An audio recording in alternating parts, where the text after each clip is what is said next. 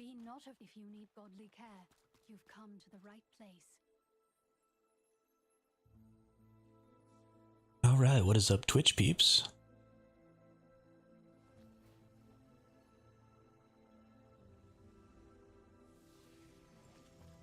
And what's up, YouTube? We are online. It is time to play a little Throne of Liberty.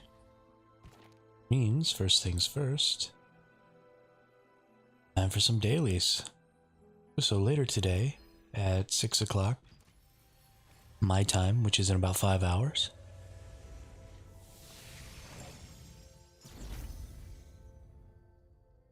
we have a Riftstone event for the guild. So we have to go defend our Riftstone against the main guild's secondary guild, or not the main guild, the number one guild on our server's secondary guild. If we go over here to rankings, and we take a look at guild ranking, so Momentum is number 1. We're currently number 4. We just got bumped off. Ooh, Fried Rice went up a whole lot, jumped 2 places. Things are getting really tight down here in the 2, 3, 4 spots, though.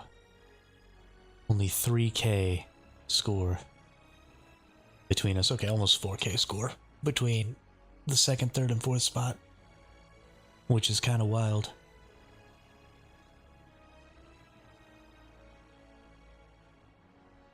Blue Dawn has really been making a lot of stuff happen too. They've moved up considerably. Good for them.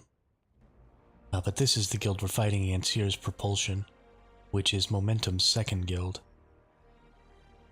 So, and they've got a ton of score somehow already. Being only in level 10, they've made huge strides to get up here. That's interesting. So we're gonna have our work cut out for us. Hopefully we get plenty of people who are going to be there for the defense, and hopefully it's an exciting defense. All of our attacks and defenses so far have been fairly boring because, you know, going up against Momentum is sort of a bad idea when it comes to trying to take over those things, because if we lose, then we don't get the extra points and stuff like that from owning. So it's easier to just let them own whatever one they go after and then, you know, go find a different one for ourselves. But now that they have a whole other guild and they can come and fight against us, we actually have a potentially good fight on our hands here, which will be really exciting. Very, very excited for it. Hey, what's up, Saros? How are you today? You getting ready for that new PvE scenario on Once Human? We have a variety. These are the kinds of contracts we have here at the Pure Light Tower. Hey. Got a pouch.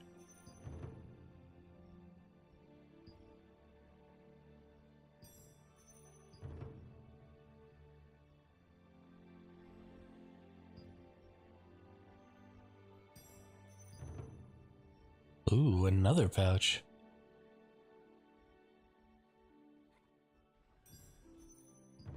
Wow, that's so exciting. I'm at work and will be lurking once again. Excellent, thank you. I appreciate the lurking. Be careful out there. I appreciate the lurking. Makes all the difference.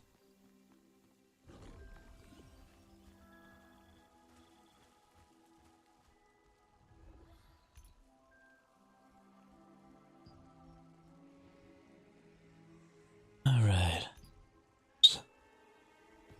Where's this one at?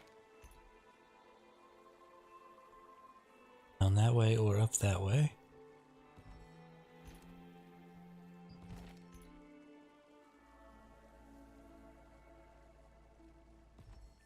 And even further down that way. Got it.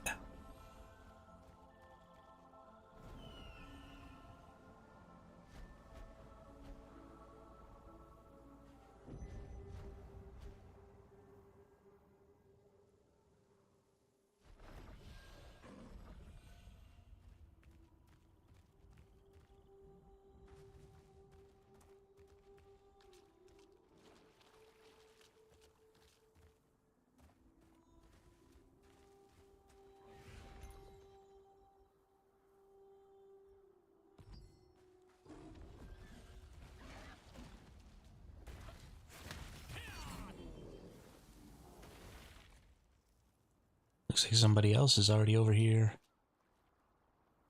getting this done. This might be super quick.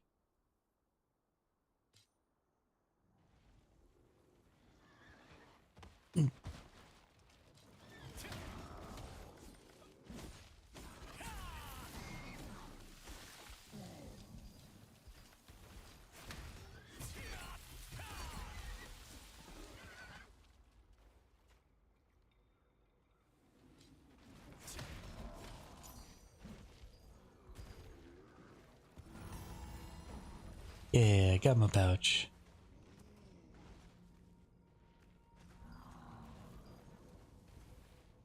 Now we just head down here and get this thing.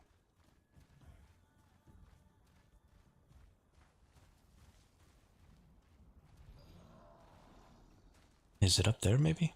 I think it is up there.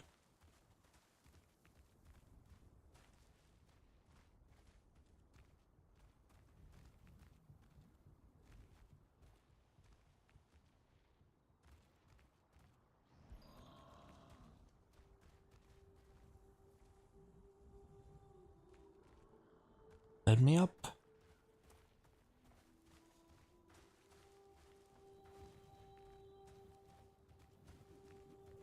There we go. And there's the mana recording device. Fantastical.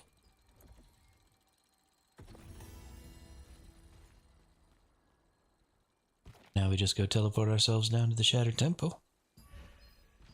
And it is time to pick up our globes. Our mystic globes, which I say this every single day, but I'm gonna keep doing it because it's so important. You absolutely have to pick up your mystic globes and your mystic portals every day. They have some of the best resources in the game: the trait extraction, trait conversion, and trait unlock stones. Hey, what's up, Gilbert? How are you today? I don't know why I called you Gilbert. I almost always call you Charles. But for some reason the word Gilbert just caught my eye today. I don't know why. But anyway, how are you today? How's everything going?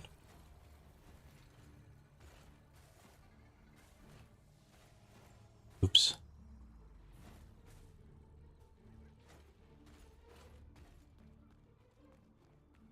Could you show me where you find your contracts at? I got a message in my game that I have hit max contracts, but I still can't find them in the F11 screen. Yeah, they're not something that you go to find there.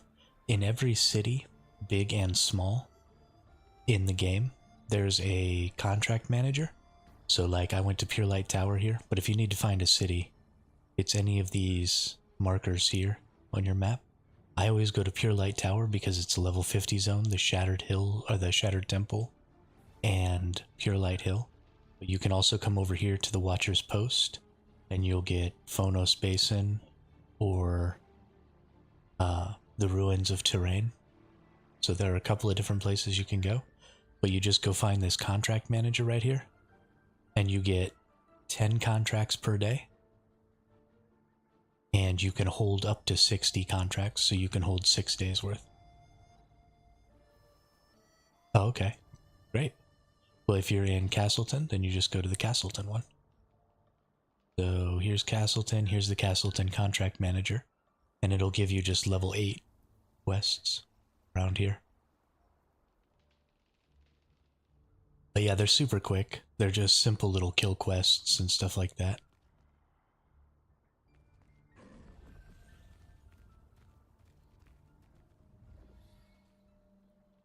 But they're the resource that you get from them, that you can buy stuff with at the contract merchant. So you have, in the main cities, like the big ones like Castleton, you have your contract manager, but then you also have the contract coin merchant. The contract coin merchant sells you a lot of good stuff. Just did my first Vildicant type of thing last night with the wife. We had to kill wolves for tails and turn them into 3 different areas. Yeah, those world events are super fun.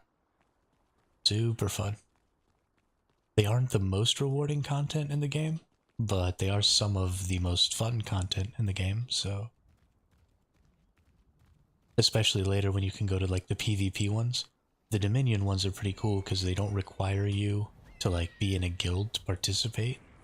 Because in the Dominion ones, everybody just gets put in a random team, either blue, green, or red. And then you're just working with your random team. So even if you're not part of a guild, or you don't want to play with a big guild, you still end up, you know, on a team with people who can help. And you still get that kind of big PvP experience, you know? It's a lot of fun.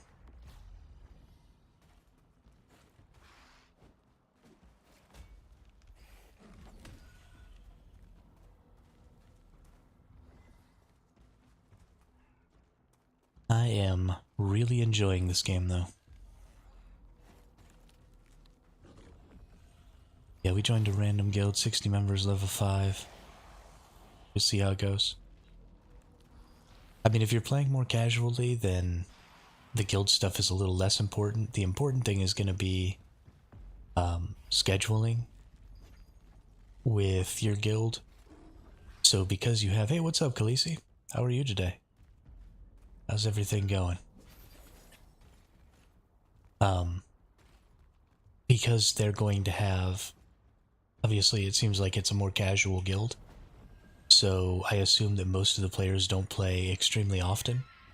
So once you all get to the point where you can do guild raids, y'all are going to want to schedule a time every week to do that. That, you know, accommodates most people's schedules. And then just go bang those out real fast so that everybody can get the rewards and stuff for those. Because the guild raids, especially for smaller guilds or more casual guilds, are really important for everybody getting powered up. Because, you know, you're not necessarily going to be able to contest the open world bosses and stuff like that. So that's sort of your best source of purples from those places. Yeah, we're super casual. My wife and I have only played about 4 hours. Yeah. Khaleesi, I'm doing pretty fantastic. We don't have any water right now at the house. I don't know why the city turned our water off. I think they're doing like some work or something on the pipes. It used to happen quite a bit when we first moved in, but it's been a while. So I don't know exactly what's going on, but we don't have water. I woke up this morning and tried to turn on the faucet to get a glass of water, and boop, no water. So we'll see. Should hopefully get turned on before, you know, like 6 or 7 o'clock tonight.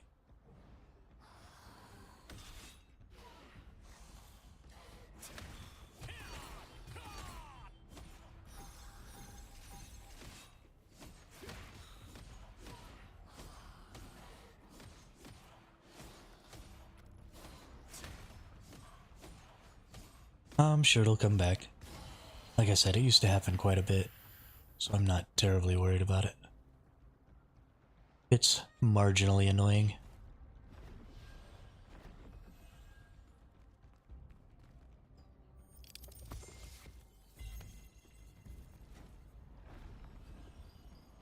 If it goes on for more than a few hours, then we'll just go get some bottled water or something. Not really a big deal.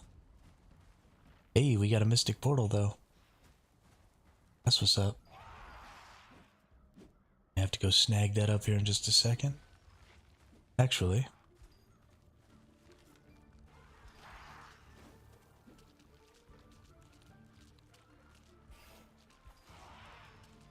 why do some of your mobs have a symbol over their head? Because I've got quests for them. Those are those contract quests, actually.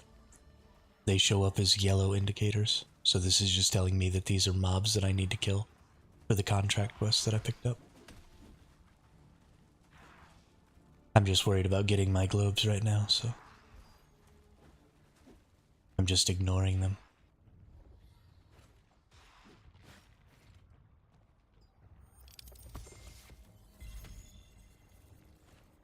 Ooh, I got another mystic portal. Nice. 2 mystic portals. Gonna get so many rewards. There's my last Mystic Portal there. Or my first Mystic Portal there. Hopefully... Nope, doesn't look like my Mystic Globe that I normally get up on top of this pedestal is here. So I'm gonna have to go find a different one.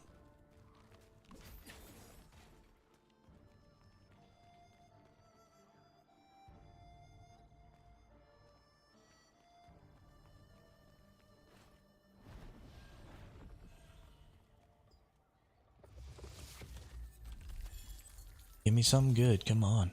Hey, trait unlock stones, time 5. That's what's up. That is a really good thing to get. Trait unlock stones are incredibly important for unlocking your in-game gear, especially if you're going to be using an archboss weapon, because the archbosses only show up a couple of times a week. And so if you are using an archboss item at all, you are definitely going to want to get unlock stones. Are you going to go back to Once Human Way of Winter? Looks dope as fuck. That was the intention. I am not... The day it comes out, I'm definitely going back. So on the 17th, I will be playing Once Human. And then from there, we will see if I decide that I prefer this game or that game more. Then we will continue with whichever game I like more.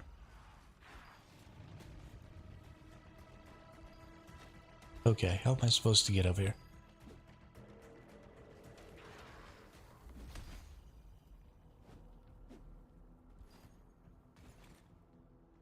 I wonder if maybe I can get myself launched up there. Nope. I sort of have problems with both of these games right now. Kind of angry at them because they're being way too crazy with their monetizations. And so I'm not very happy about it.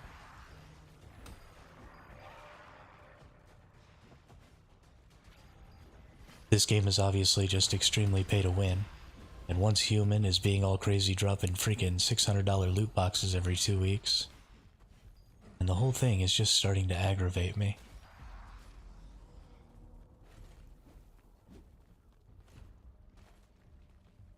I think we're gonna have to go up here. Jump off this cliff.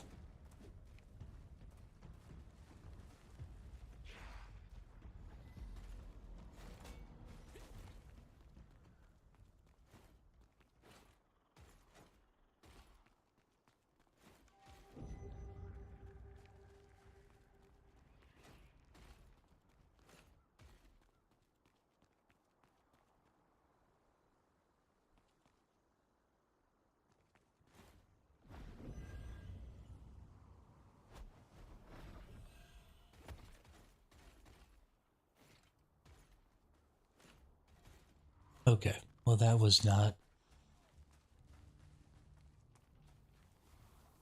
I thought this game was more pay for convenience. Basically, you could pay to get faster gear upgrades and such, but you couldn't pay for anything you wouldn't eventually get for free. That is absolutely true, Charles. It is 100%.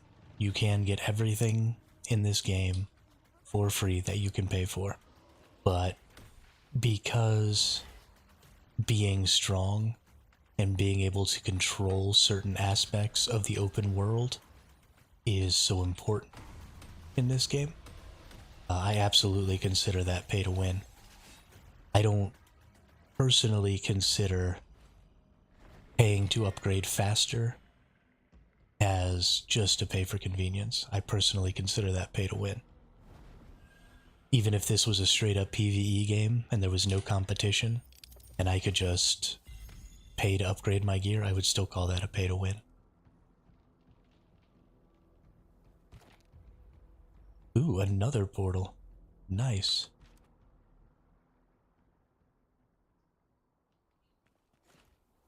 I don't mind them dropping loot boxes. They have to get paid somehow. I just wish they will fix the other issues as well. Well, and so I understand that it's two different subsections of their development team that work on those things, right? Your artists and the people who make those skins aren't necessarily a part of your team that's going through and fixing bugs and doing stuff like that. So I get that they're not necessarily taking resources away from, the team that's fixing things and making the game better in order to make those loot boxes. And I agree with you, they absolutely have to get paid somehow. But loot boxes in general are just extremely predatory, and I disagree with that whole concept as a way to monetize a game. And B, when you're putting things out like that are specifically limited time, and you're trying to generate this FOMO to get people to want to buy those, it's just an extremely predatory set of practices that they're using to get people to purchase those loot crates. And so I can't really get behind those practices. And then just the frequency with which they're putting them out just kind of compounds all of that.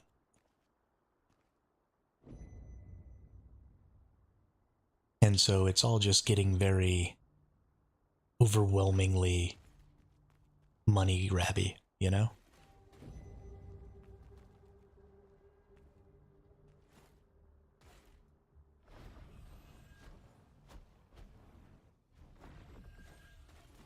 Because I get it, I agree. They absolutely have to get paid. And to have a free-to-play game like that, and the quality of that game is fairly high. Especially considering how unique the game is, and the fact that there are some things in that game that there isn't very much precedence for, and so it's not, a bunch of solved equations. Hey, 5 more trade unlock stones. Nice. I'm getting really good portals today. Hey, what's up, Boba Fetta? How are you today?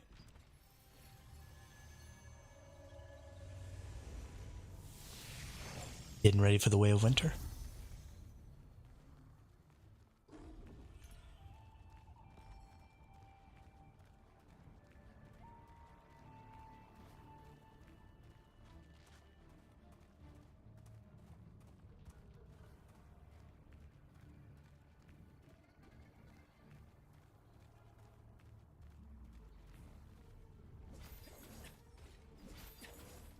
Yeah, I mean, I haven't, gone to start signing up or anything like that. But yes, I am ready. And I will be playing on the 17th. And we will see what happens from there. I am still very much enjoying Throne and Liberty.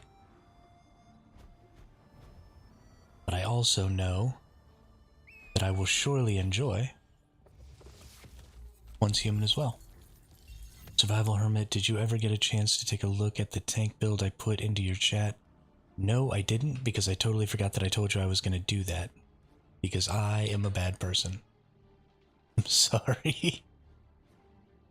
I did not look at that.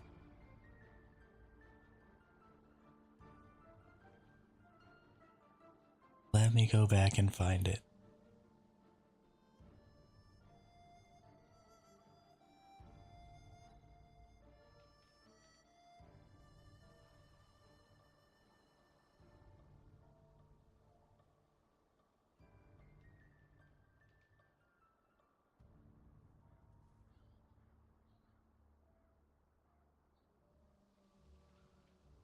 Oh, now I can't find it.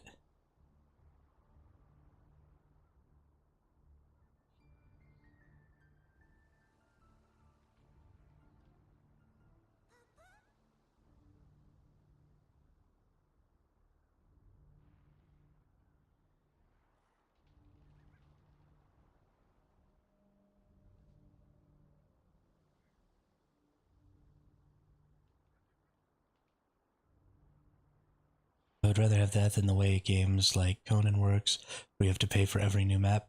See, I kind of go the other way, Khaleesi. I would kind of prefer to have Be a Free Beanie He's pre-registry. Okay. I'll look into that. I know, I'm sorry. So, all in all, Prismverse was such a disaster. In the last 3 days, only managed 1 deviation to get on scoreboard. They have now said you can buy the 2 deviations for 1 Mitsuko's mark. Oh, wow. Wow.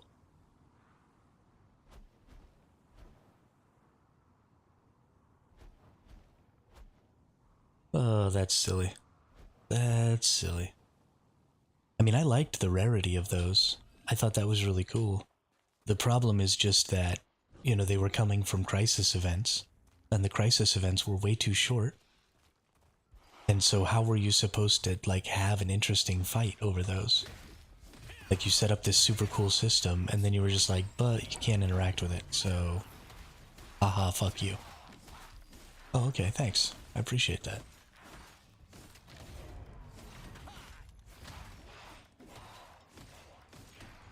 You know, I would have been totally fine with the people who got them only being the people who got them. You know, 14 people per server or whatever, get one of those two. That's totally fine with me. I can get behind that scarcity, especially because it was such an integral part of the system. Like, it was super cool, but it just made it almost impossible to actually try and compete for it. And that's not fun.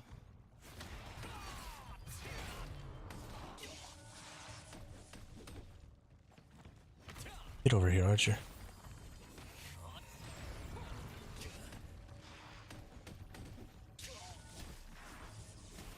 It's just a skin at the end of the day. Oh, is it just a skin? They don't have special abilities or anything?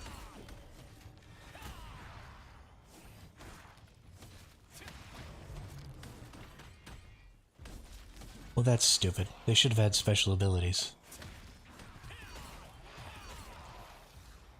I have not been on OH for about a week now. Was too busy with the hubby and hospital and all that jazz. Yeah, I haven't been on Once Human in about a week and a half either. Since I started playing this for so long. I am a very obsessive personality. And so I normally just focus in and go hard as a motherfucker on a game. And usually don't play anything else during that time. But it's the 17th, is that right? When the new season starts?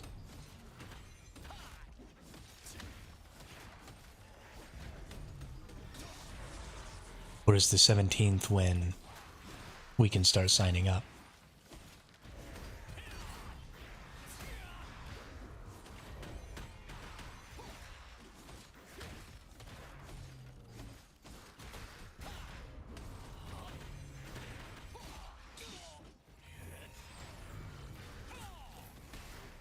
Yeah, the 17th, and there's a team up event already going where you can get rewards for up to 5 people on your team. Oh, okay. Well, if somebody's trying to get those rewards, let me know, and I'll... What is it, like people have to sign up using your friend code or something? Gross.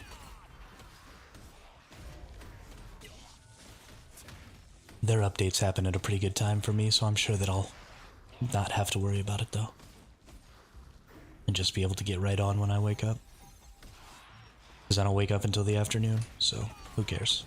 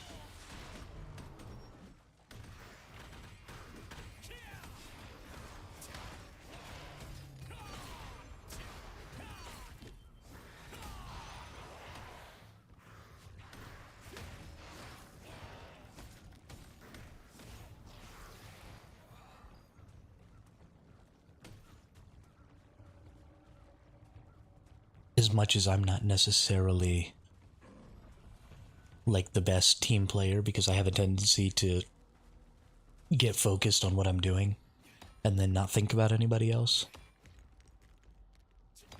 I do still really like the idea of trying to force, cooperation and team play and, getting people together to build a community and stuff. I think that that's really good for games in general. This game is doing quite a bit of that with the guild system and how important guilds are. And, once humans trying to do that, so it seems like a lot of game developers are really trying to put in the work to get people back to a point where sort of old games used to be, where we used to just constantly be working together and cooperating. And so I'm pretty happy about that trend in video games recently.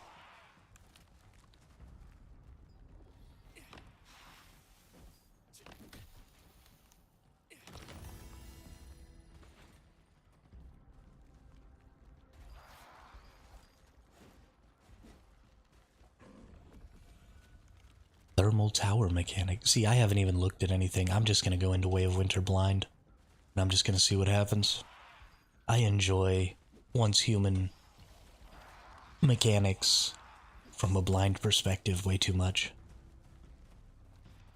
It's super fun to try and work, because the mechanics in once human are simple enough that it won't take me very long to pick up on them, but it feels really good to go into a system not knowing what to do and then figure it out and succeed. It feels really good. So we're going to be doing that.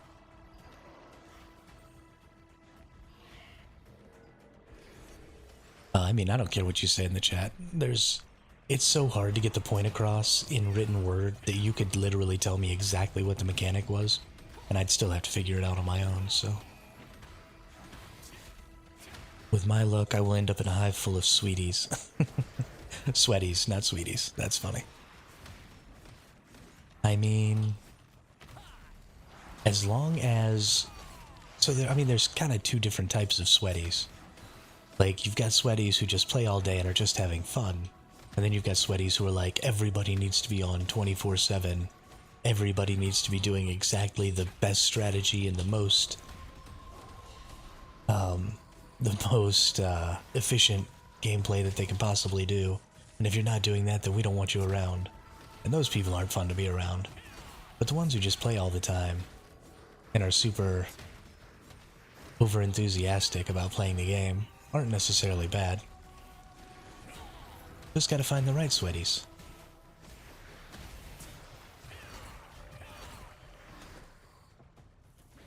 Thermal towers are basically giant purification chambers that the entire hive has to build around to protect from giant flame and frost bosses, and upgrade the tower for additional buffs and temperature. Ooh, that's exciting. That's really exciting. See, that makes me want to try and do it solo, though. And just go over there and, control one all by myself and see if I can build around it and get it all done as a single person.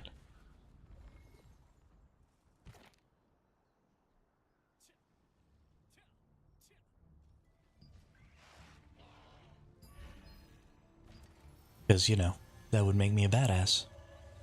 And I like to be a badass.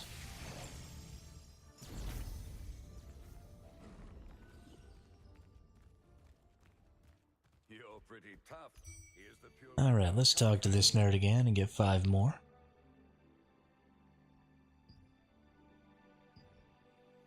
Pointy ribs.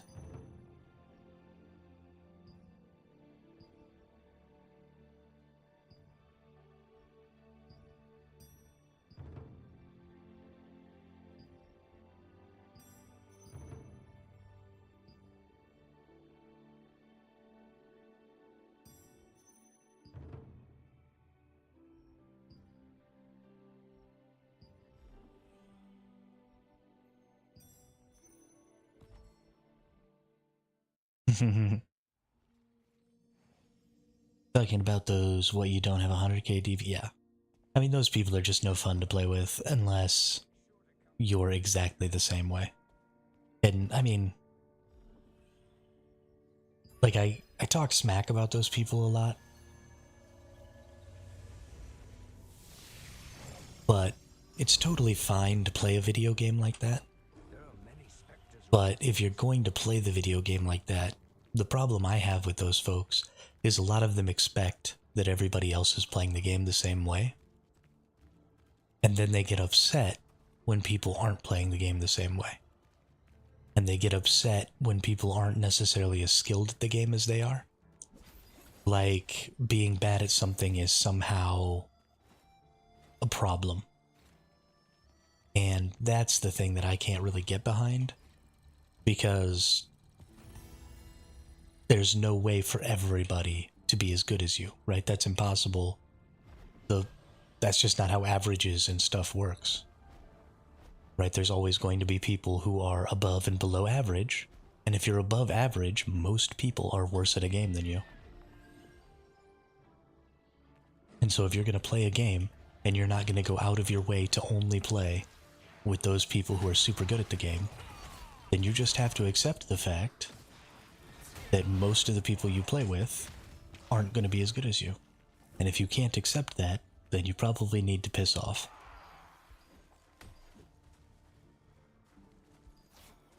You certainly can't go being rude to people because they don't play a video game as well as you. I mean, could you imagine if, like, freaking, who's a famous football player? Or could you imagine if LeBron James went to go have a pickup game in, you know, a neighborhood basketball court and then got mad that everybody he was playing with wasn't at an NBA level? Like, how asinine would that be?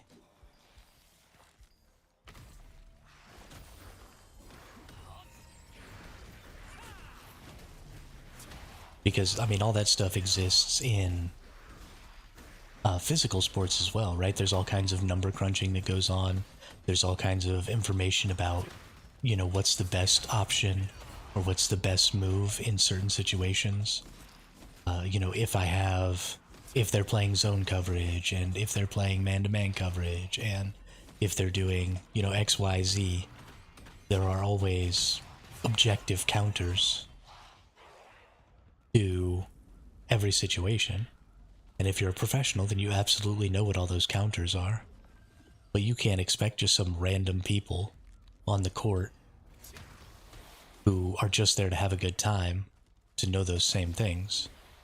And so, you know, if you're a professional, if you play like that, I mean, kudos to you. Good on you. Have a good time. But let's not go tearing down the casual community because they don't meet our expectations of gameplay. That's just totally ridiculous. And I mean, even I have a hard time with that because I get to put so many more hours into this game than everybody else. I mean, I'm well over 100 hours now in the, 11 days that I've played. So, you know, when I go into the dungeons and stuff like that, I'm just more mechanically capable than a lot of the people who are playing, and my gear is much better. And so I've been having trouble clearing bosses because my teammates have a tendency to die. And it's very frustrating. And sometimes I get this urge to tell them all that they suck and they should uninstall the video game. That's not really reasonable. They're doing the best that they can.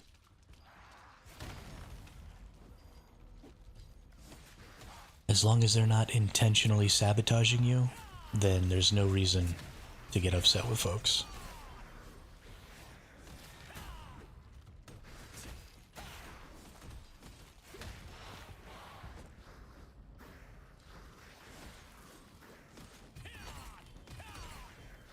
I have green gear at level 1 and level 2 upgrades, and my skills are level 3. Am I good enough? Absolutely. Absolutely. Come do the level 50 dungeons with me. With your level 7 character. Or I'm sorry, did you say level 9?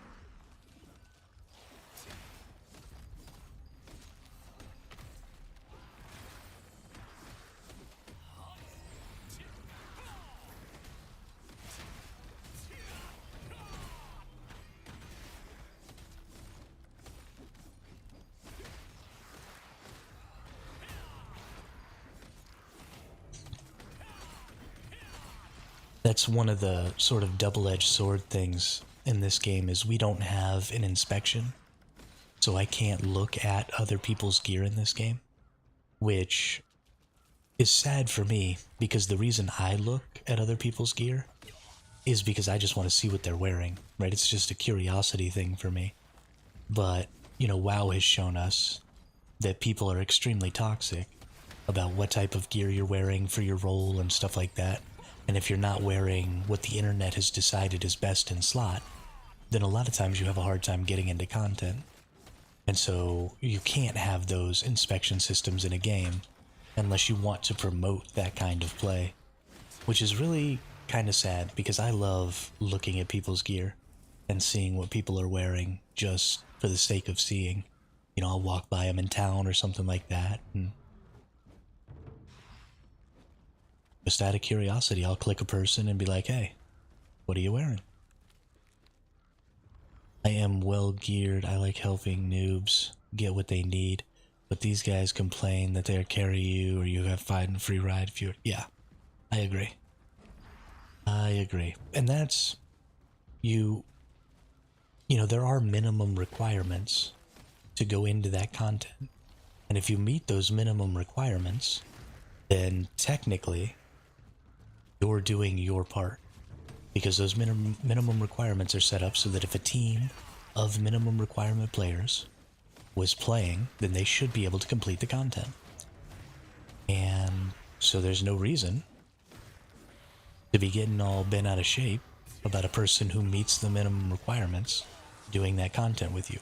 You might be doing more than them, but that doesn't mean they're not pulling their weight. That just means you've exceeded your necessary value. So I think I'm like level 12, but still on a level 9 log. Got it. Khakis, I'm Jake from State Farm. Wait, what?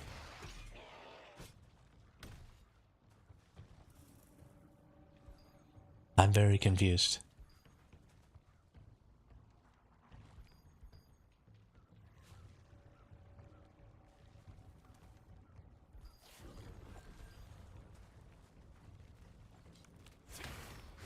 I say something about what you were wearing? What are you wearing, quote? Oh, okay. Yeah, I have no idea what's going on, honestly. I was talking too much and I kind of lost track of the conversation, I think, a little bit there. I think I lost track of the conversation. Just a little bit. I get up on my soapbox and I start pontificating. Then I forget whatever is going on.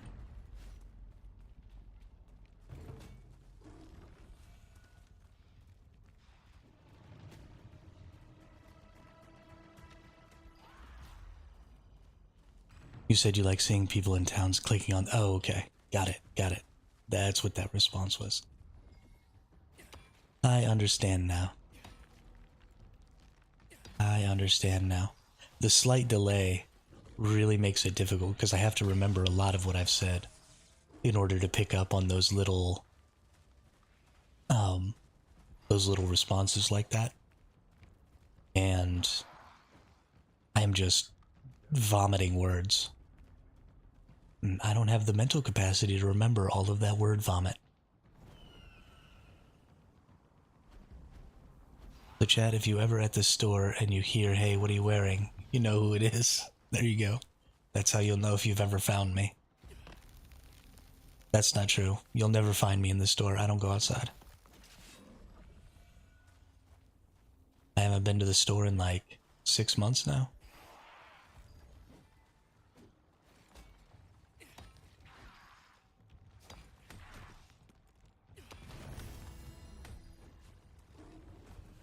Alright, we got a couple of pouches to open. We gotta go buy a pouch.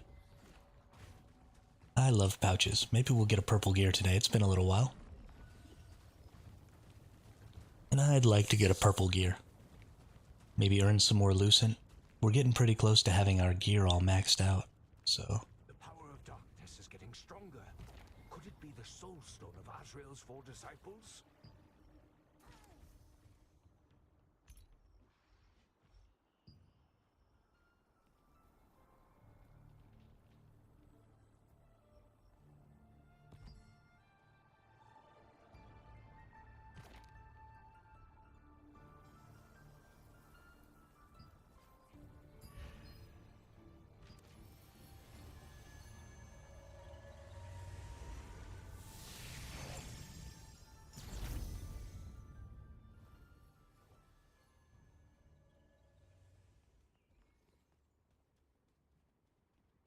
It is no fall.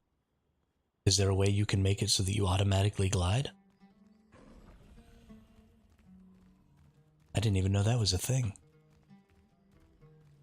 But if that's a thing, then it's almost certainly easier to get around that way. You're welcome now. I'm in a good mood today. Let's spend all these coins.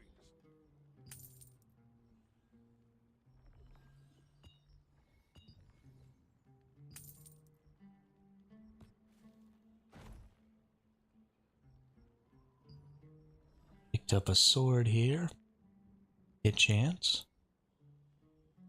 What do we got? What do we got?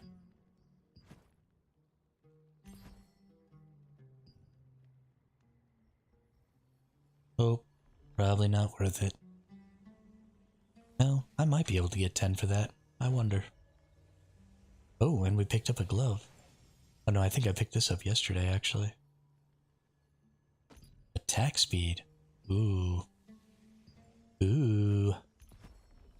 Oh, what's up, Alec? How are you today? No, there's a setting that prevents you from walking off edges, so you have to jump in order to go forward. Oh, yeah. I would probably turn that on. That seems like a good thing to have turned on. Gonna put that in the lithograph book here. Ooh, we only need one more. Contract coins to spend them, right? Gloves of the Resistance in order to get heroic mitts of the Resistance. That's exciting.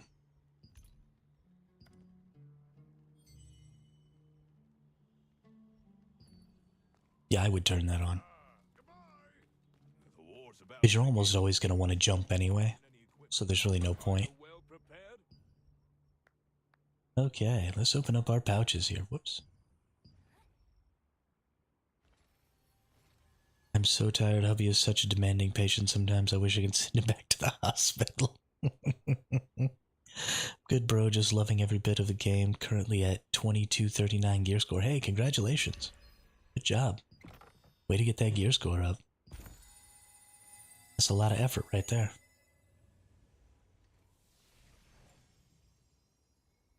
And a silly sword.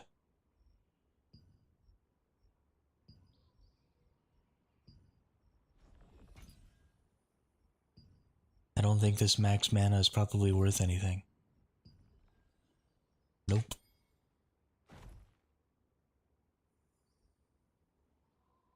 It's nice of you, Khaleesi, to take care of your hubby in his trying time after his surgery.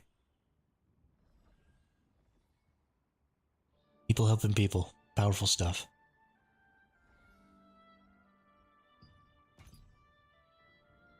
Alright, we'll just dissolve both of these. Ooh, got precious magic powder. Nice. And then let's go put away some of our foodstuffs here. My customers should know that too.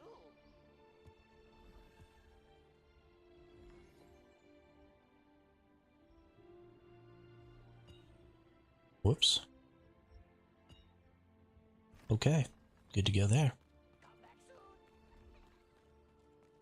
By the way, I went for endurance. Yeah, I started kind of going more for endurance as well, Alec.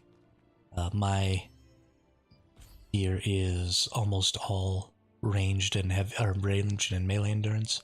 And then I've also added melee evasion because there's just so many greatsword people running around. But I'll probably go make a change to that. I'll probably do health or something like that instead of evasion in the future. because I think that'll help more generally, which will help me, you know, with like mages and stuff like that I don't have a lot of defense against. So that'll probably be when I get my purple gear. I'll probably do both endurances and then max health like I have on this one. But no, I have ranged of it. Yeah, this piece is just totally broken right now. Probably replace it, but whatever. I'll make that the first purple that I try and get, is my chest.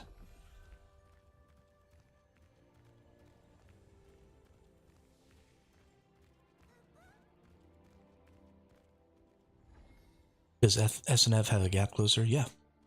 Shield charge. Also, chain hook. You can go to them or you can suck them into you.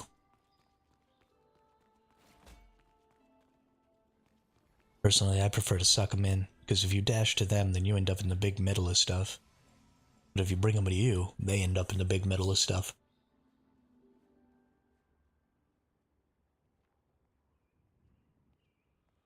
Alright, what do we got going on over here? An hour and 8 minutes until the next boss fight. We do have Requiem of Light coming up. It's a pity that New World got taken over by bots. I really enjoyed that game. It's a pity that New World had a stupid PvP system. That's what's a pity. Number one, New World should have never made it. So when I played the open beta before the game launched, the combat system had gear equalization. So if you were level 10, but you had maxed out level 10 gear, then you could fight fairly evenly with a level 50 that had maxed out level 50 gear. And so you could go ahead and flag for PvP in the open world and still feel comfortable no matter who attacked you that you were going to be able to play the game. And so I very much enjoyed that. And then on full launch they got rid of that, and then nobody flagged in the open world, because why would you do that? You're just going to get killed by somebody in a way higher level than you for no reason. But then you have to get to endgame to flag. And then you have that stupid war system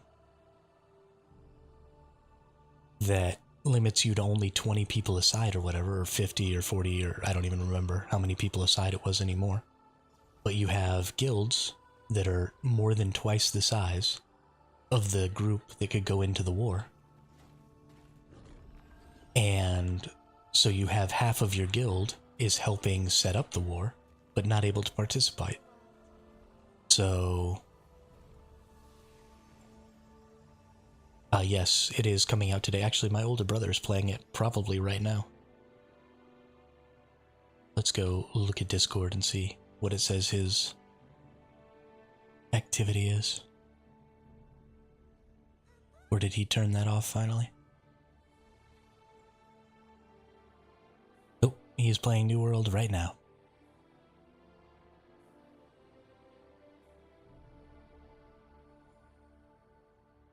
Or he was playing it for 4 hours until 2 hours ago. Yeah, no, I mean, I'm glad that they finally have swimming. You know, 3 years after or whatever. That's cool.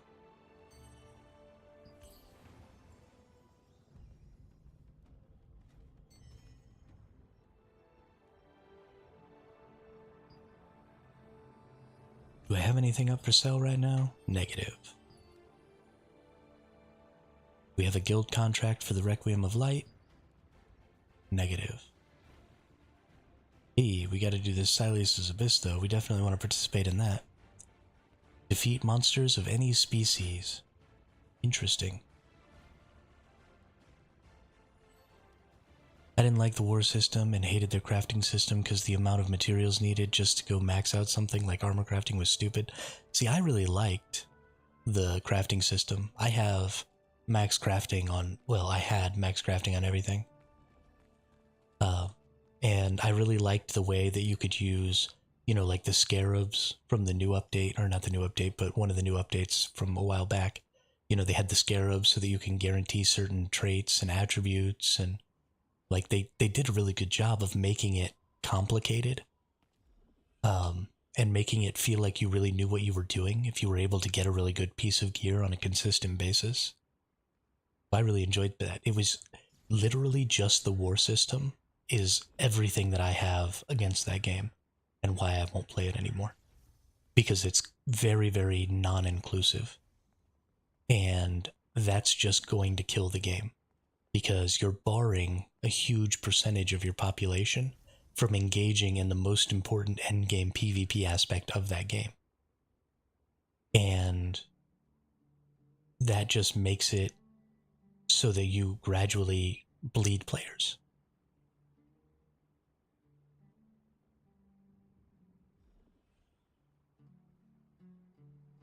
All you have to do is correct that problem and make it so that endgame PvP is more accessible to a larger number of folks.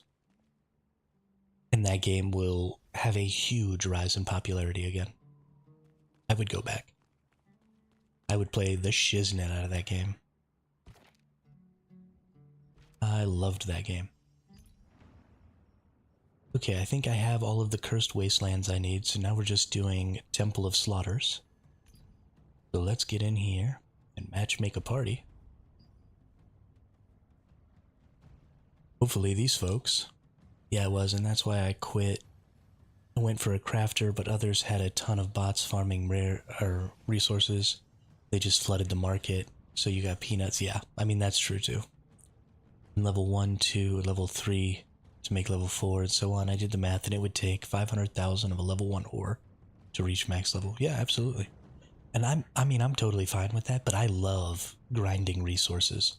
I love optimizing routes, and then I love going out there, and I'll just, for hours, I'll run in the same circle, and I'll just gather resources over and over and over and over, and I'll just throw a TV show on. I don't even need to have a second monitor. As long as I can hear the TV show going on in the background, I'm happy. Because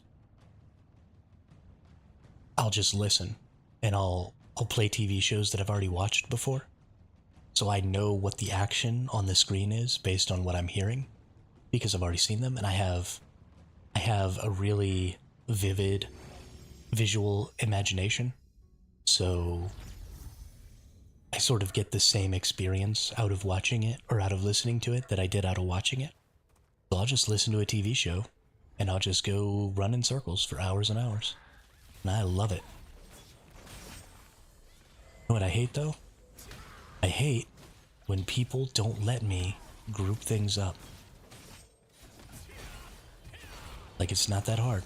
All you have to do is let me attack things so that I can get them all to group, and then we can have a nice, easy time. Then there's only one person to heal. I freaking hate you people so much. Oh my god.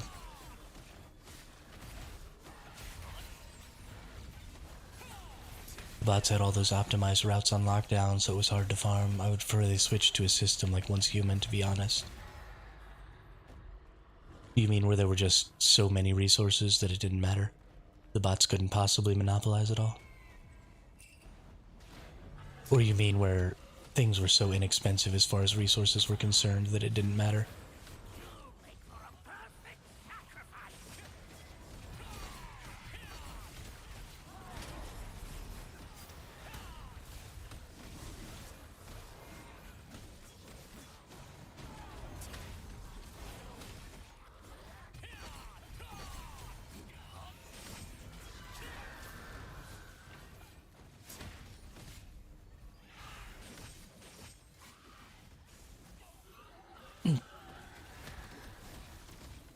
I had all those perfect routes on lock when I was playing. I would go in there and just mess people up. How dare you trespass here? Every time I went fishing and saw a bot fishing, I pushed them into the water so they drowned. I mean, that's what you should do. That's absolutely what you should do. Gotta fight back against the machine invasion.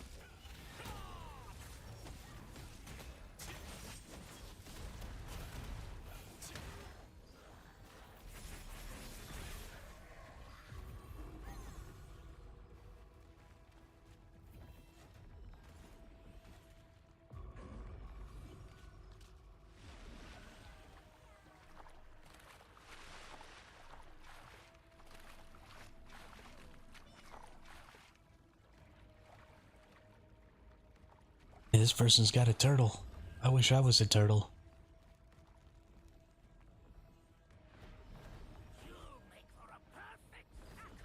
Why does somebody always grab the freaking enemies? You freaking suck.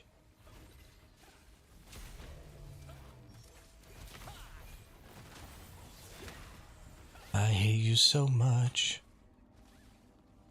Why do you ruin my life?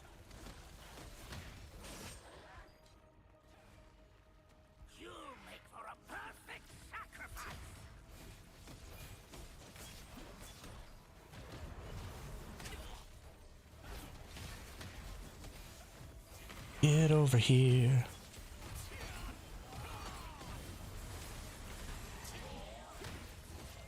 Why did you push the enemy away? I freaking hate you.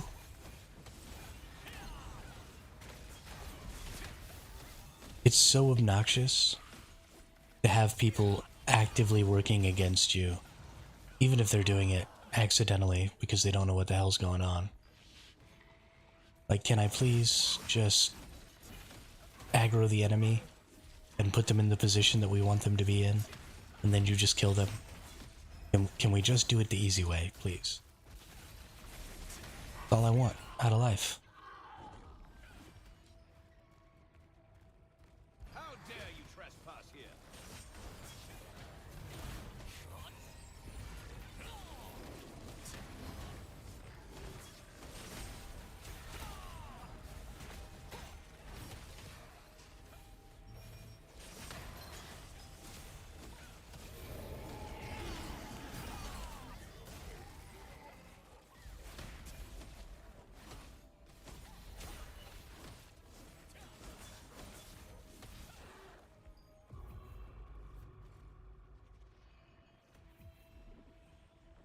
One thing I really did like about New World, and something that I hope other games start to adopt, is a system that involves fewer skills.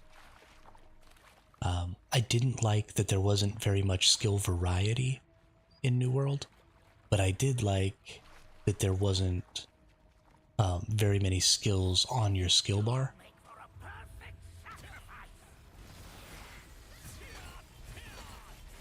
Because that makes it so much easier to click all the buttons. I think, like 4 or 5 skills is kind of the maximum, especially if you're playing keyboard and mouse, that a person should reasonably be expected to hit. And then to compensate for the lack of skills, I think we just need to have a higher depth of interaction between the players, so that the combat feels good. Because the combat in New World, especially PvP combat, felt really engaging.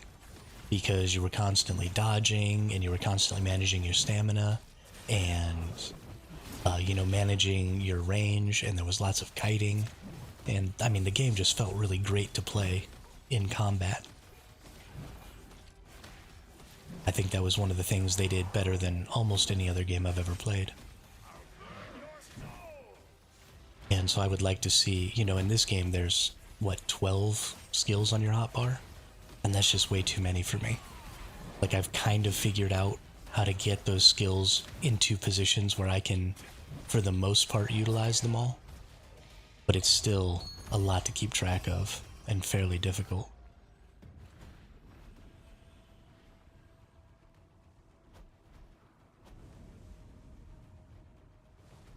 Yeah. So, I mean, you can have that many skills, but can you really manage them? Like, I think that because you have to use so many skills in those games, the combat's just not nearly as engaging as it could be. there's too many button combinations to look at to try and get all those skills activated to truly be engaging in the combat, right? You can't move around as much because you've constantly got to take your hand off of your movement keys in order to click certain buttons, or you have to be holding right click so that you can pan around so that you can actually go down and click your skills, or just a ton of different stuff. And I think that's really detrimental to the overall quality and interactivity of a PvP system, or not of a PvP system, of a combat system, because most of combat should be about positioning and movement, and a very small amount of combat needs to be about activating certain skills.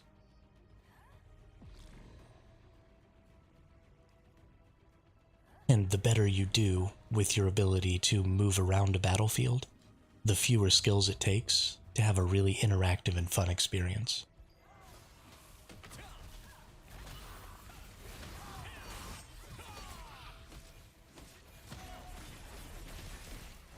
Good thing I'm not claiming to be a real MMORPG.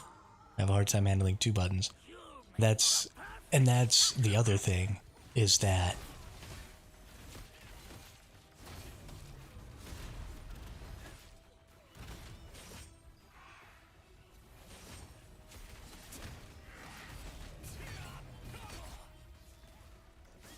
I agree with that too. The more I can customize, I really love Throne and Liberty's skill customization system. I think they've done a really good job of making a really interactive system. And like you said, allowing it so that not everybody has the exact same build. This was why the original Guild Wars was so good, in my opinion, was because there were just so many skill options.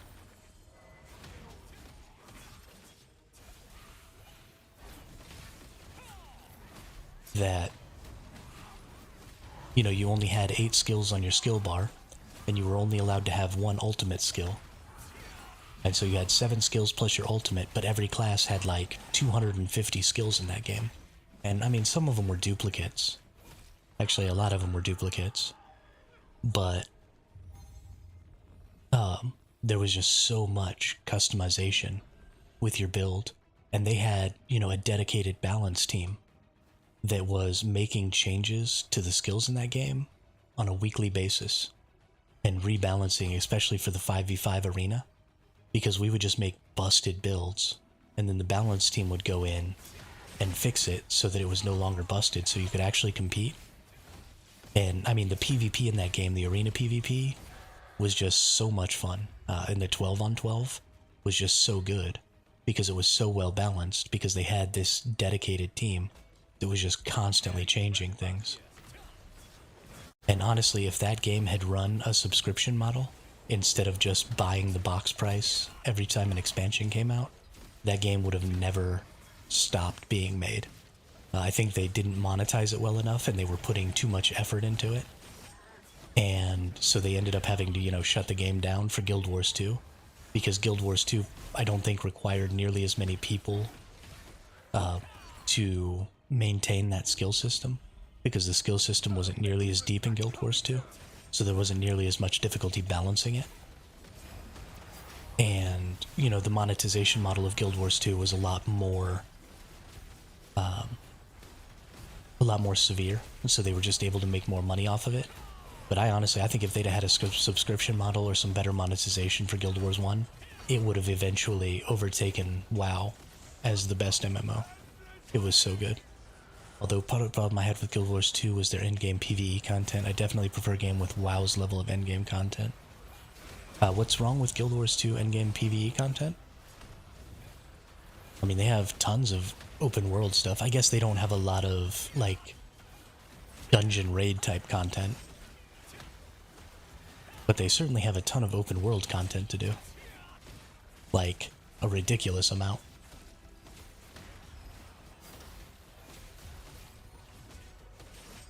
But I guess if that's not really what you're interested in.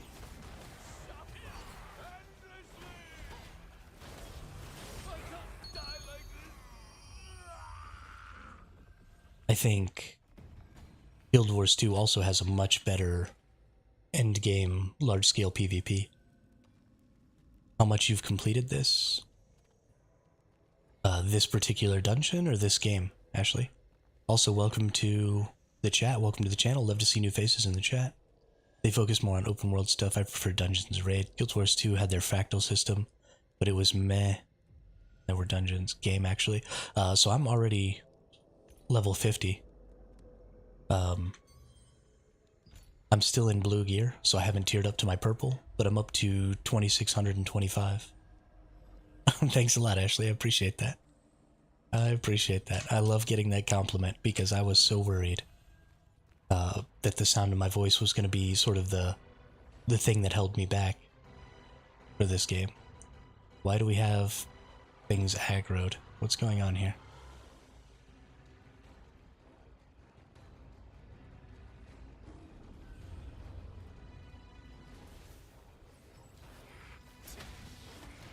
But yeah. I have a lot of free time, Ashley. A lot of free time. So, yeah, we're in the end game now. We actually have a guild PvP thing to do later. I'm in the number 4 guild on our server right now. We were number 3, we just got overtaken again. But yeah, we've been competing for top 3 spot for a while now. And today we have a guild event in 4 hours where we're defending our Riftstone. So, hey, what's up, Zab? How are you today?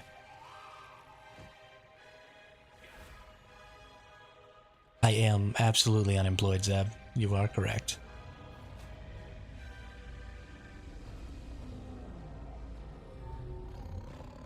Actually, can't believe I'm watching you play this. It's so not my kind of game. I love this kind of game, personally. Hello? Please attack me?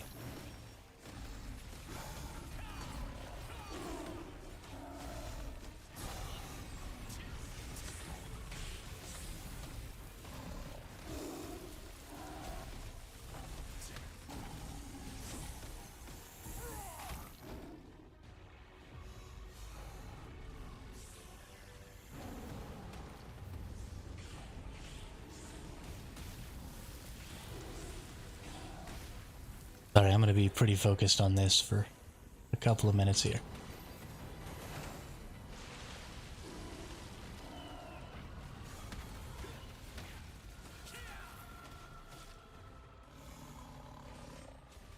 So what I'm doing here is, you saw just a minute ago, he pounced back into the middle of the arena. So the reason I pull him back just a little bit instead of fight him right there in the middle is it's a really easy visual cue to see for everybody when he turns around and jumps back to the middle. And if I was already fighting him in the middle, that visual cue wouldn't be nearly as severe.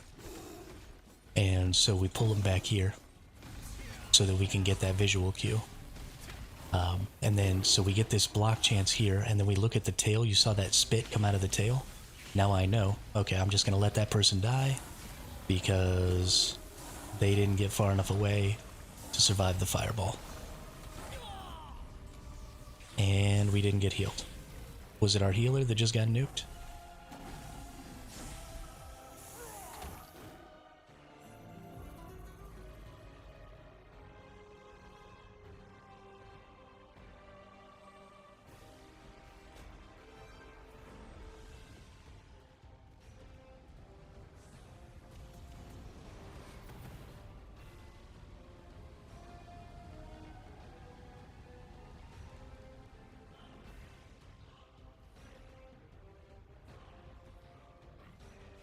Okay, so we failed that.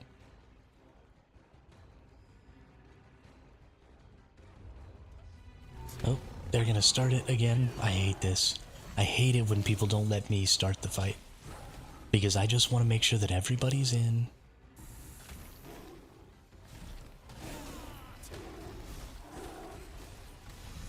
I want to pull the enemy back so that we can get the good visual cue. I want to do all that stuff, and people just start the stupid fight.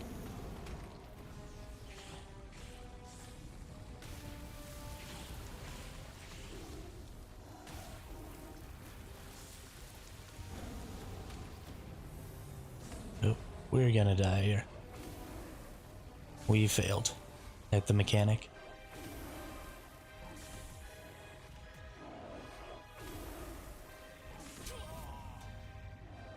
Oh, that's fun. Game lagged, that sucks. So, this particular boss relies entirely on the hook mechanic, and the hook mechanic in this game is totally broken sometimes, and you just lag out, and then you crash to the ground and die, and it's super annoying. There's nothing you can really do about it.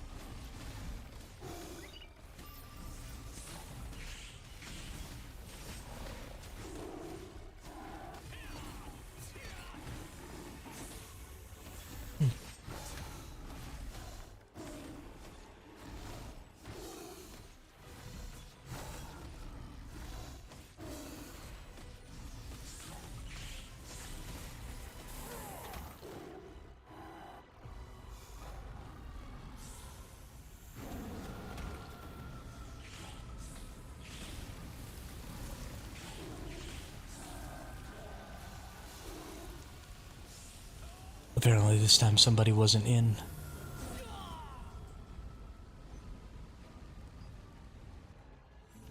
Either just standing on the edge like that, I don't know.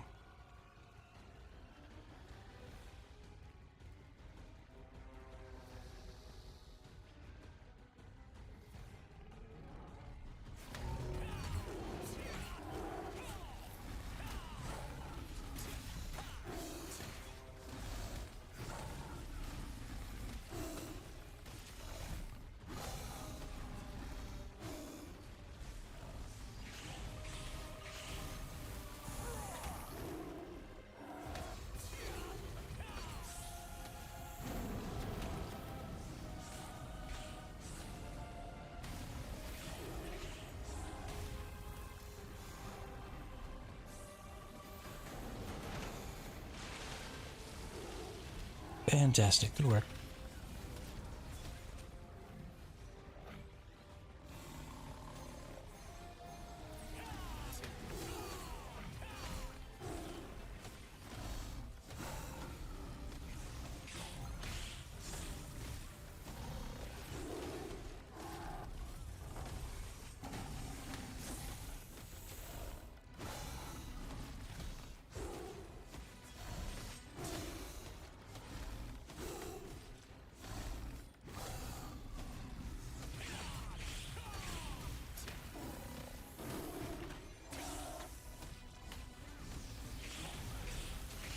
Nobody is walking back when they have the green thing. That person's dead. That's cool.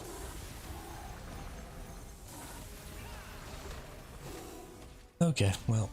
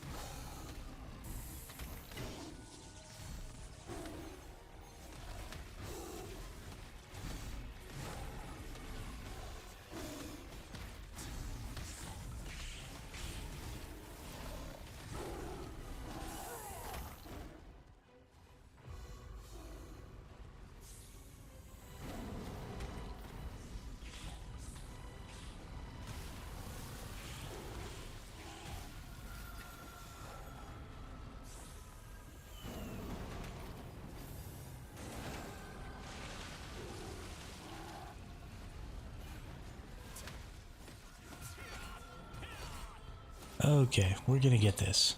I swear, one of these days. We're gonna make it through this boss.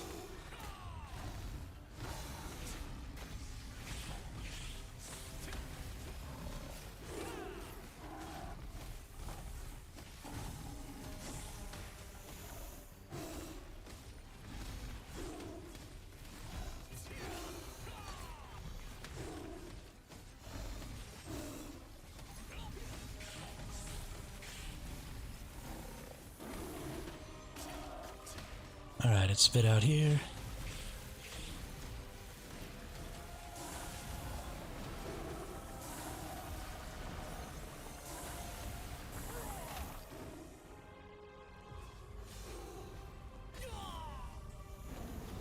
People have got to start backing up.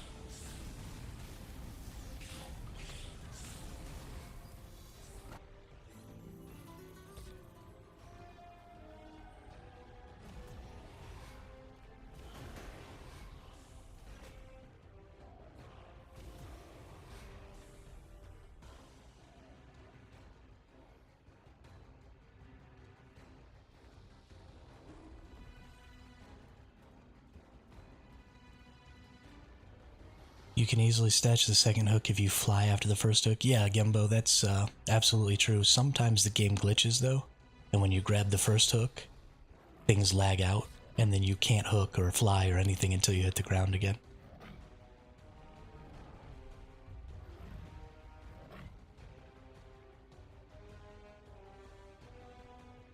But it looks like this party's already fallen apart here, so we're just leaving and coming back.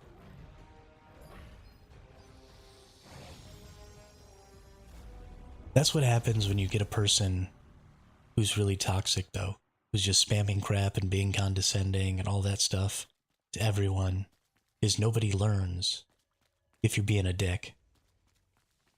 Like, the minute you condescend to somebody, everything you say from that point, whether it's correct information or not, just falls on deaf ears. Nobody wants to listen to you anymore because you were being a butthead.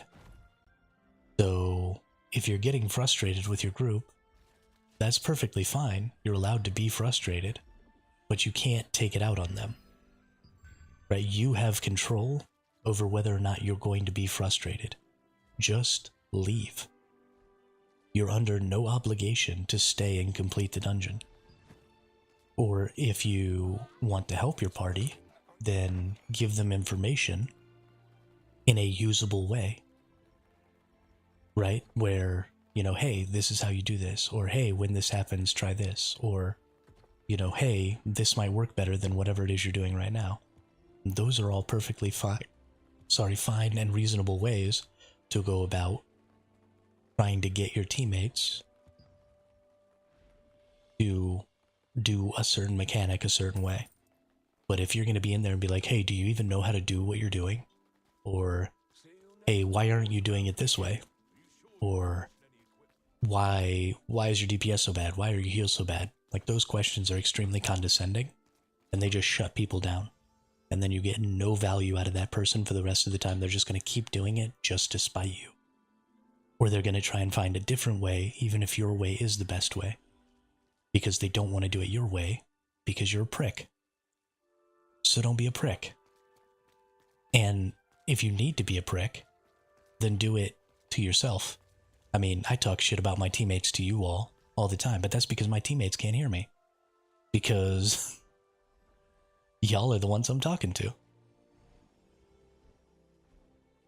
And so if you need to take it out, right, just take it out loud in the comfort of your own home. Yell at your screen a little bit, or whatever you gotta do. And then when you get in the chat and type in the chat, calm down a little bit, take a breath, and put the information out there in a way that somebody's actually going to be receptive to it. And you will find that your life goes much, much smoother in these games.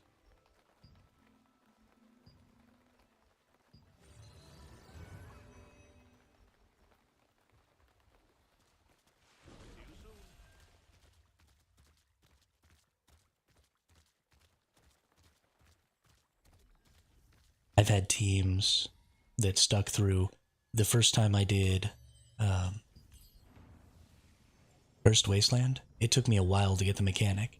And then after I got the mechanic, not everybody else got the mechanic. And we spent, I don't know, an hour and a half in there maybe, just wiping to the boss over and over and over again until everybody got it.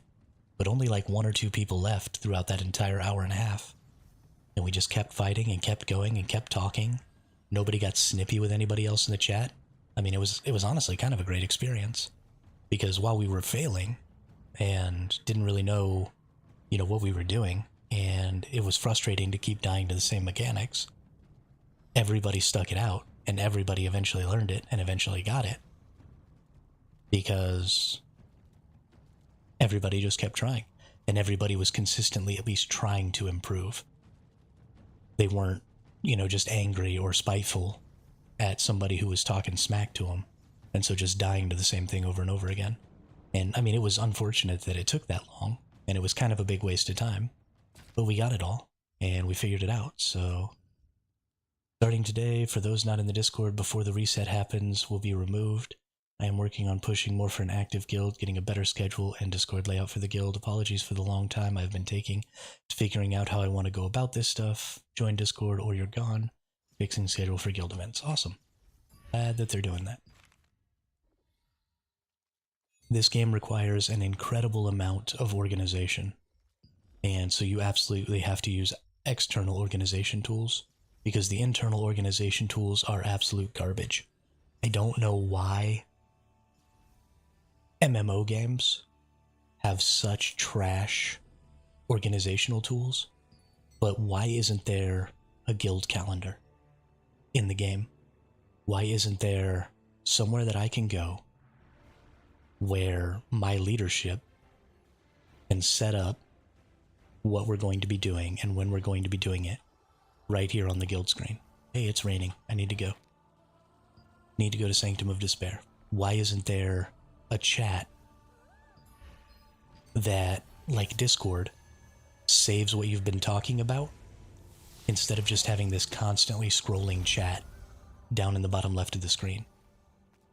The people who create MMO games leave a significant amount of work for organization and content to the guild leaders and guild leadership of these games, and then they don't give those people tools to be able to perform those activities. And it's really unfortunate because there is so much that can be done and so much that a guild leader could do to help everybody's life be easier and help everybody access more content more consistently. But if you're not going to create the tools necessary to be able to do that exist in-game, right? We don't want to have to go out of the game in order to access those tools and information because we're in the game, right? We're playing. And a lot of people don't necessarily have second monitors, and needing to have a second monitor or to, you know, have another program open or to be specifically using a certain program is kind of trash because it just leaves you open to a whole lot of things. And a lot of people don't want Discord. A lot of people don't like Discord. And so now you limit the number of people who can play. Why can't we have a guild-wide voice channel where I can just talk to my guild? It could be a raid voice channel. You could set it up where the only people who can talk in the voice channel are, you know, guild leaders for each guild. Like, there's all kinds of different options that you could put in there where you could leave those options open to the guild leaders. And I understand that's additional programming and that's additional server bandwidth and stuff like that. But there are games that have proximity chat that are constantly opening chat channels for voice, like all over the place. And so I don't think it would be terribly inefficient or impossible to have,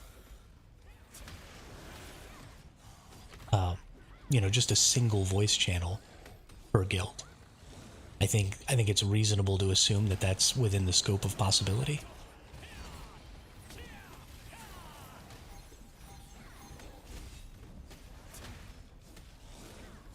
And a text channel that is more Discord-like than whatever this is, so that we can have guild announcements and stuff like that inside the actual game. And again, it doesn't have to be a chat channel so that we can just chit-chat in there. If it needs to be limited to just the leadership, that's totally fine. But just something I can go back and reference, right? Something that can be accessed in real time, that puts a ping in my game. Says, hey, there's information here you might want to know about.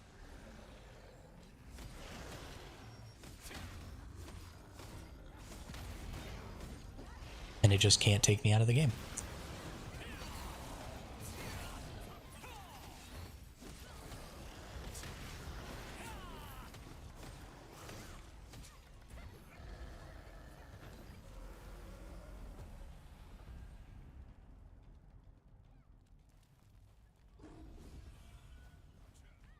The communication in these games is just way too important.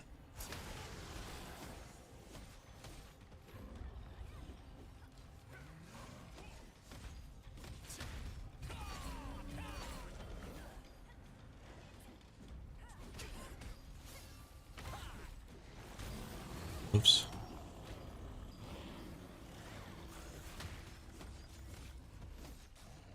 And not having good communications tools is a huge oversight that basically every MMO has.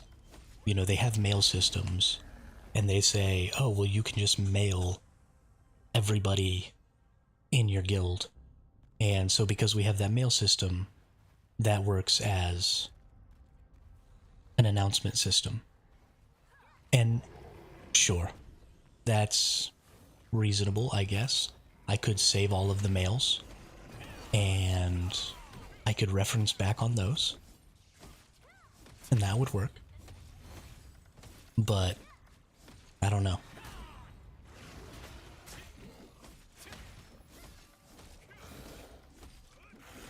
People like forums. People like chat.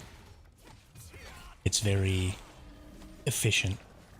And I definitely think we need an in-game voice channel for the guild. At least one.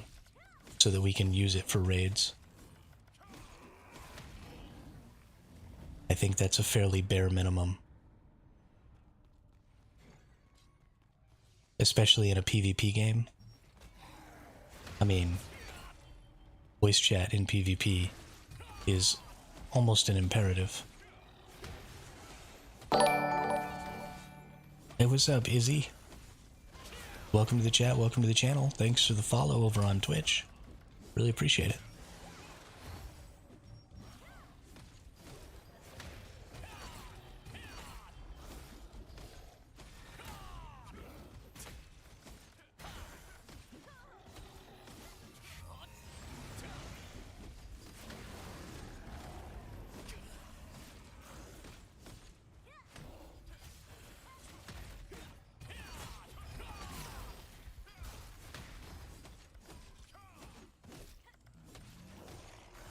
Saying hi from the guild. Love seeing people streaming when I can't play. Hey, what's up? I didn't realize you were in the guild. Welcome.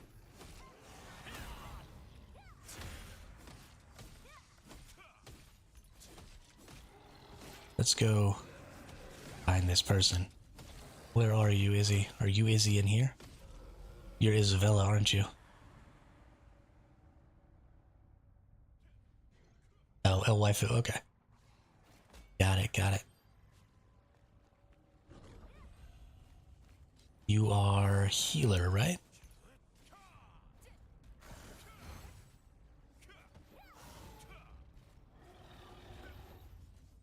No. Tank.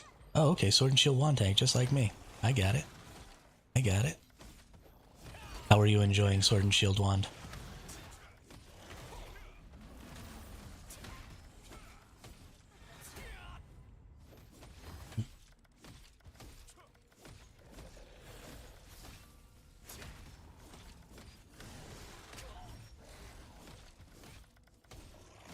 End up healing, but I made yeah.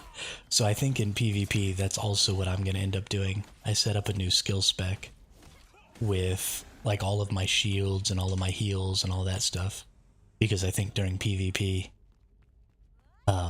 just being a backline healer and, you know, using all of the push-pull skills and stuff like that to get rid of, you know, assassins that are diving the backline and stuff like that. is going to end up being the best option. Whereas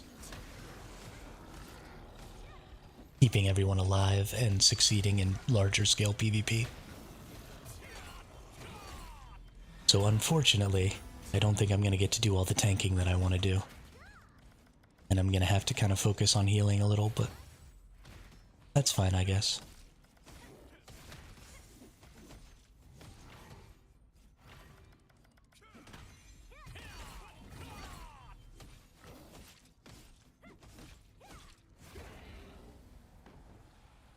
I figure the sword shield makes me tanky enough that if I harass the enemies hard enough, eventually they'll attack me. And then, where am I? But if I just harass them enough, eventually they'll go ahead and attack me, and then I can just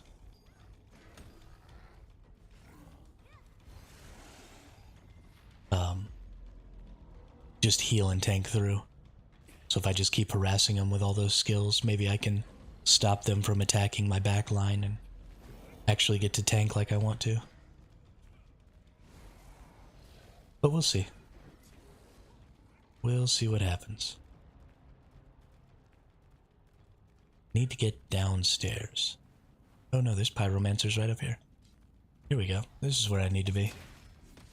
Get that pyromancer. That pyromancer.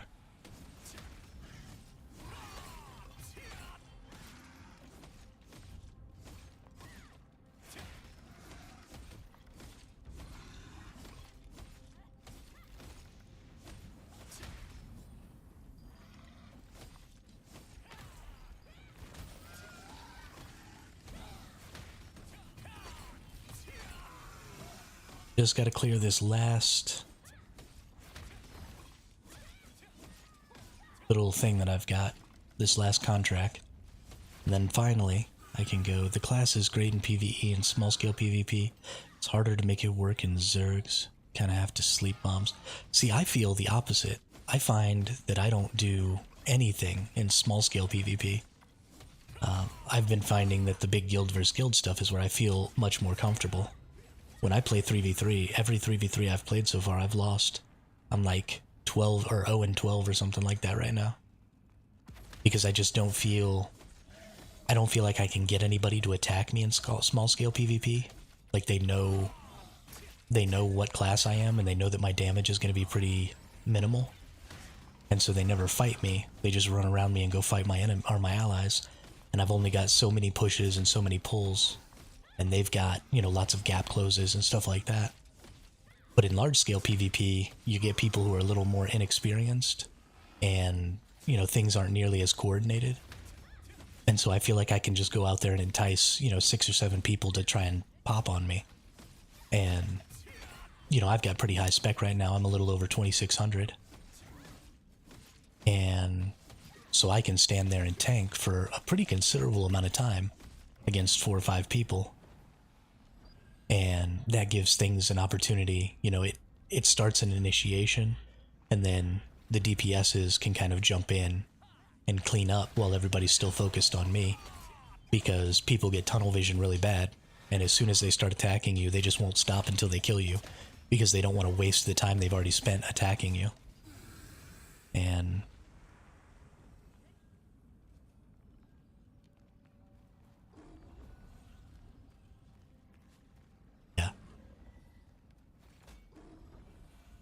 yeah, I guess that's true.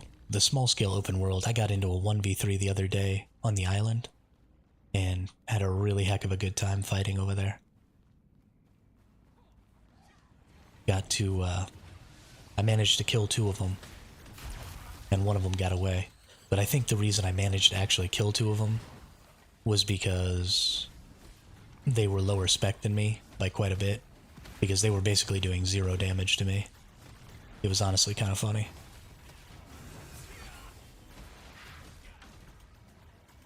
And I sort of felt bad for him, but then also I didn't really feel bad for him.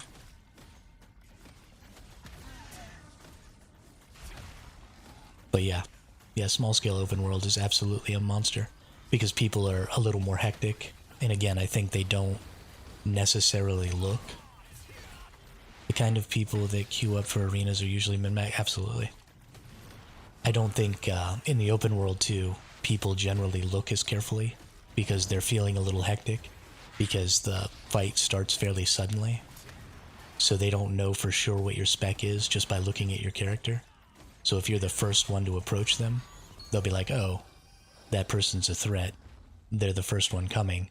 We should attack them. And again, you can entice out, you know, CCs and big damage abilities and stuff like that and get them to attack you instead of maybe some of your other squishier allies.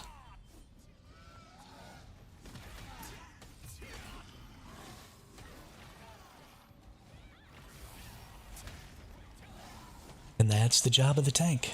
Get in there and get things to beat on you. Really all that matters.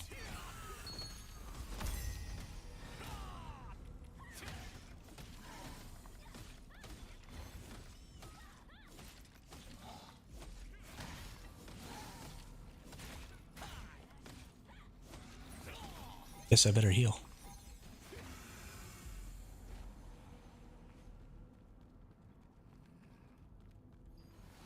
Where's all the pyromancers at?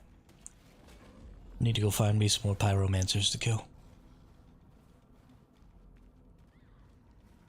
I know the way down is off on one of these sides. There's like a hole on the ground.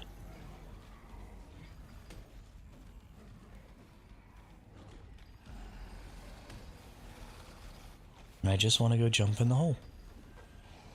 Don't snatch me, you jerkface.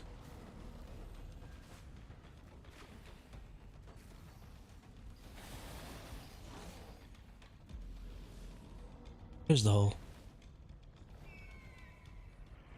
Let's see if there's anybody down here doing anything.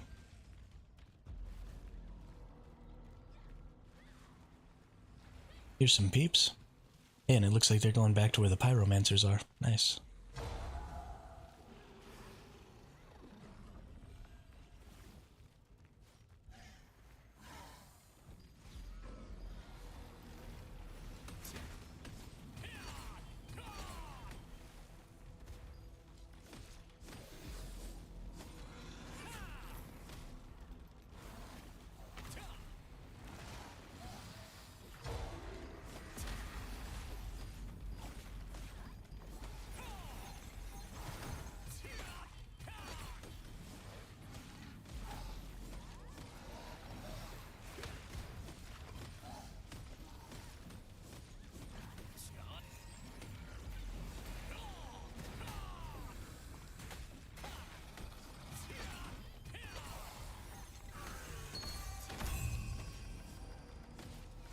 Hey, precious emirate. Nice.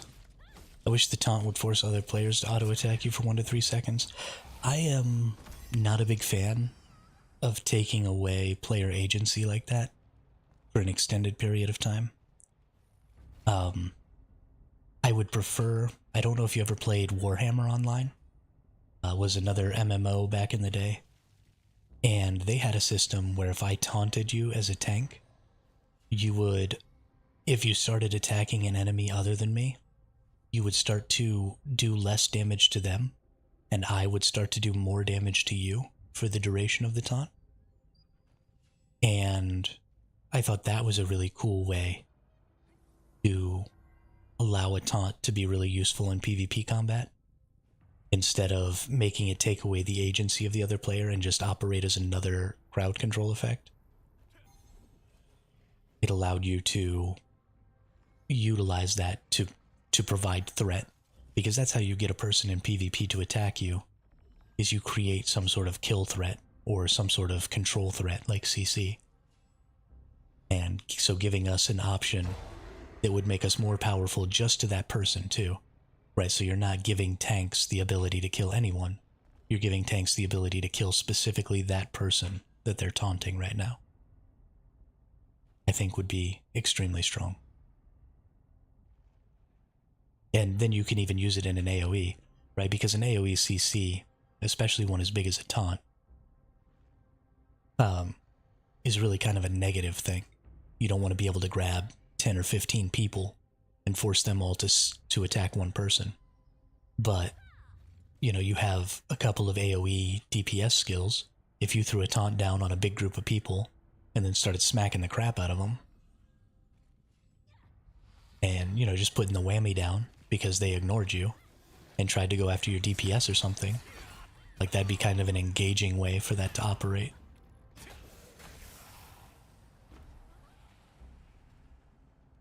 But it keeps your threat level really localized, and it puts your threat capability on a cooldown, which I think is important, because as a tank, as somebody who can survive for so long, you don't want to constantly be able to also do really high DPS. That's not engaging for other players. Right, so you create a little counterplay. I hit you with the taunt, you back off, right? You wait until the taunt's over and then you engage again. And then I'm trying to survive your burst DPS until it's time for my cooldowns to be available again. And then I try and taunt you again and you try and run away. So I try and CC you. And, you know, just round and round and round we go. We create this kind of push-pull system instead of just you auto-attack me for 3 seconds.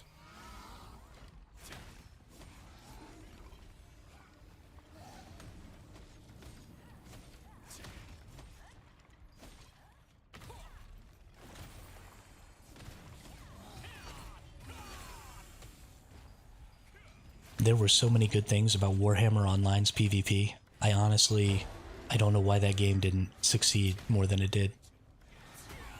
I don't know how they managed to make it not fun in the end game. Maybe there just wasn't enough content. Maybe there just wasn't enough something. I don't know. But I played the shiznit out of that game when it first came out. And then I just kind of fell off and stopped playing.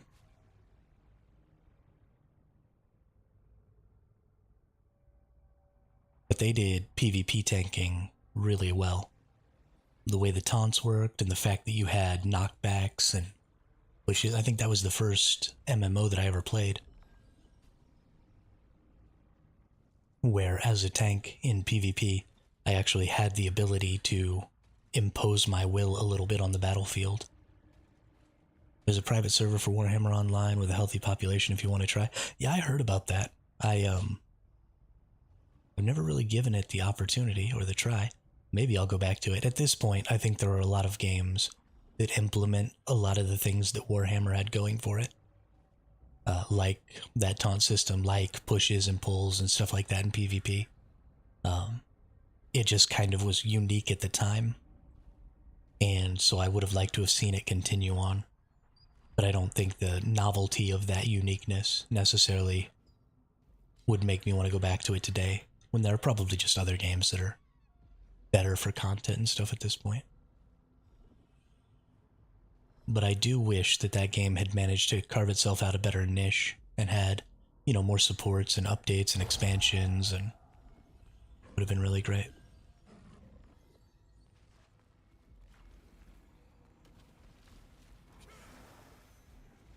Are there no pyromancers in here?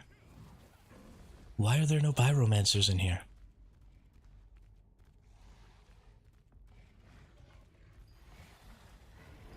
I just need 3 more pyromancers.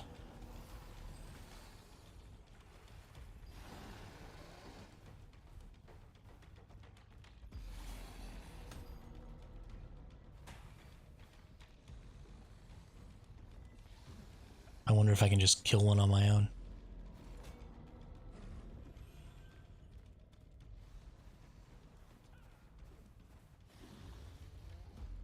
I'll do it. Or maybe I can kill all 3 of these on my own. Here we go. Here we go. It's probably going to take a while, but I think I can tank them.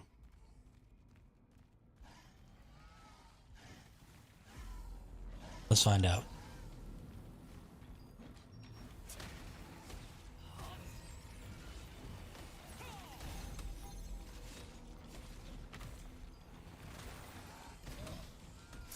Well, that's not fun.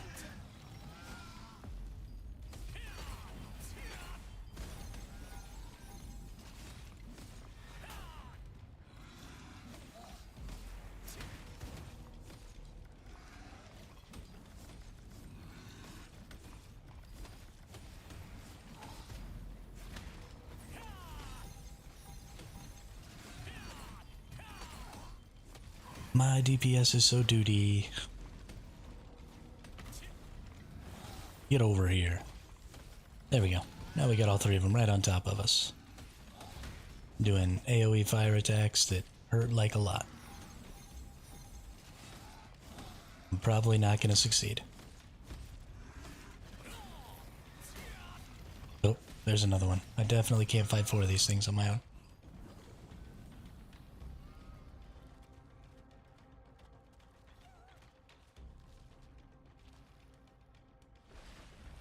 I just don't do enough DPS.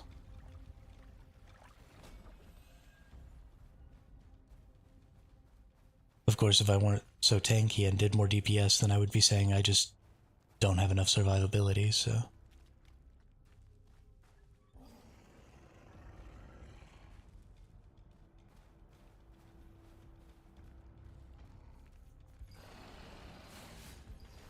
We'll just go back over here to these people I was piggybacking on.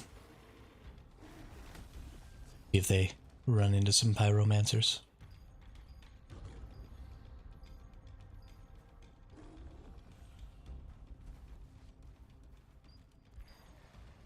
Gosh darn it.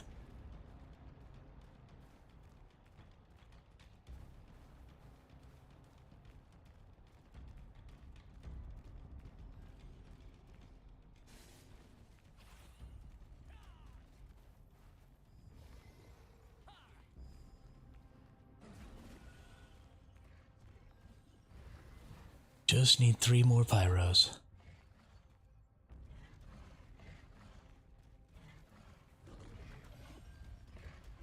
Nice. Somebody got me some stuff here.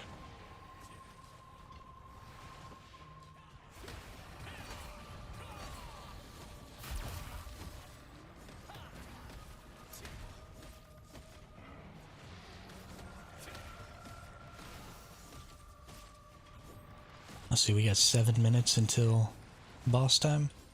Is that right? Darn it. Just need 3 more pyromancers.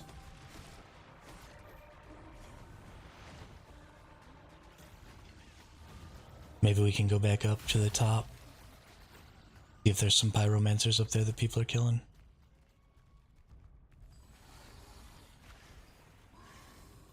If I can figure out how to get back up to the top. I think it's over here. But I could be wrong. Oh, here's a group doing some work.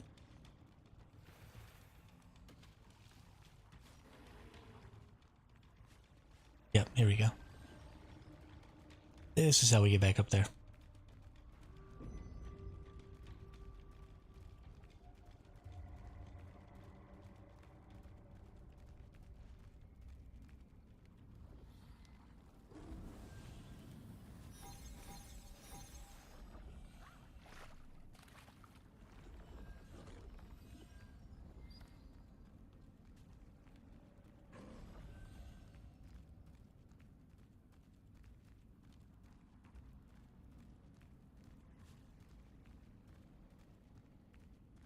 Looks like some people fighting a pyro over here.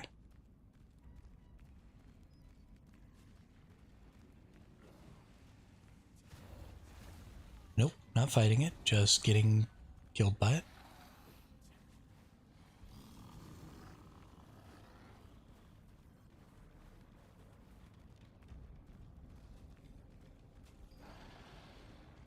Should have gone the other way, I guess. Wonder if those people I just saw actually jumped down. Oh no, probably gonna have to come back, I guess. Oh look, it's my team with the enemy team. Ain't that something?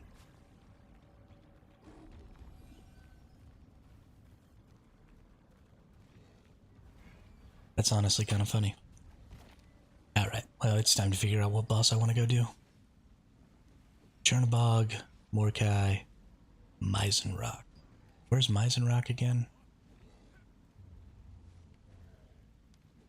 Oh, right, he's in the crypt. Shadowed crypt, there you go. That's the word I'm looking for. So we'll probably go to Chernobog first. I think Chernobog's a good one.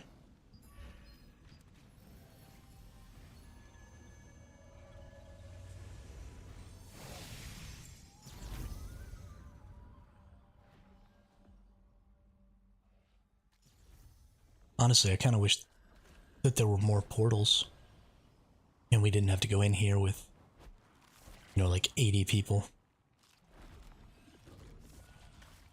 I had a lot of fun pretty early on when not so many people were level 50 yet, and we could come in and do some of these world bosses without having just a whole mess of people in there. I did Chernobog with 7 people.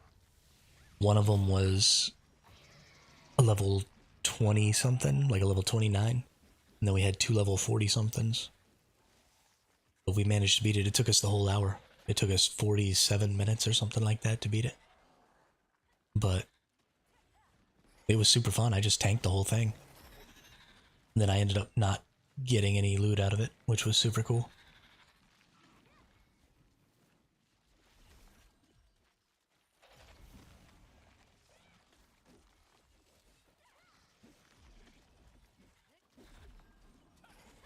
I'm actually going to go run and use the restroom here real quick before this gets started. I'll be right back.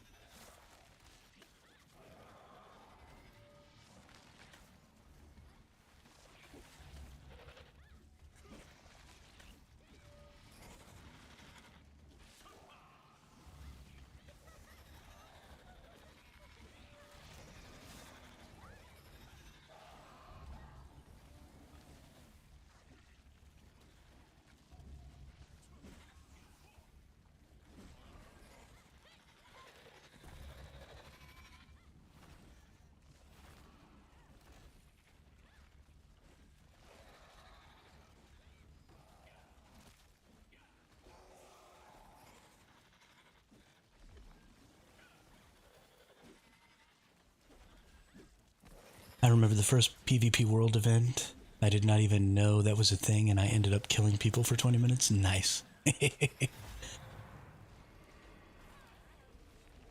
That is funny.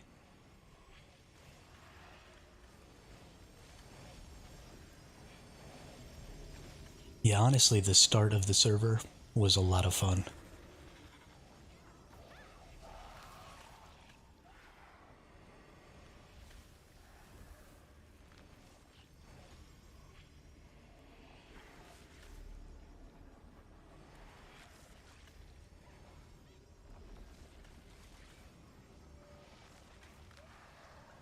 Okay, well, it looks like we're going with the rest of the group here.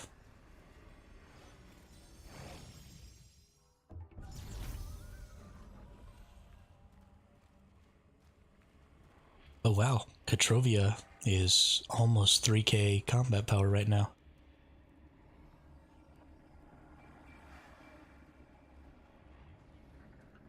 Good for Katrovia.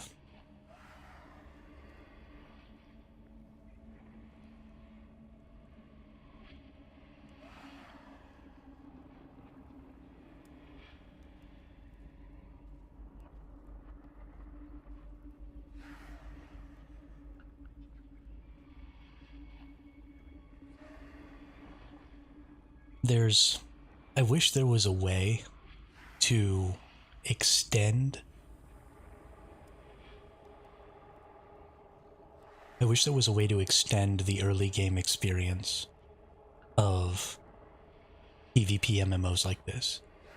Because the game is much more compelling when people aren't wearing best in slot gear. Right, when you get that lucky drop, and so maybe you're more powerful against a certain thing for a little while, because especially early game drops have so many less options for, you know, increasing defenses or increasing attack power or any of that stuff. You know, your greens and your blues and stuff are so much weaker. And honestly, I think this game, because of how long it takes to farm purple gear, and even how long it takes to farm blue gear, right? I'm not totally traded on my blue gear yet. I don't even have all the blue pieces that I want. And so if this game wasn't so pay to win, I think it would actually still be really extending that early game experience and would still end up being a lot more fun than it is now, because a lot of people have gone through and purchased, you know, enough power to put themselves above a lot of other people and to fill out some of what they're missing. And so it's kind of starting to diminish that excitement of, you know, every time I go up against somebody, am I going up against somebody who's equal to me? Are they maybe stronger than me? Are they maybe weaker than me? You know, is there something that's deficient in their equipment that I can exploit to try and win this fight? And now that people are starting to, you know, completely have traded blues and even have some traded purples, that experience and that potential is kind of going away, which is unfortunate, especially so early in the life cycle of the game. I mean, I'd like to even still be, what, I've been playing for 11 days now? So, honestly, I would love it if maybe I was still level 20 or 30. And fighting, you know, waiting for my breakpoints, trying to hit power spikes and then go PvP, and then, you know, not being able to necessarily progress while I'm PvPing as much as somebody else. So then somebody else hits a breakpoint above me, and then I have to maybe stop PvPing or go do some extra PvE so that I can try and get to my next breakpoint. Like, there's just so much... Ooh. I have a pouch. There's so much more interesting stuff going on when the game isn't an end game, especially in PvP. And I think instead of trying to shorten that, we really should be trying to extend it. Oh, hey, when did I get this Resolute Crusader? With ranged endurance? I wonder if that will have any value. No, it will not.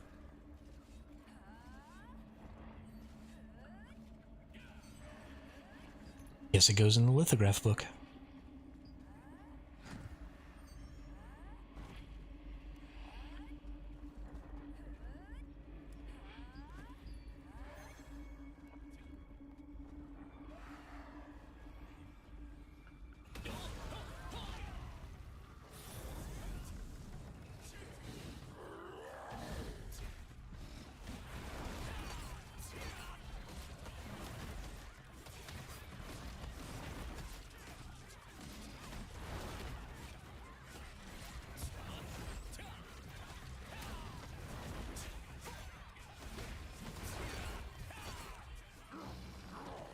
I really wish that tanking world bosses was more interesting.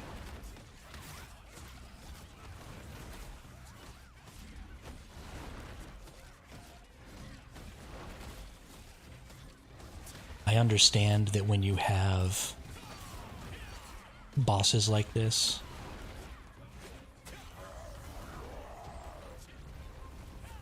you know, you want as many people as possible to come and join in. And so ultimately the boss just ends up being a hit point sponge. But if maybe you... So this attack right here, this big AoE, and even the rest of his attacks are kind of AoE. So what if you created a system where the boss was able to target multiple people? And so when the boss was doing its targeting, it would have an aggro index or whatever for multiple targets. And so your goal as a tank would be to be one of those targets. Say maybe Cherno can target 10 people. And so you go in and you throw off all your taunts and all your aggros and stuff, and you become one of those 10 targets. Or maybe it's based on how many people are in the world boss. So if there's 50 people in the world boss, he'll attack 7. And if there's 10 people in the world boss, he'll attack 2, maybe. And so you go and you try and build up your aggro so you can become one of those targets, so you start taking the hits. And that'll free everybody else up to not take the hits. So all the bosses pretty much always do AoE attacks. And so the goal there will be to be one of the people taking the damage from those attacks, so that everybody else doesn't, and then healing yourself up. And that system would allow for more ways to build quote-unquote points towards getting loot, because right now tanks and healers get pretty shafted when it comes to loot drops in the open world. So it'd be great to see a system like that that would also reward you for how much damage you took from the boss, as well as how much damage you healed during the boss fight. And have, some systems in place that are specifically designed to accent what a tank and what a healer can do, instead of just what a DPS can do. I think we would end up having much more fun that way. I guess I gotta leave and go to Mizrock real quick. I'm sure we're contesting that.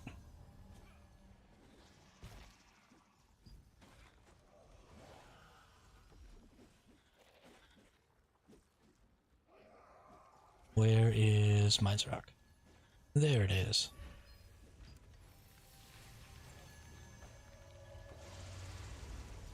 But definitely doing something that is a little different than just DPSing down a hit point sponge is way more fun.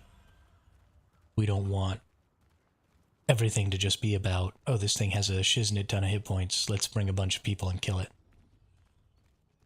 We want to have something for our other classes to be able to do, to feel like they're participating in a way that's beneficial and useful and necessary.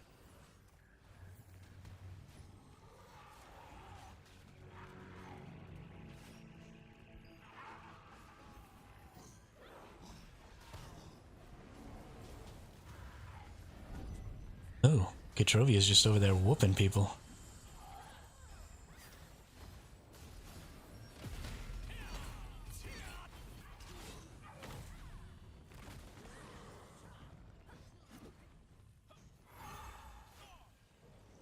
There's not a ton of people here. We honestly have a chance if everybody else shows up. You cannot evade the spectre. Do you truly think you can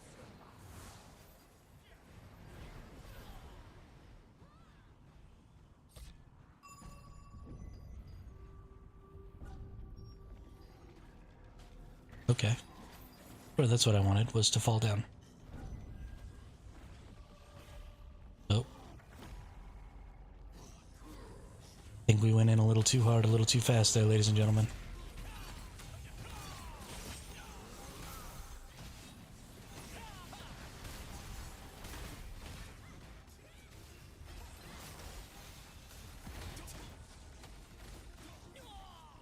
Nicely done.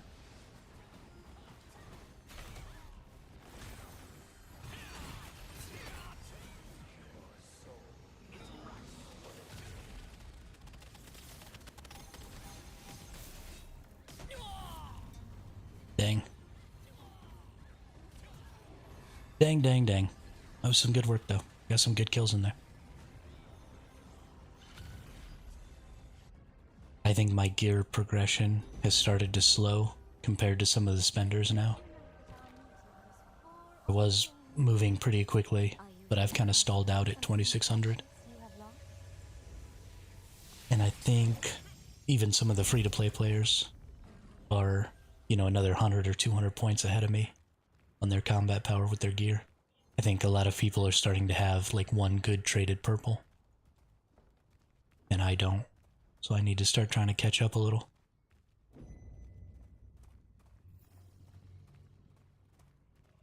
I'm noticing that I'm starting to need fewer people attacking me to die. And I don't like that.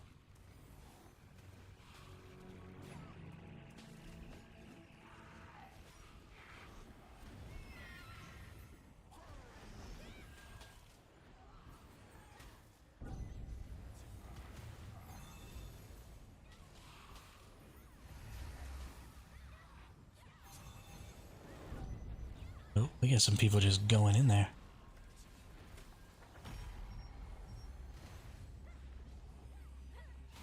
Gosh, they got a lot of folks.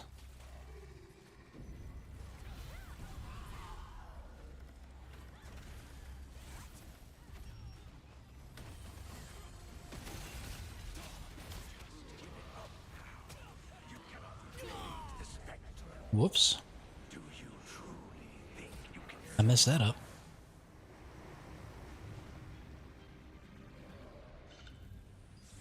Got in there just a little too early and a little too far.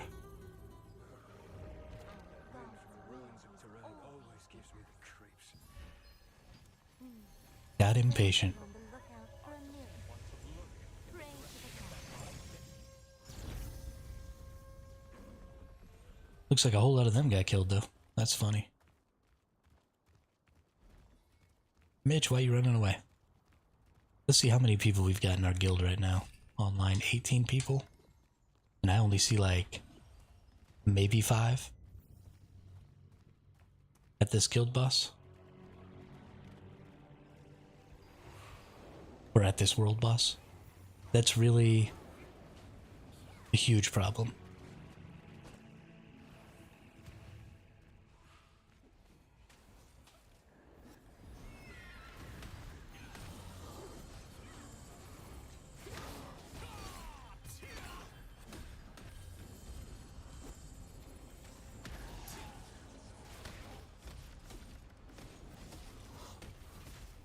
There's really just no success to be had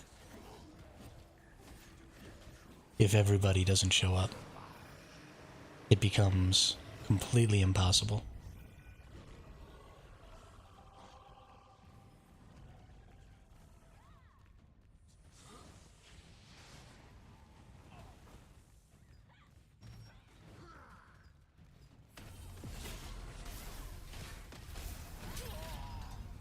Yeah.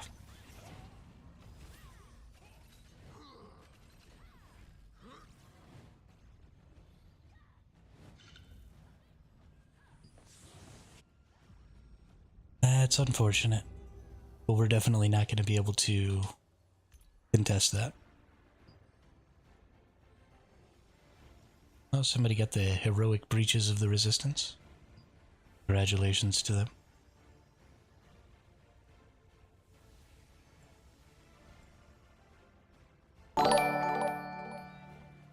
Hey, Almighty Juan. Oh, Almighty L Juan. Thanks for the sub over on YouTube. Really appreciate it. Welcome to the chat. Welcome to the channel.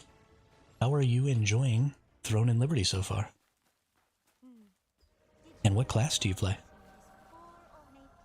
I actually don't even know what my class is called. Templar. Nice.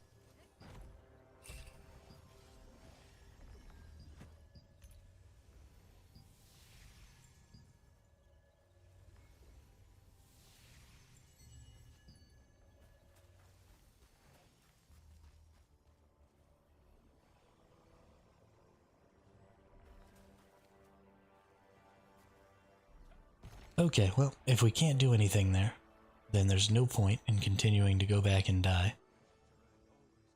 So let's go see if this is still open. Is it still raining? It is still raining. Nice. Oh, but it's almost night. Well, I still might be able to go in and get my 3 pyromancers, we'll see. And then I can start doing the Sanctum, level 5 and 6, preferably at nighttime, because you get better drops. Or Silas's, not the Sanctum. Silas's. That's really what I'm most concerned about, is going down into Silas's at nighttime. Because the door closes there when it's night. And that's super fun. You could potentially kick everybody else out.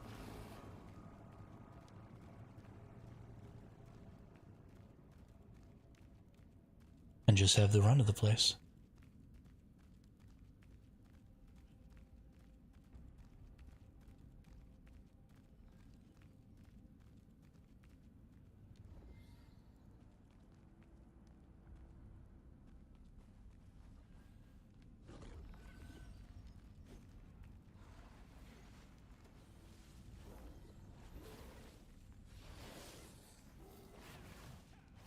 Alright, I don't need any of that stuff. I just need this Guardian right here.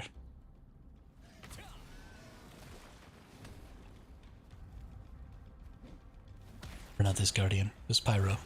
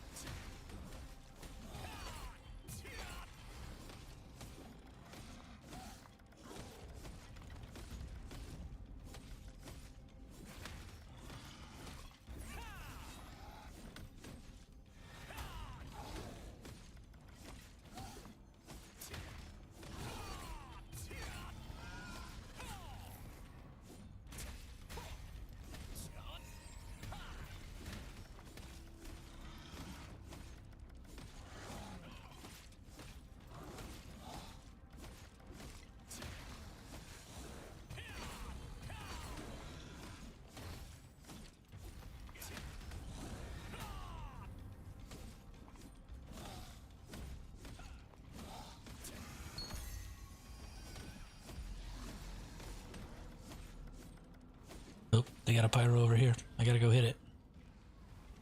Oh, they have 2 Pyros over here. Last 2 that I need.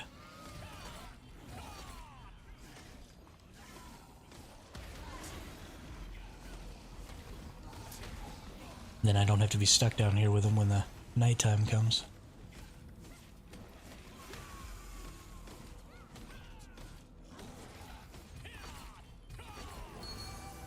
Nice. Cool.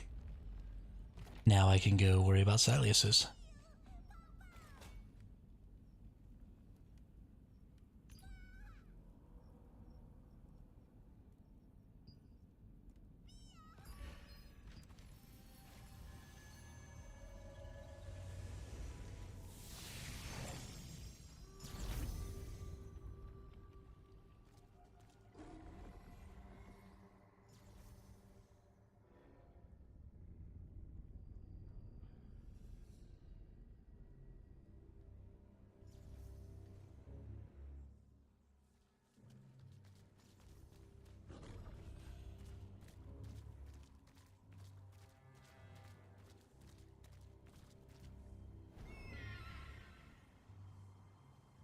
Let's see if we can't get down there. Maybe find ourselves a party.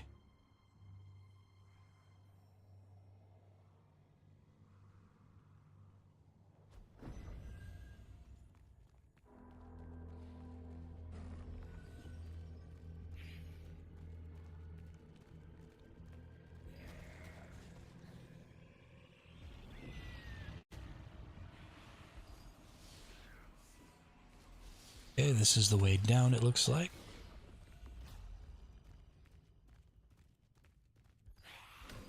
Hopefully.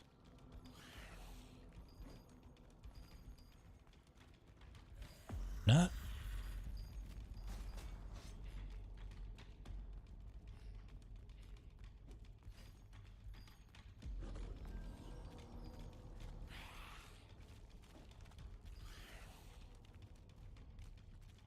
Let's go the way that we normally go then.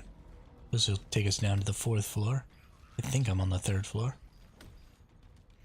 Nope, we're on the 2nd floor. Okay, this will get us down to the 3rd. And then we'll go down to the 4th, and hopefully the 5th.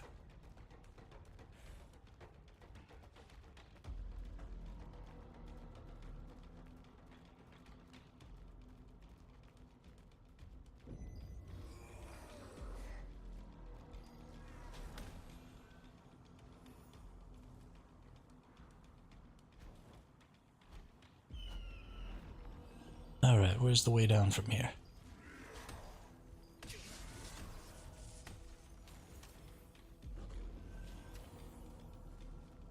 Really necessary to stun me?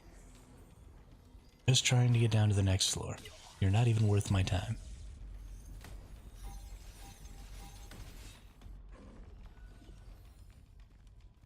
Oh. The way down through here? Interesting.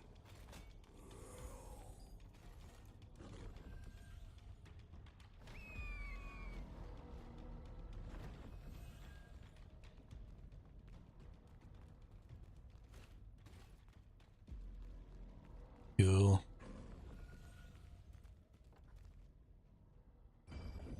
Oh, you can go like super far.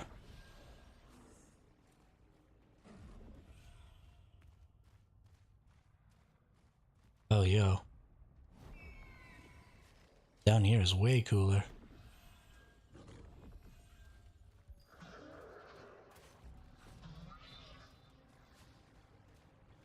There's like a whole gnarly maze and stuff down here. What's up? This is dope.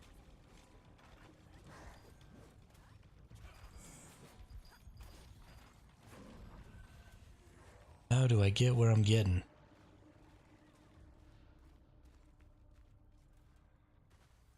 Looks like this way.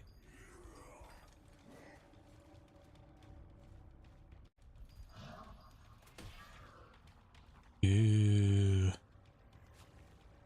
Creepy tunnel.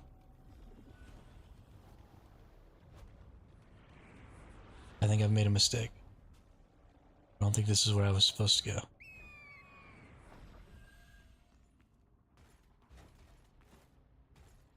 Can I not get out of this hole?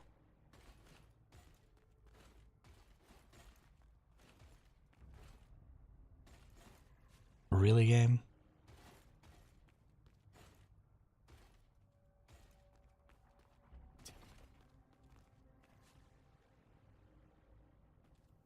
No grapple points, no nothing, huh?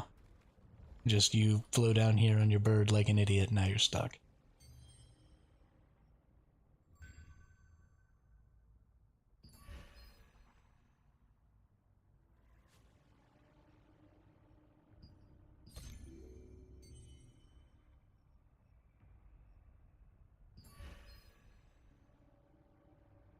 Hopefully this will get me out of this little hole that I've put myself in.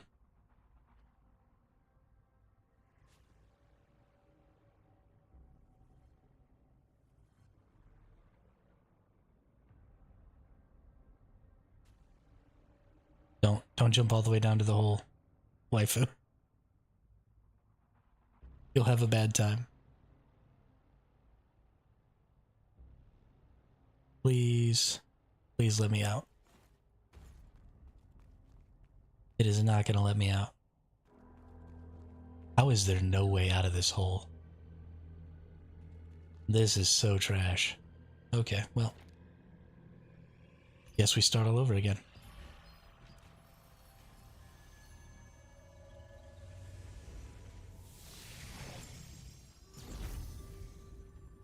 That seems like a fun way to get people kicked out of that dungeon, though. Is just go wait on the border of floor 4 and floor 5 for people to come down at nighttime and then just push them off into that giant hole. And then even if they survive, doesn't matter. They can't get out of there, they have to teleport out. That sounds hilarious.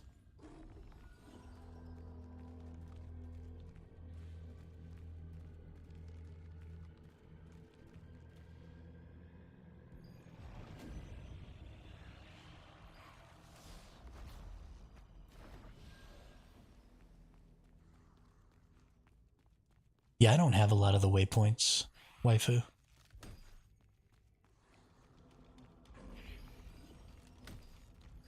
Because I'm a degenerate. And I don't ever get them. But it's fine. I'll get back down. And maybe in the process I'll run into a bunch of enemies and die. And get kicked out. That'll be fun.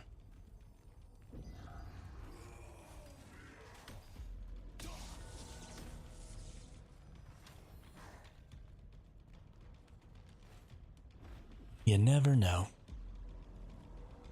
what's going to happen.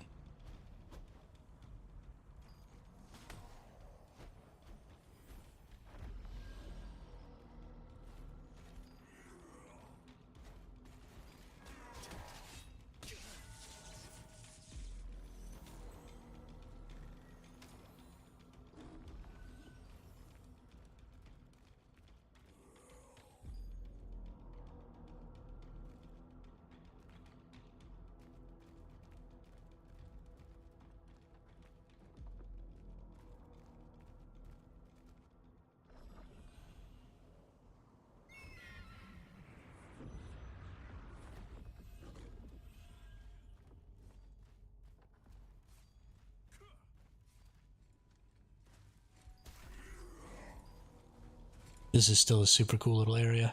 I can't believe I haven't been down to this floor yet. Of course, by the time it opened, I was already level 50. So there wasn't really a whole lot of point in me coming back to a less than level 50 zone.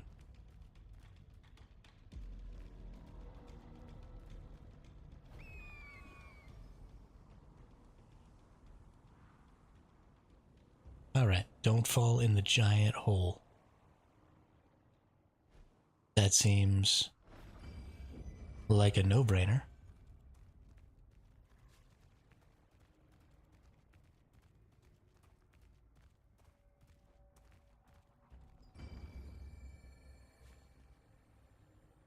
Alright.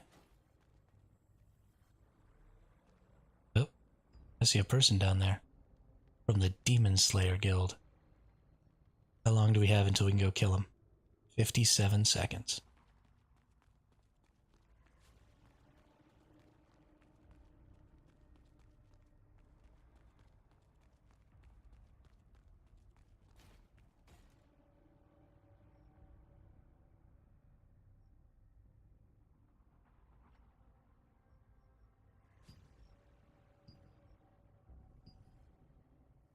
Dang, I was behind on the stream. Just seeing that notification, LOL. That's funny. Whoa. You're actually super behind on the stream, though, then. That's hilarious.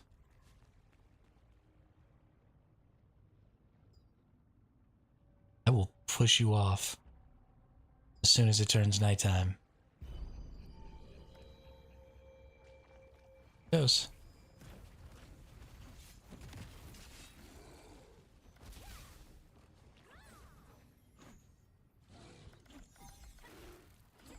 Let me fight him.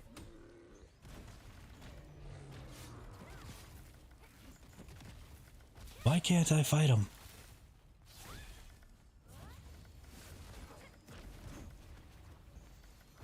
Turn on my PvP.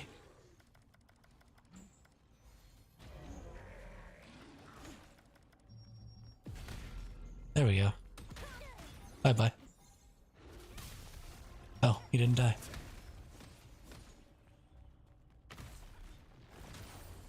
Nope.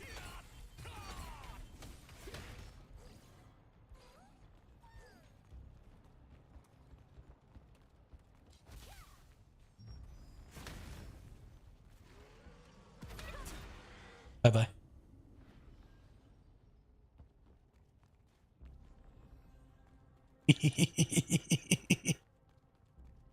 It's fun knocking people off the hill. I think this game's pretty cool. I play the same as you, Sword and Shield Wand. Nice. Glad to see some more Sword and Shield Wanders running around.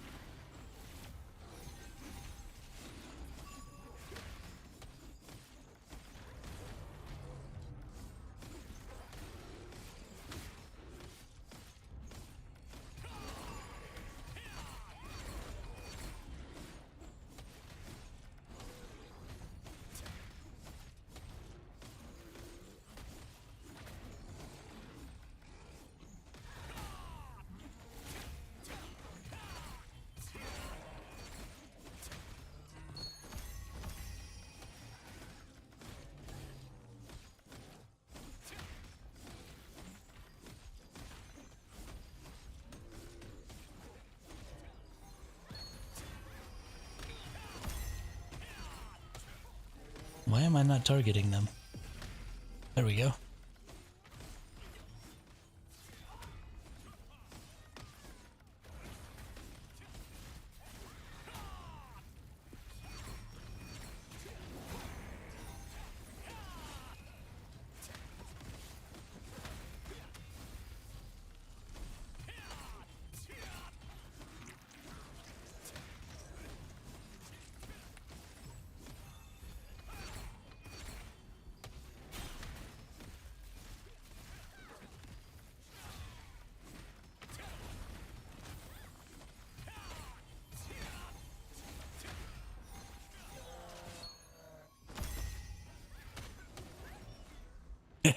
Bye-bye. Good job, waifu. Knock him off the edge.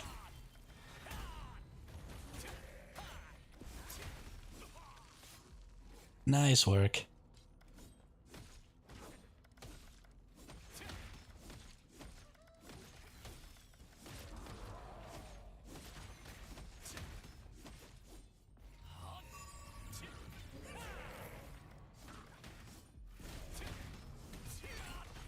Yeah, between the two of us, we're pretty freaking invincible there.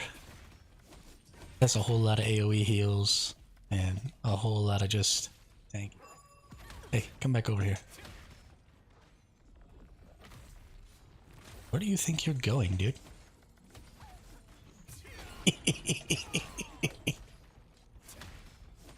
There they go again. Oh, that's good times. That's good times. We'll just own this bridge. Don't let anybody get through to the actual dungeon. Just... That'll be great.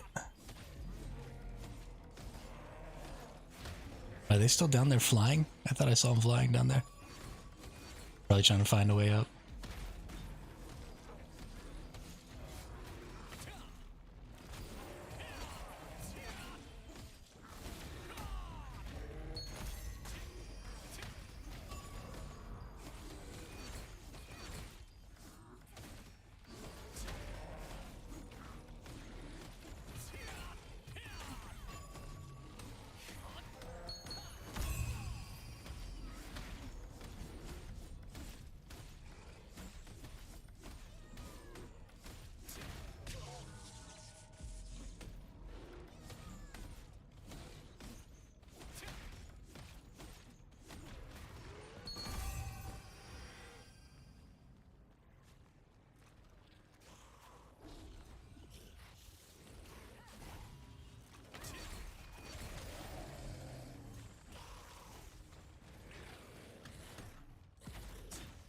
Whoops.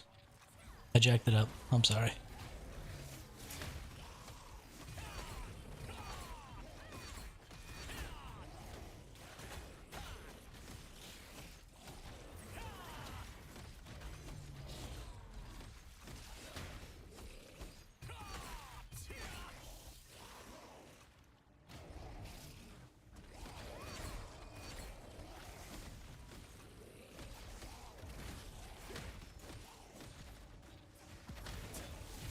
Power lines?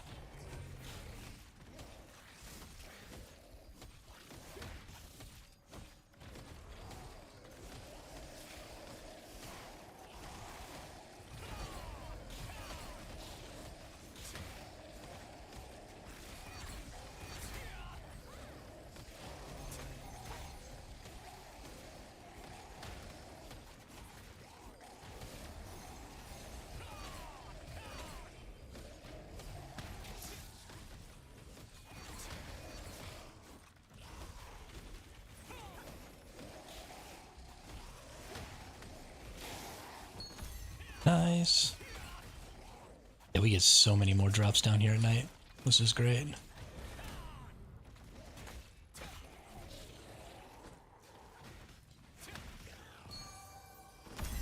Ooh. Sacred manuscript. I got a purple. That's the first purple I've ever dropped. Wisdom weakens sleep chance. This actually is probably the purple I want too. Nice. Very nice.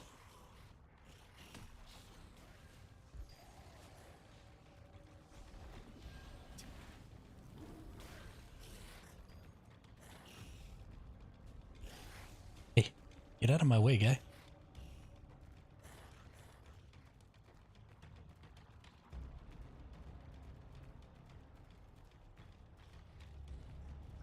What in tarnation is this? Yo, this is super cool. I've never been down here before.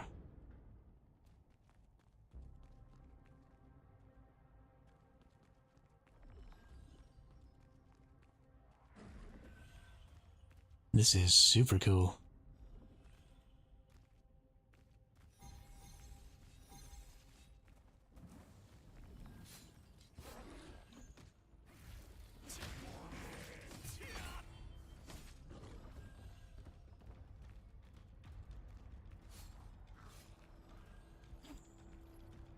Oh, are we about to get hectic?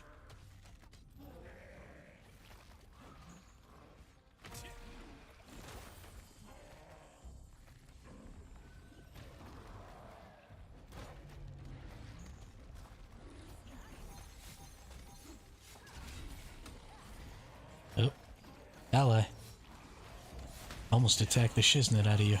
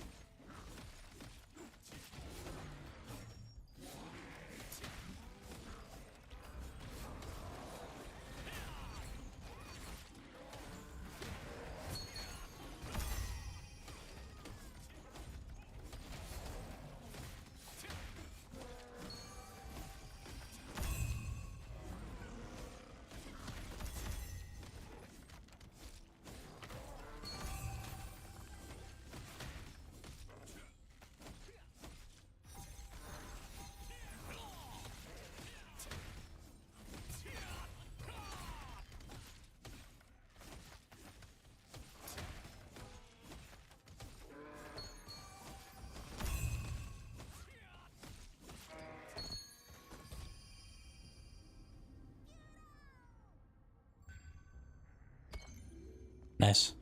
Now we have a whole party here. Ooh, with a healer even.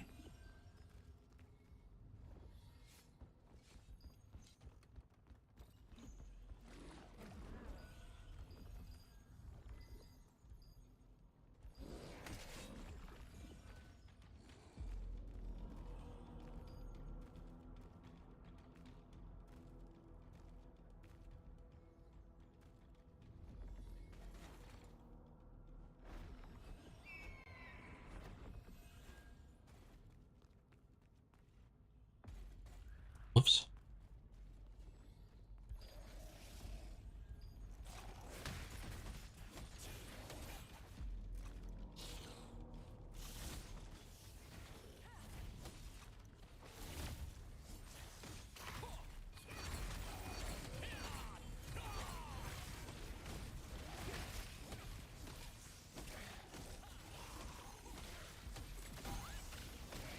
Well, I think since we have a whole group, I'm gonna go ahead and pop. Oh my gosh, I've already gotten 2 helmets too? Yeah, so much more stuff when you're down here with or at nighttime. I'm gonna pop some of these.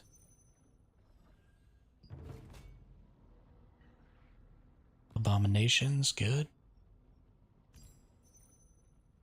Abominations. And examine some brazier.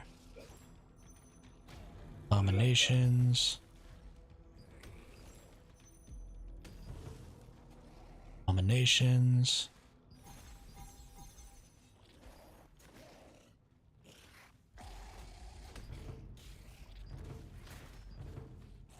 Sure. Why not? We're good. Sorry, thanks for protecting me, waifu. I appreciate it.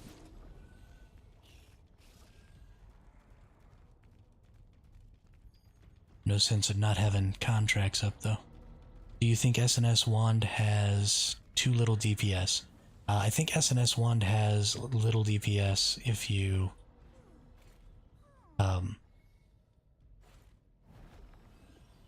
if you are low tier.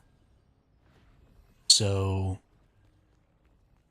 because I think you should focus first on making sure that you're as tanky as possible. You're going to have some trouble doing DPS when you kind of first get started.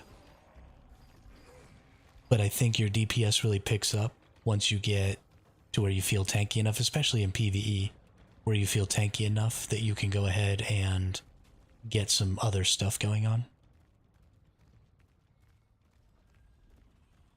But yes, I think it does very little DPS early on, especially around the 2,000 to 2,200 range. So can you pay for gear with real money? Yes, Monroe, you absolutely can. The way you do it is you buy Lucent, and Lucent is the cash shop currency, or the auction house currency. And so anything you can buy in the auction house, you can technically buy for real money by just buying Lucent.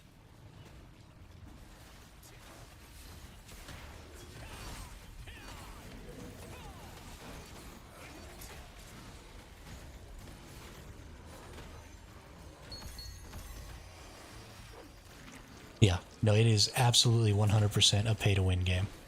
Without question, money is the strongest attribute in this game.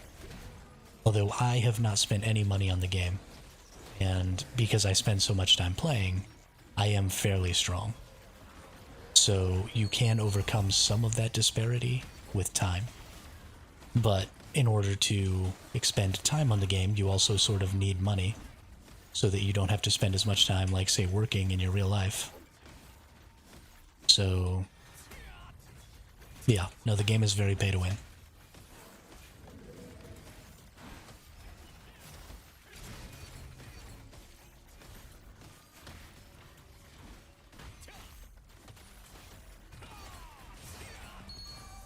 Also, welcome to the chat, welcome to the channel. Love seeing new names.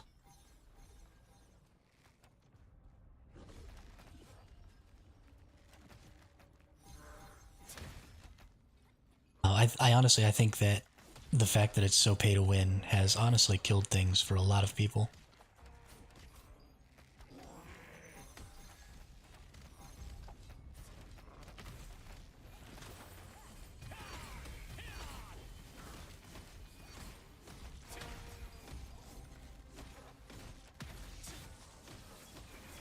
But, so there's only so far that the pay-to-win folks can get, right? Eventually we're all going to catch up to them, because the gear rollouts in this game are slow enough that you can kind of eventually...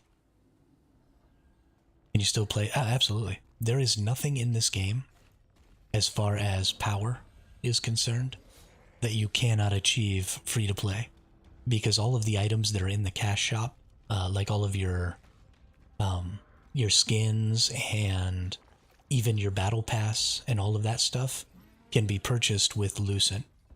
And Lucent is the auction house currency. So you can absolutely just sell items as a free-to-play player in the auction house, get the premium currency, and then like buy the battle pass and buy the leveling pass and do all of that stuff. So there's nothing in this game that you can't achieve free-to-play. You just achieve it much, much faster if you pay.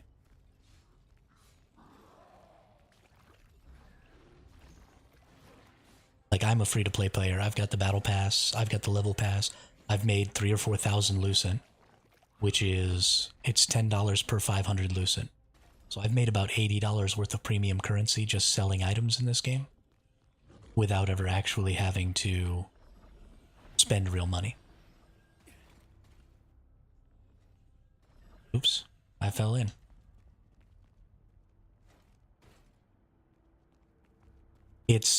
Yeah, Bebo, it's not the worst system in the entire world. It could certainly be worse. I would prefer that there was no premium currency at all, and that you just used in-game currency for all of this stuff in the auction house. And then if you wanted to sell skins or something like that, like just sell individual skins, that would be my personal preference. But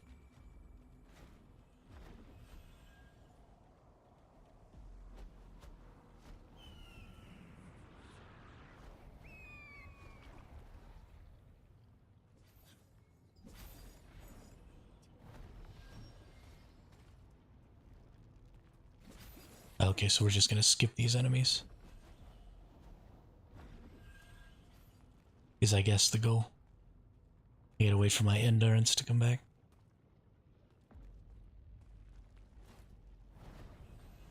At least some of it.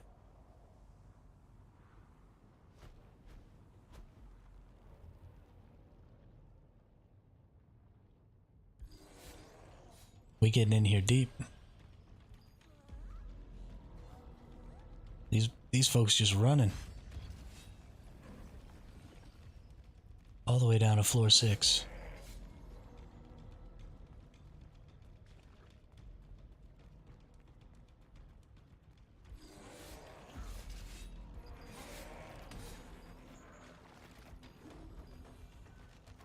I'm gonna get killed trying to catch up.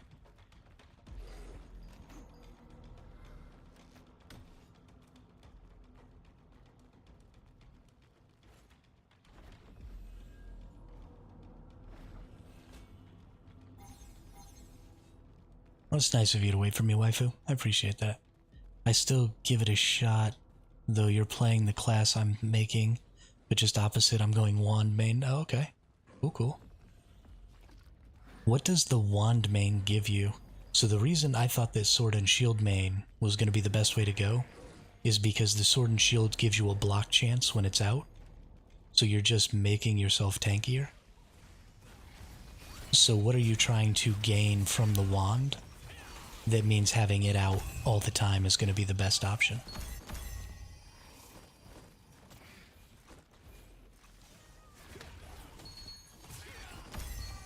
I mean, I imagine it has, like, more damage, which means that you're going to get...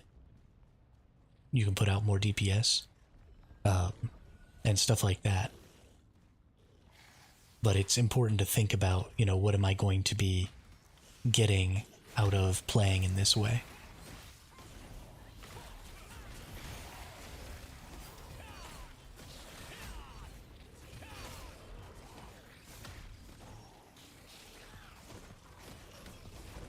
Dang, these fools do some DPS. Heals and party buffs, mate. Right, but so when you hold your sword and shield, whenever you use your wand skills, you temporarily bring out your wand. So all of your wand skills are still based on your wand stats.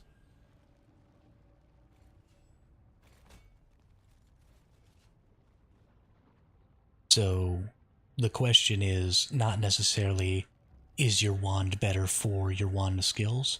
But is there something that your wand will do for you? Like, do you prefer the basic attacks of the wand more? Because you'd rather be doing a ranged attack? Or because you'll see here, I'll use a wand skill. So let's break out. I've got my sword out right now. And then if I use my heal, you'll see I temporarily break out my wand. And you'll see now I'm using my wand and my shield's on my back. So every time I use a wand skill, it's based on my wand. It's just a quick swap. And so my shield stays out because A, I like to play on the front line. So if you don't like to play on the front line, absolutely don't have your shield out. But because it gives me a block chance, it makes me that much tankier. So even if I was going healer, which I do sometimes in PvP, I would go ahead and keep my sword and shield out so that I could block. New to this still, kinda was telling myself to go like a holy pally. Absolutely.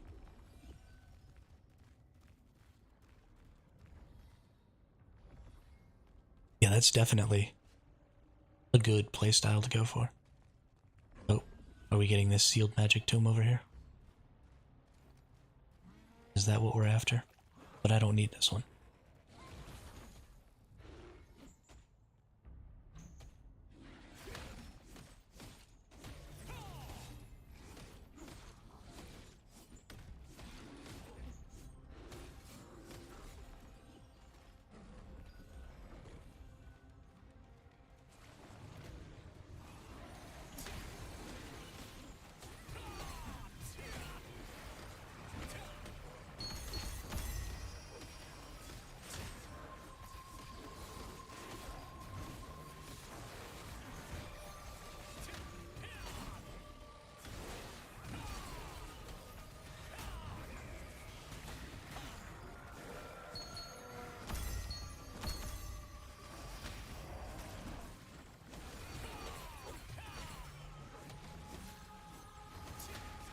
I guess I'll figure it out as we go, but I did notice what you're talking about when I was using skills, yeah.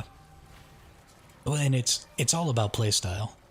So, I mean, if you prefer to stand back, Greatsword Wand I think is a great combination.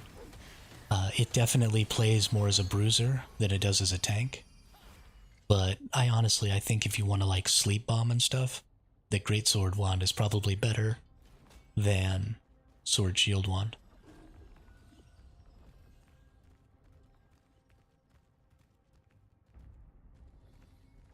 I'm definitely building up another spec.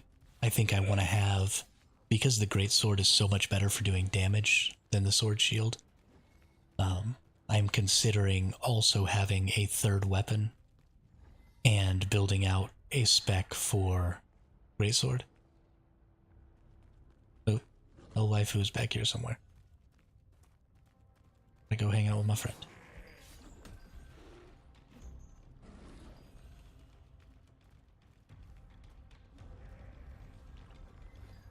I don't know if I can get back up if I go get it. Is there a thing down there?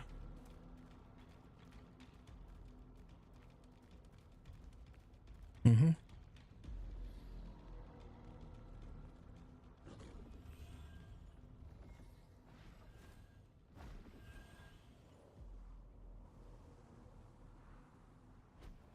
When you play PvP, Bebo, what do you normally do with your Greatsword Wand build?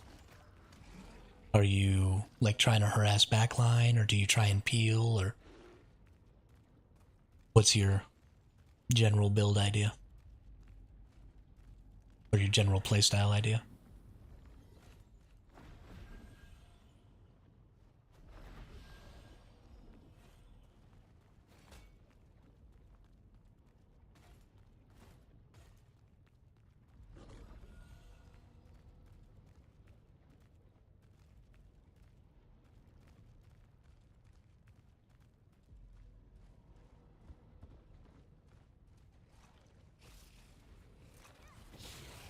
Oh, you pull in all the abominations. Okay, I see you guys. I see you. This is silly. Okay. How fun. How fun.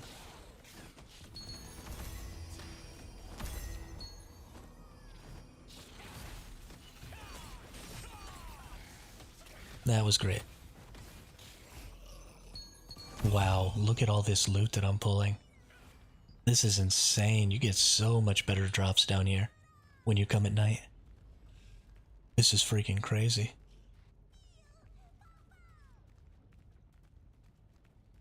I haven't done much PvP, still level 30, okay. But wand is mostly for buffs and stuff, absolutely. So you'll probably end up playing like a frontline bruiser style. Just buff yourself up. Make yourself as tanky as possible so that your healer can keep you alive as easy as possible.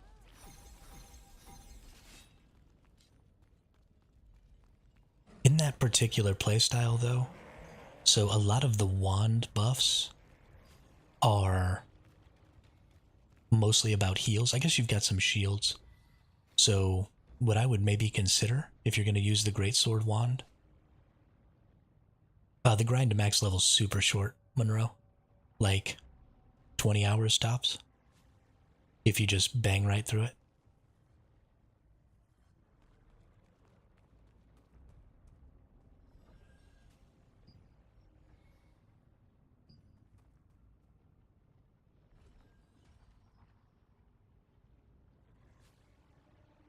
Time for punishment for debuff, yeah, absolutely. So what I was what I was in the middle of saying before I lost my train of thought was there are some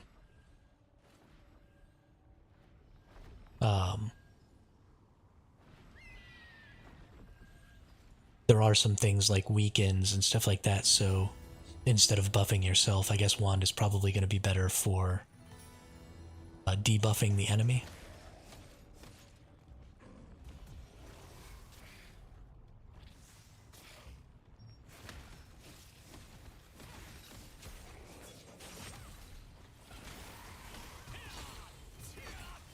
And so dropping you know, the damage over time weaken, and having the sleep available in case you get mobbed by too many people and you can't fight them all. And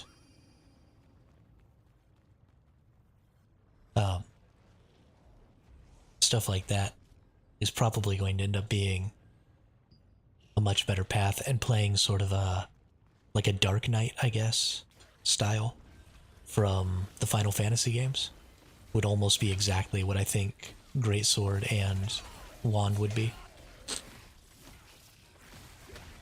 Just do a lot of good debuffing and stuff like that, and then of course you've got your shields and stuff for emergencies, but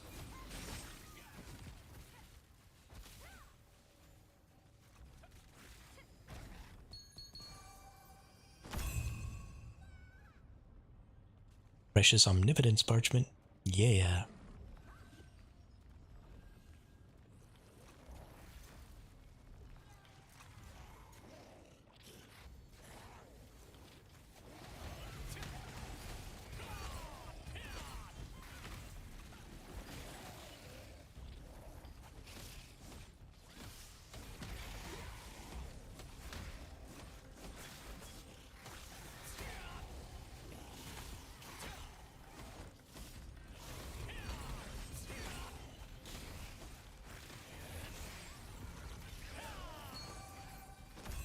I think we drastically underestimate in this game how powerful debuffs can be, though.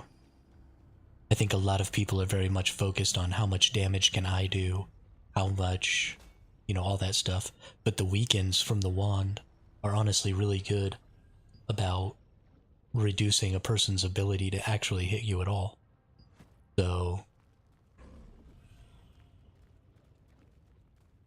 I think that Greatsword Wand is probably going to make for a really strong frontline fighter, because you just won't have to necessarily worry as much about building up your tankiness, because, you know, you already have a natural ability to reduce the hit chance of your enemies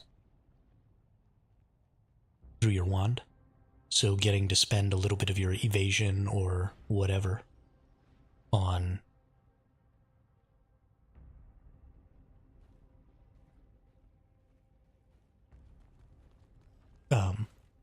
you know, some additional DPS would work pretty well.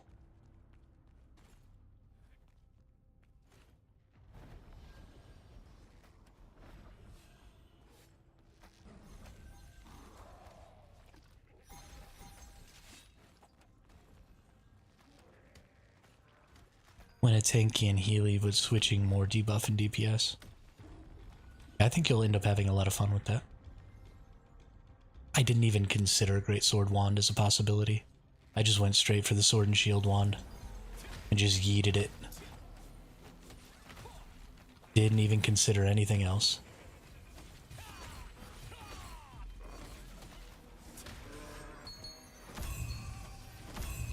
But I've always been the tanky, paladin-y kind of player.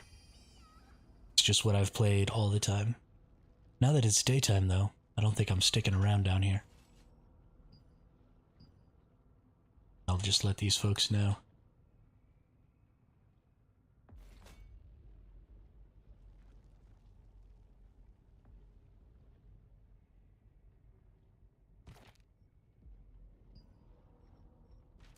Then we've got about an hour until our PvP thing shows up. I mean, if you just wanted to be as tanky as humanly possible, Sword and Shield is literally the only option. There is no way to be as tanky as Sword and Shield with any other weapon, just because of the block chance. I mean, you just can't. You can't find a way to do more tanking than blocking on top of everything else. So that's what I wanted to do. So it was a pretty no-brainer decision for me. Ooh, I hope I get the Shock Commander plate. Nope. Ooh, I did get an Imperial ring though. This is the ring I want.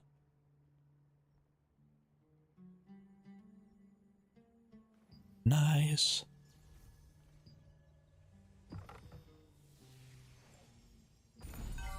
Ooh, and a crossbow. With hit chance. That might actually have some value to me. Let's see, melee endurance is probably the best for plate gauntlets. Perception and health regen, so these are probably not very valuable. But we'll see, maybe the melee endurance has a little bit of worth. It does not. So we're just going to lithograph book that. Got our Imperial Ring with maximum health. Nice. We're almost certainly going to replace one of our other rings with that. And then we have hit chance on here, so let's go check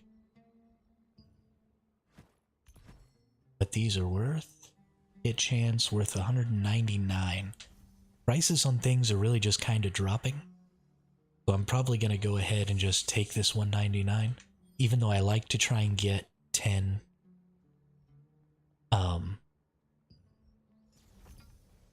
10 lucent per trait stone. And this is going to cost me 25 trait stones. I think still getting 200 is probably acceptable. Because I'm having a little trouble making lucent now, because things are starting to drop in prices. So I'm just going to go ahead and eat a little bit of that and get this sold. Average price is 195. The lowest price right now is 199. So we'll just go down to the average price of 195.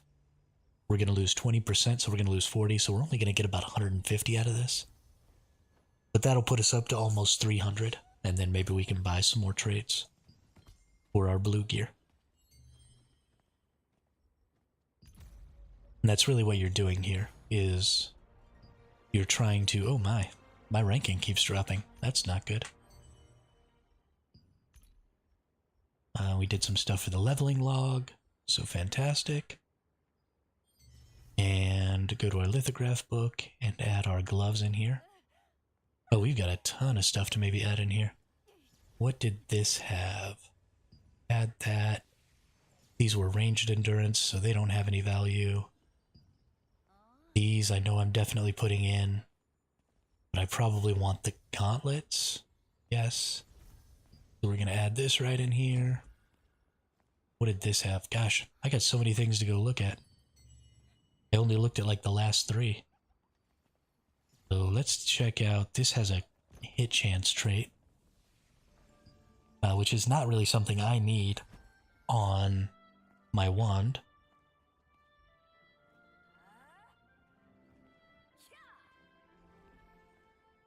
Obviously heavy attack chance, because you want to sometimes heavy attack with your heals, because they do have the heavy attack chance.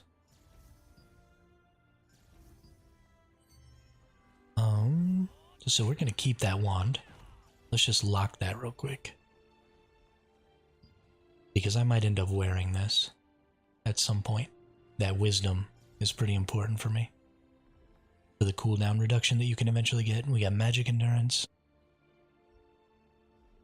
We got melee evasion. Melee evasion might actually be pretty good there. Spider silk collar, max health, stun resist, bind resist, with max health as the... See, this might actually have some... Whoops. This might actually have some value. Max health on a decent neck. Let's go check. Time to get off work. I'll catch you later. Yeah, Almighty, you have a good day. Thanks for stopping by. Thanks for being in the chat. Thanks for hitting that sub button. Really appreciate it. It really helps the channel grow. See, here we go. 80 lucent for the 150 health on here. 768 of those have been sold. So we're definitely going to take the max health off of that. And I actually forgot to check the other one. What's the other one? Stun chance?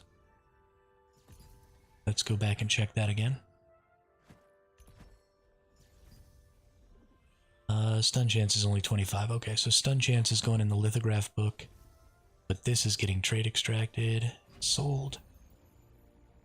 And then we've got max health on this ring. We're definitely wearing this ring.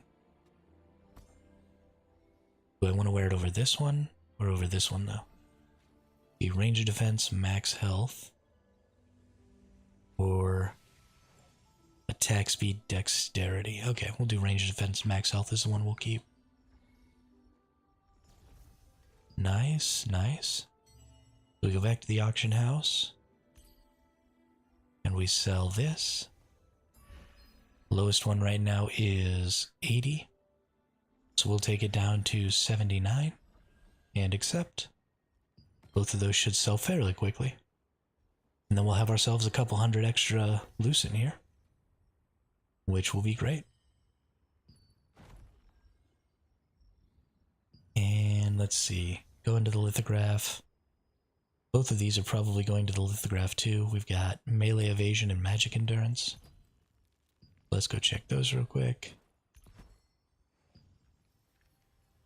Melee evasion, bummer. Magic endurance, bummer. Okay, so both of those are probably going to the lithograph book.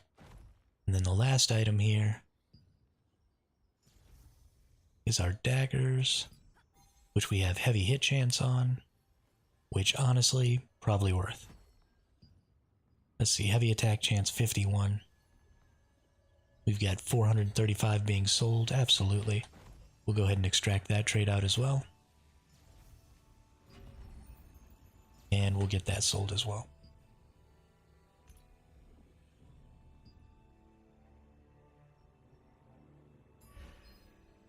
Lowest price currently is 50. We'll take it down to 49.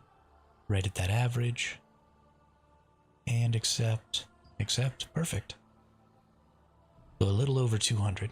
Maybe about 250. That'll be great. We got this equipped. We need to go to our enchanting. Go to transfer. We'll just transfer this old ring straight over here. It's extremely expensive to do this, but it's totally worth it to just bump this straight up to 9. We hit the old transfer button here, and now we have another ring that we can go ahead and trait. That already has the max health trait, which is really great. So, let's see, we've almost got a couple of items done. If we go in our character window, we've almost got this bangle done. We just need 3 more, and then we'll start working on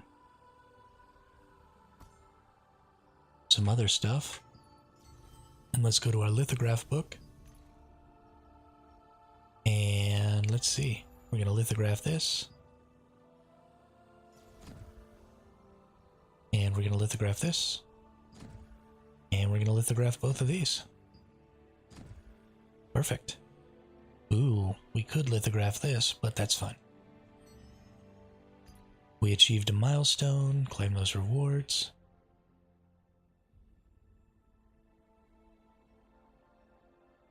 We're going to get a Dentus starting tomorrow, which will be awesome.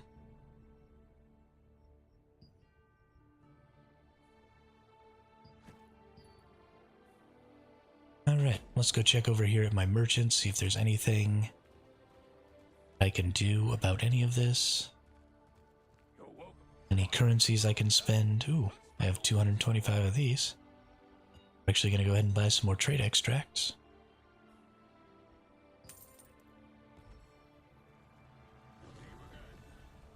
Pretty sure I've bought all of my guild stuff.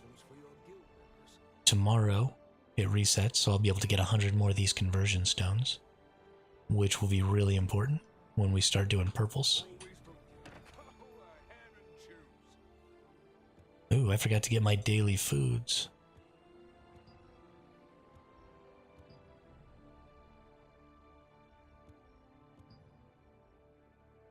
Alright, purchase those. Fantastic. And then we put all of our food in here because you can cook straight out of your... Gosh darn it. You can cook straight out of your storage chest here, I think. So, that is fairly convenient.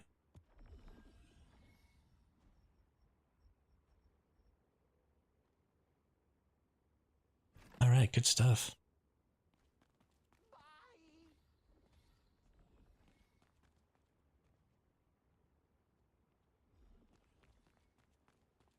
Now let's see. We have a little less than an hour until it's Guild War time. I don't want to do anything like a dungeon that I might have to leave before that starts. So let's see if there's a guild contract that maybe I can just go murk some monsters for. We just did a whole bunch of this. How am I doing on this? Yeah, 8%? Nice. Wifo and I are both at 8% here.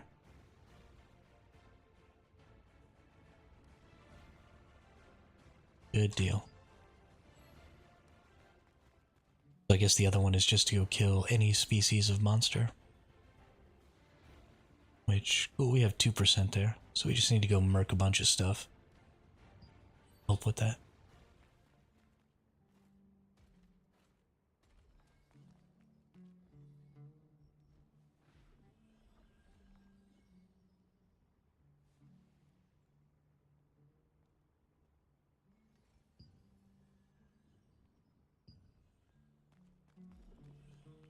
Okay. But before we go worry about that, I need to see about some food. I don't want to be hangry when the Guild War starts, because then I'll start yelling at people. We don't need that. I have no control over my emotions when I'm hungry. Everything aggravates me, and I'm very yelly. And we don't want that. Alright, let's go ahead and craft those. I'm just pretty much constantly crafting these books just so I have a nice stockpile. Because you never know. You never know what you're going to need to do with them.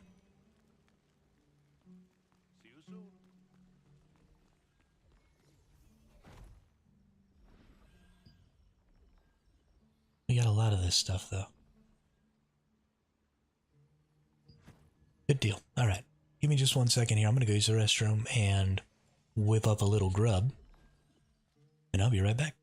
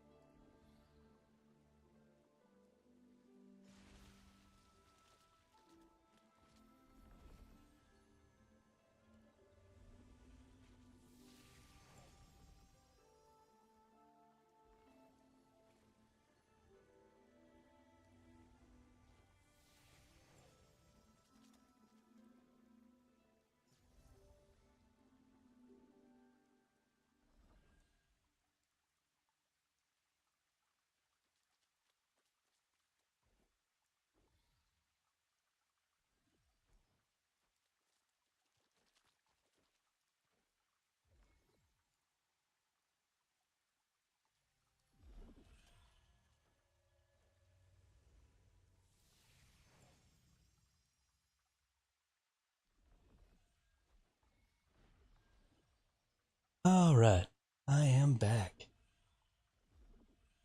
Still gotta finish my food.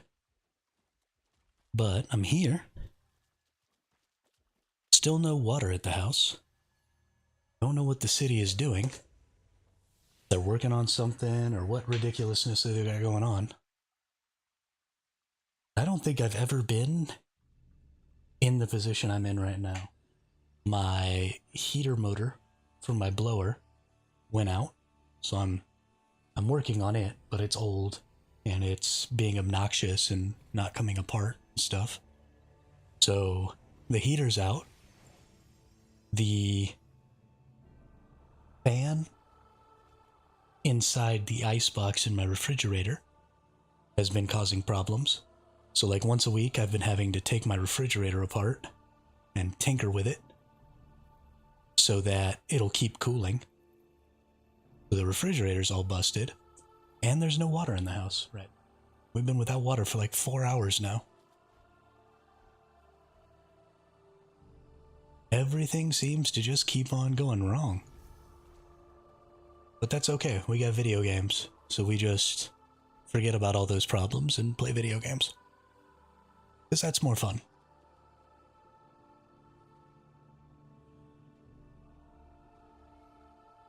Thankfully, I was an electronics technician in the Navy, so I shouldn't have a problem eventually getting the heater fixed before it gets too cold.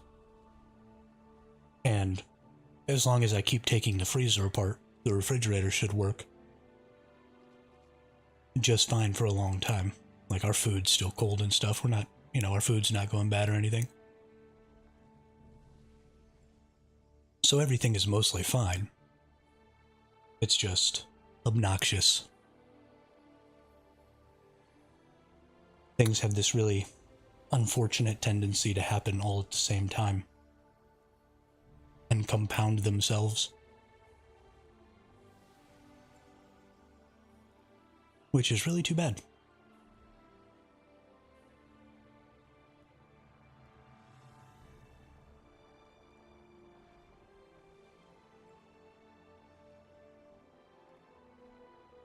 One of these days, though, when y'all make me a famous streamer, then I'll hire somebody with much more skill and tools than I have to do this kind of stuff. Because then it'll go faster and be done better. And that would be wonderful.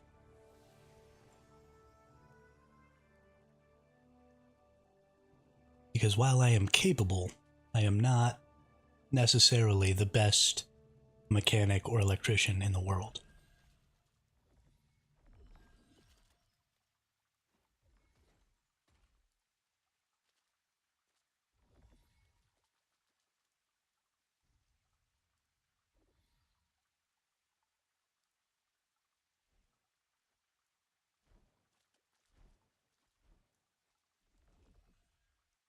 It's still fun, though.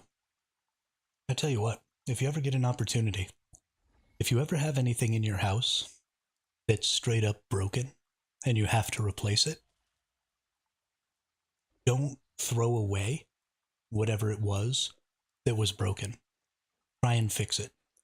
Because if you're replacing it anyway, and it's broken anyway, then there's really nothing that can get more broken about it, right? It's not working, so who cares?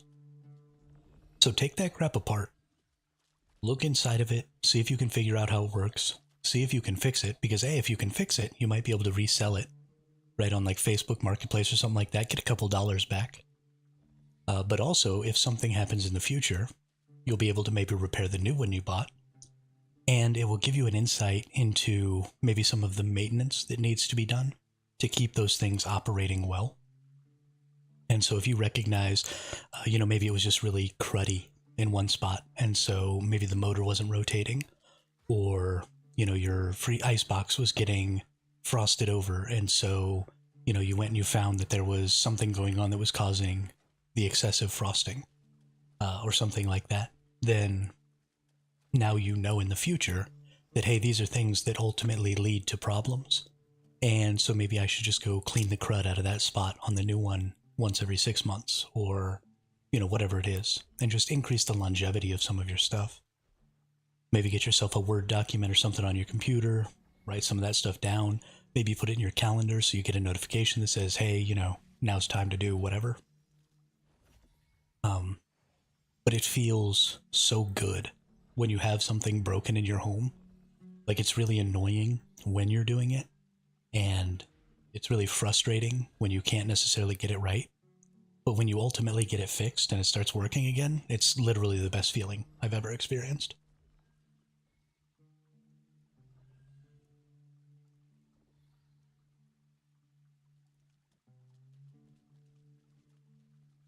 And then to be able to look at it, if you fix it before you buy the new one, to be able to see how much money you potentially saved yourself. I mean, if I can get this motor in our heater fixed, then, you know, that's $70 to $150 that we could save ourselves by not having to replace the motor right now. Which, I mean, you know, it's an old motor. Eventually it will have to get replaced anyway. But we can put that off. You know, and that's just adding to that feeling of, oh, wow, like, I fixed this. I did this. We don't have to spend this money because I accomplished whatever. And it feels great.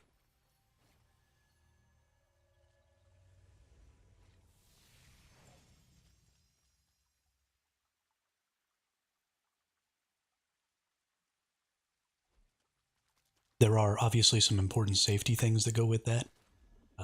You know, don't work on things that are currently attached to live electricity. Make sure that you turn off your electricity. If you're working, I'm working on my heater right now. So my gas is turned off to the heater. There's a cutoff switch right there at the heater that turns the gas off. And so there's no gas running to my heater right now. And so there are some important safety things that you should take into account. That's an easy Google search, like, I'm working on this. What are my safety concerns? And Google will tell you. You know, there's tons of YouTube stuff out there. YouTube's great. You can basically learn anything on there.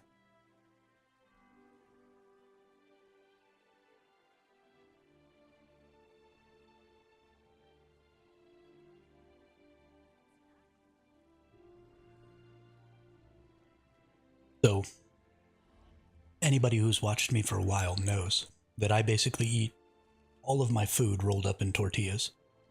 Because I love tortillas. Because I'm originally from southern New Mexico. But something I've discovered in my recent years is that corn tortillas are basically bread. And so I encourage you to get yourself a pack of corn tortillas and then put anything that you might normally put in a sandwich in your corn tortilla and then roll it up and eat that bad boy.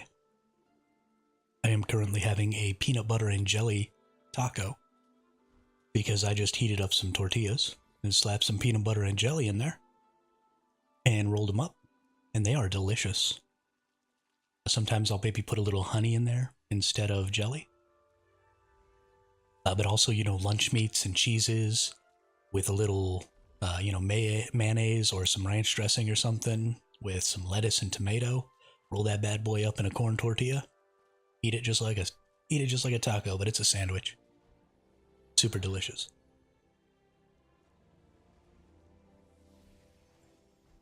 It is my assertion that anything that you can put in a sandwich, in fact, tastes better in a corn tortilla. But I don't really like bread, so.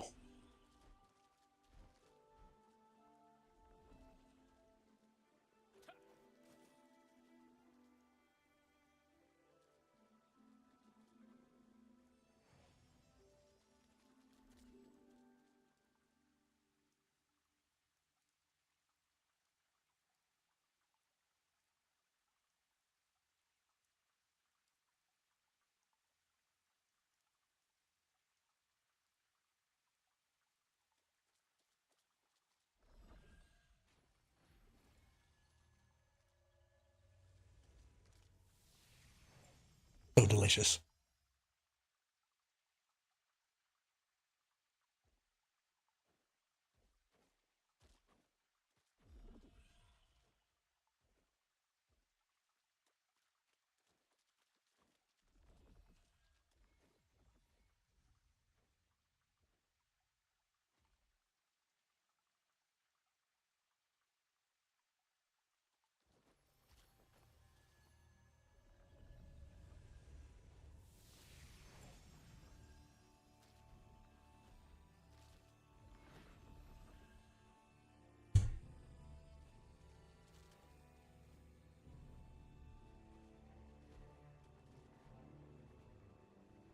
Alright.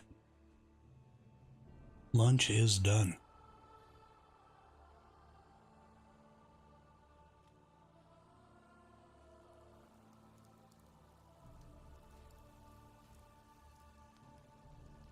Let's find ourselves something to do here for about 30 minutes. Oh no, we have an hour and 30 minutes. I'm an idiot.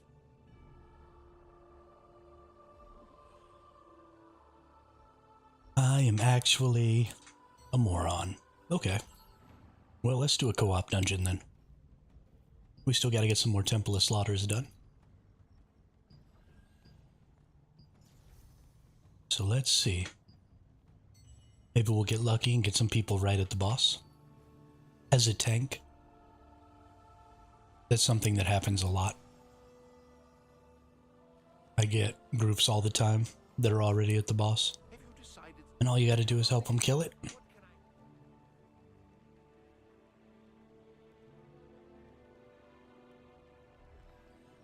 Which is awesome. I imagine the healers have it that way too. Although sometimes that does mean you end up in a group that is having a lot of trouble killing the boss, which is why all the people in their party are leaving. Which is less than ideal. Oh, didn't quite get close enough. Whoopsie.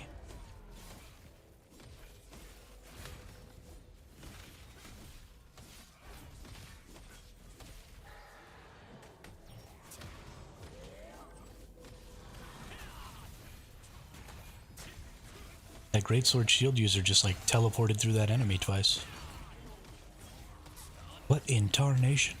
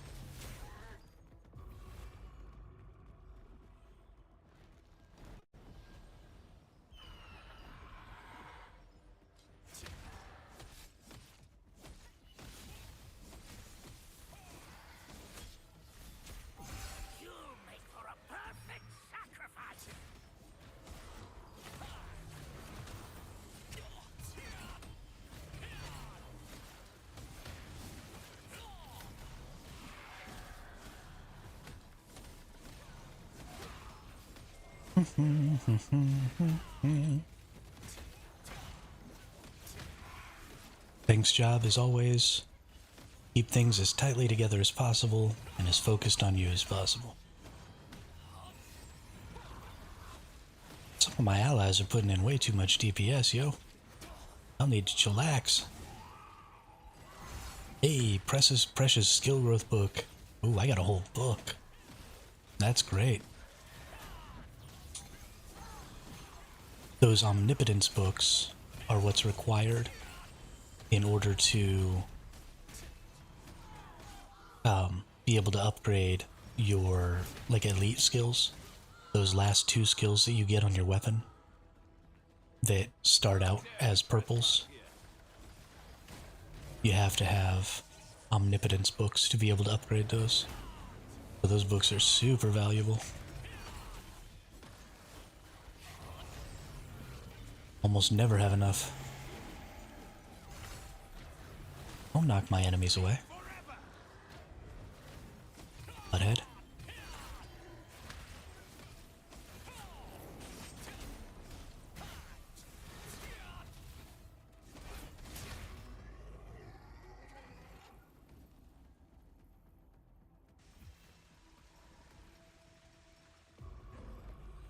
We're gonna get through this boss though, and hopefully I can talk you all through the mechanics from the tank perspective. Why are you all going up there? You can just come over here. Just jump up, and then you don't have to fight that enemy.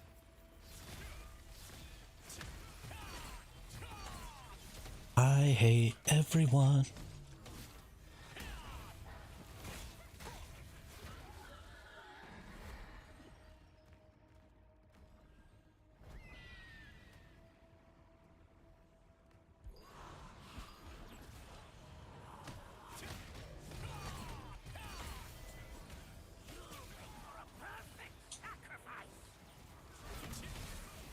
Alright, suck that dude in.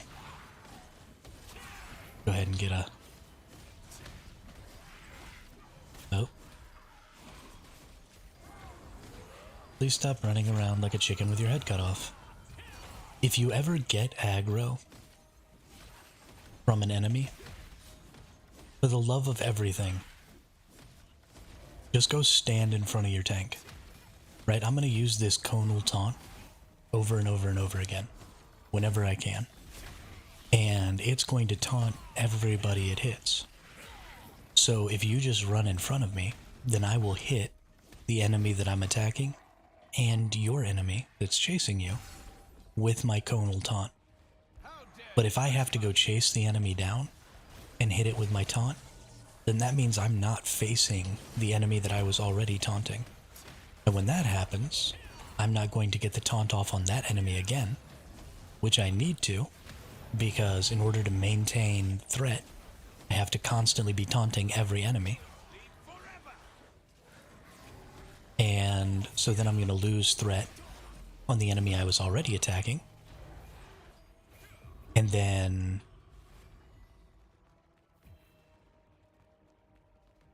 somebody else is going to be running around. And so then I'm going to have to go chase that person down and try and get the enemy that's attacking them.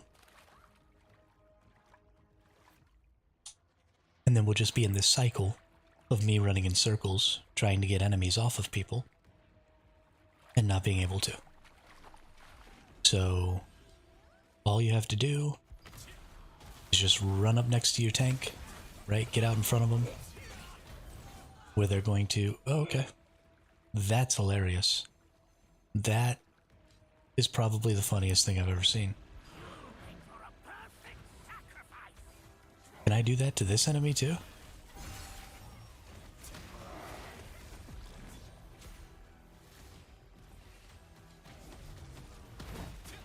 Nope, doesn't look like I can do it to the boss. That's too bad.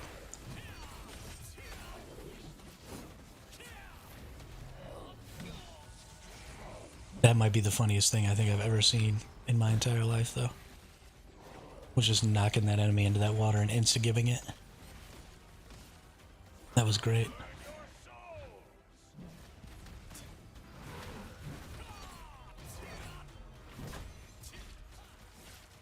I really wish I could just knock this boss off into the water.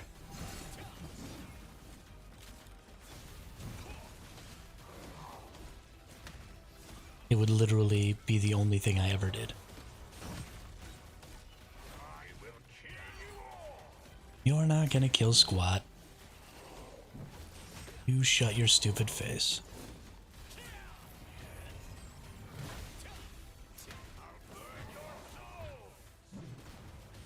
No, you won't. I gotta admit, I'm pretty excited. I think this is probably the most successful stream I've had on Throne and Liberty. I've been streaming Throne and Liberty for about 11 days now, and I was starting to get a little worried that nobody cared. So thank you all for being here. I really appreciate it. Makes me feel good about myself.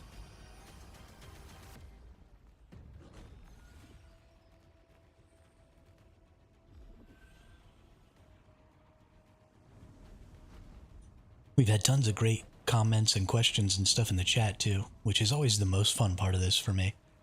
I really, really enjoy answering questions and talking to people.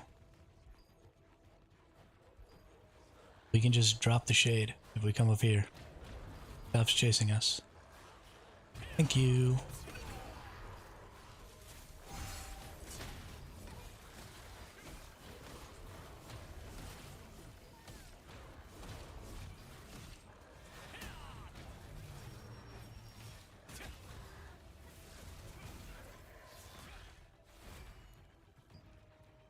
See how nice it is to skip enemies. So nice. to know that there was something there that was supposed to be in your way. You just walked right past it. Best feeling. Thank you, Bebo. Thank you.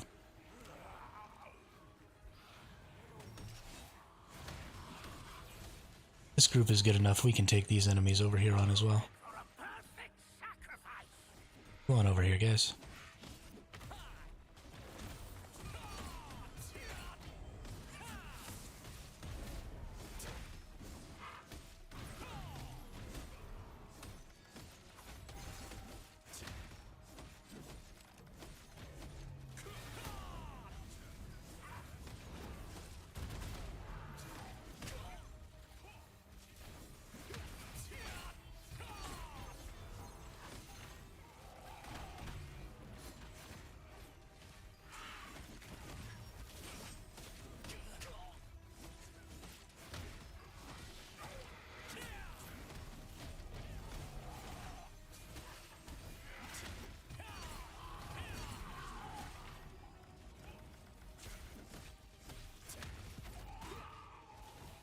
Woohoo!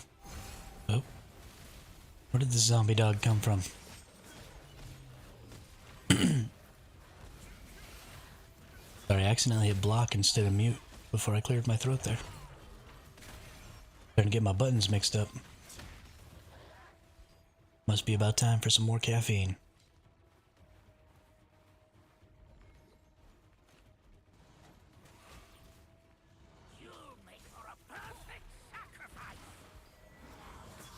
Or we can just aggro everything, that's fine too.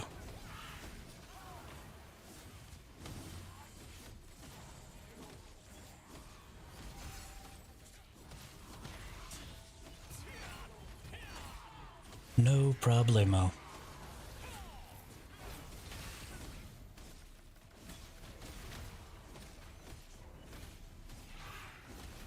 I need to stop putting that I'm a wand, sword and shield tank in the descriptions of my videos, so that it's not just all tanks who come and watch.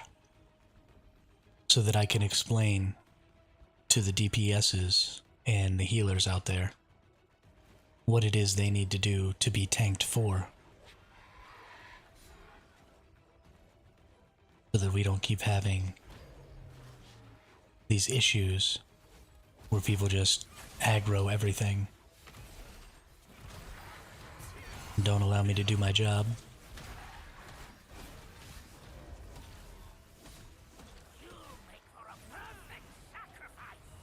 Oh, and then pushing things away. Why? Why do you hate me?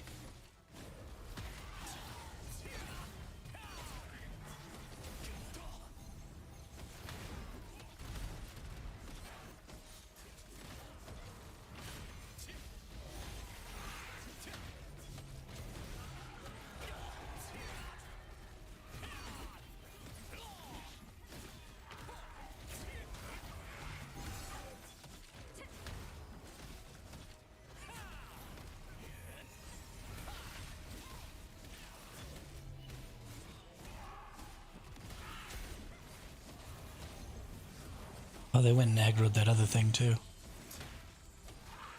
Okay. Well, that's fun. Come over here.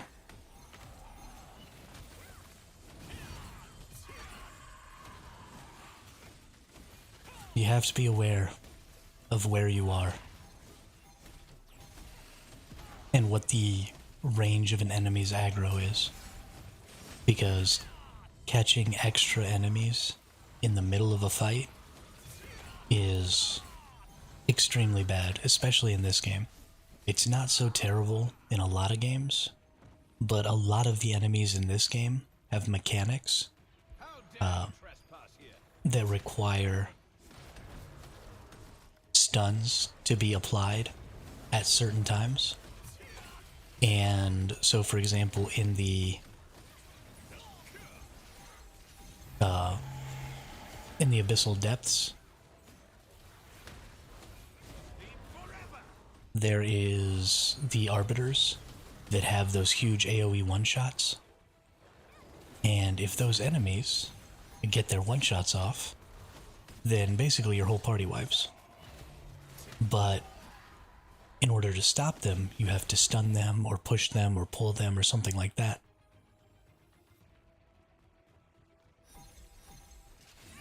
Oh, did we lose our healer? 1, 2, 3, 4, 5. I think we lost our healer. That's funny.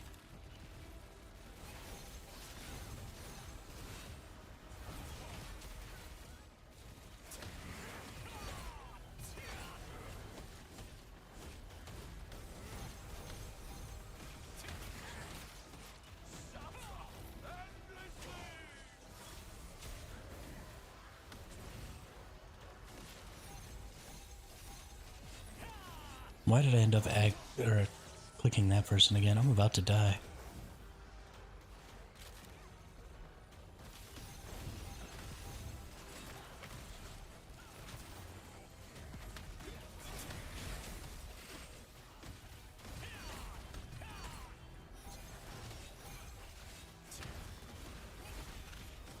But because of that, if you get, like, arbiters, if you get them staggered, where they're using their mechanic alternating, then your cooldowns can't necessarily come back fast enough for you to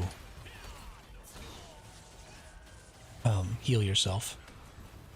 Or, sorry, for you to get the stuns off. And if that happens, then you end up in a very bad situation where your whole party wipes. Are you all not coming back down here? Oh, okay, they're just having to come from really far away. That's fine. We'll stay alive.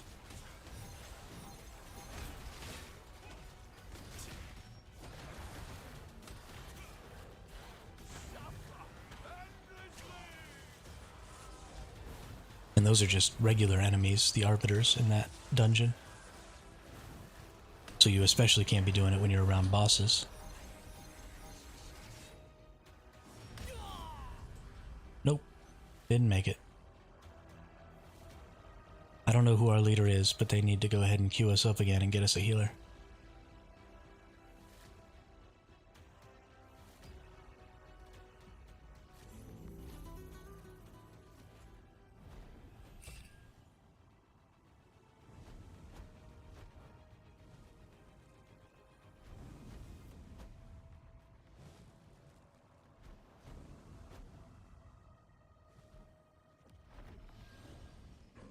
Also, I'm a little concerned at how long it took everybody to get back.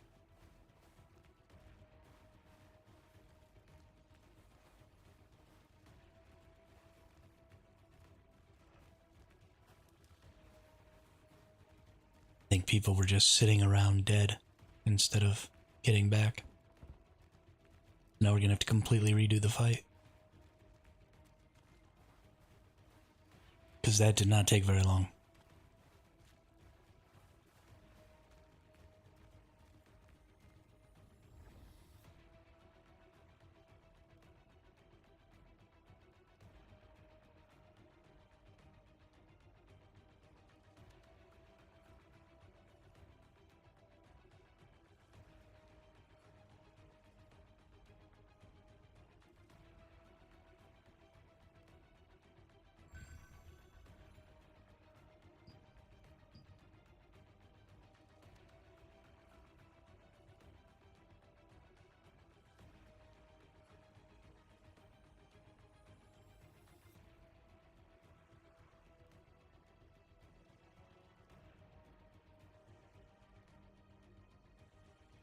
Alright, hopefully we'll get some more people here pretty quick.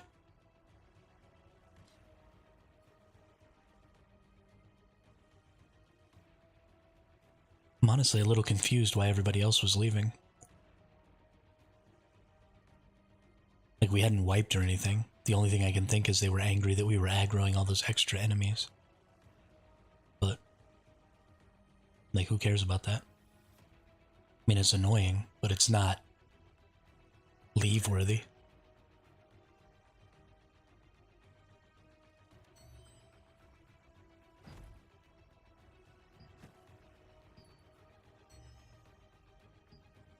Ooh, something in my auction house sold. Oh, everything in my auction house sold. Nice. 383 Lucent.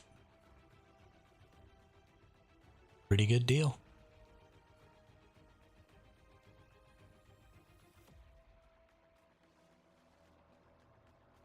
Okay. Why are we having such a hard time getting 2 more? This is silly. Yo, what's up, Drat? How are you today? You getting ready for that way of winter? Couple of days. Then we'll be freezing our butts off in Once Human.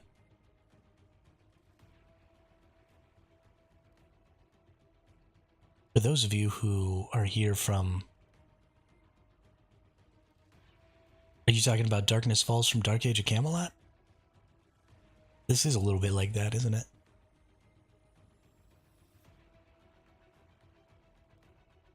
For those of you who are here from Throne and Liberty, the game that I started this channel on, and I am going to do some more playing of Once Human in 2 days. Once Human is a free-to-play sort of survival shooter MMO kind of thing. It's really weird, and some of the mechanics on it are a little strange, but it's been a really fun game, and it's a free-to-play game, and there is no pay-to-win in it. They do a lot of loot boxes for cosmetics and stuff like that, which I hate, and I think is extremely predatory and shouldn't be done. But they are just for cosmetics, so far I have just completely avoided spending any money on those, you know, predatory loot crate things. And I think that that's something that most people are capable of doing, unless they just really, really want the cosmetics and don't care about loot boxes, and then more power to you, spend all the money you want, however you want. But it's a really good game, and it is absolutely free to play. So, if you're looking for something that you don't have to spend money on to be able to access all the content for, Once Human might be a good option for you. It is a shooter, so if you're into like fantasy things like this, then maybe you won't be interested in a shooter, but good game. So I certainly recommend it, and I'll be going back to it in 2 days, just to see how the new season or the new scenario runs. If they're having some of the same issues that they've been having in the past, then I might just immediately come back to Throne and Liberty. I don't really know. But we will be checking it out on the 17th.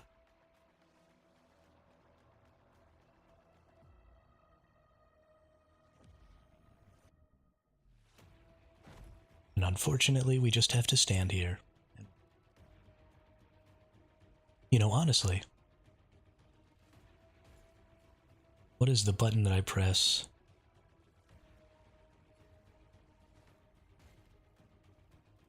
To change compared to the other weapon. Okay, there we go. So this other weapon doesn't have traits. So it might be worth just to go ahead and equip this and start tiering it up. Then I'll trait this anyway.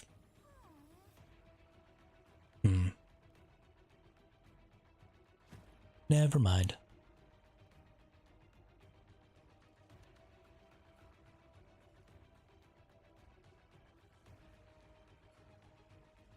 All we need is one itty bitty healer.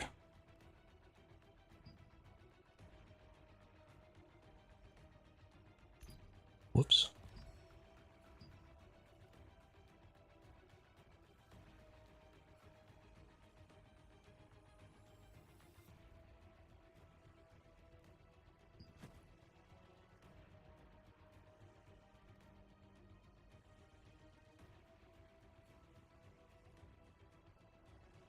Come on, healer, come on. If y'all are in the Immortality server, and you're a healer, go ahead and queue up here for, what map are we on?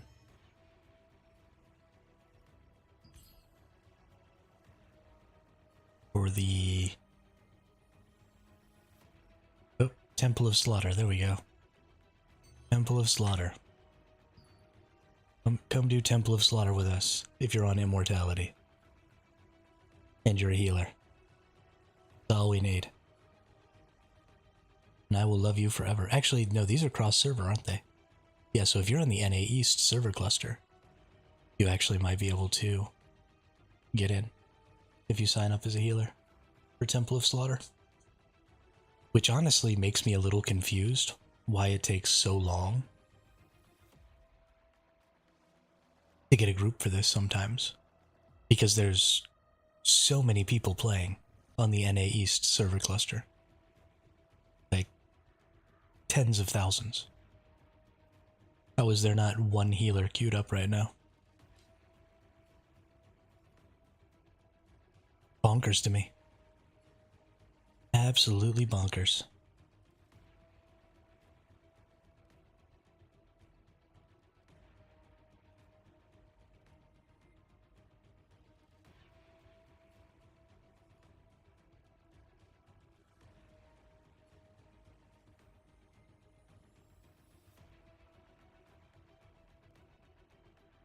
Been having a lot of fun. Oh, yeah, I already read that.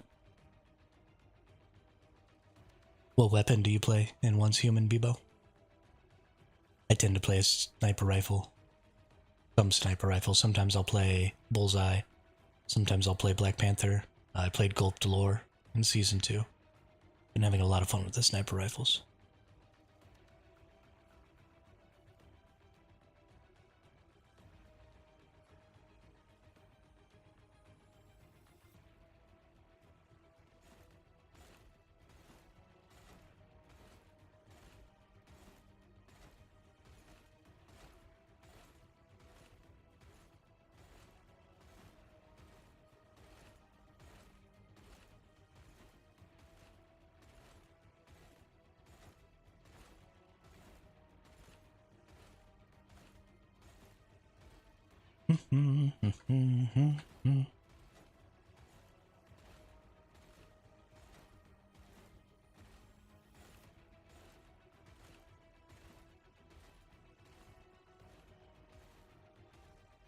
Decibel Audio Works. Is recruiting using party board faster? I haven't had much luck with the matchmaker.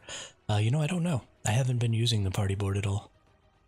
People who use the party board to post parties, to me, often are extremely elitist.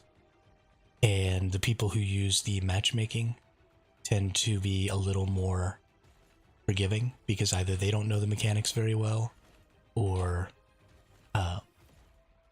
they don't care if people know the mechanics very well.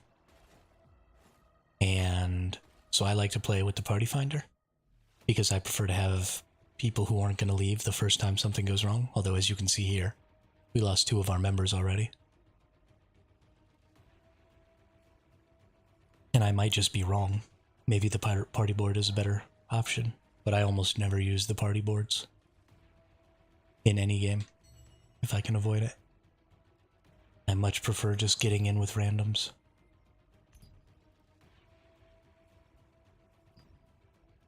There are certainly a whole lot of things in here. Hey, this one doesn't have a tank either.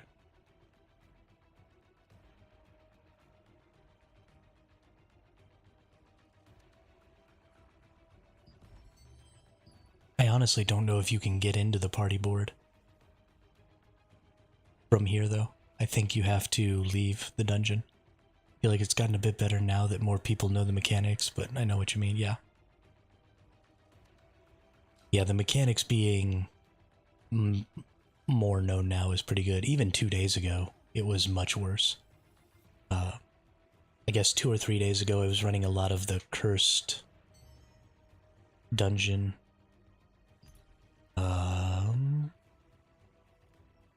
This one, Cursed Wasteland, there we go. Because I was trying to get my 20 tokens from this so that I could buy, you know, something. And we were just wiping. I mean, it was taking hours and hours. You should be able to from in the dungeon. You just can't be matchmaking while trying to post an ad. Oh, okay.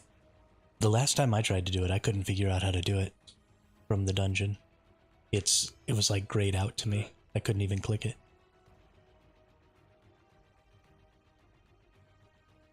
And we weren't in the party finder.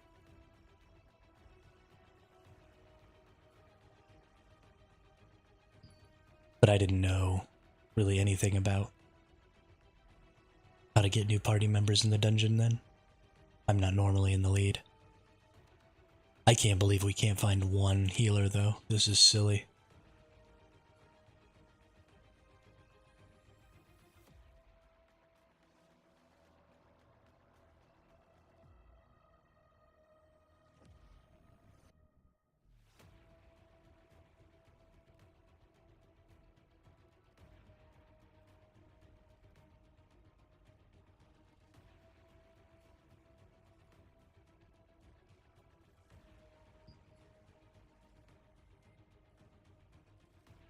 This is silly.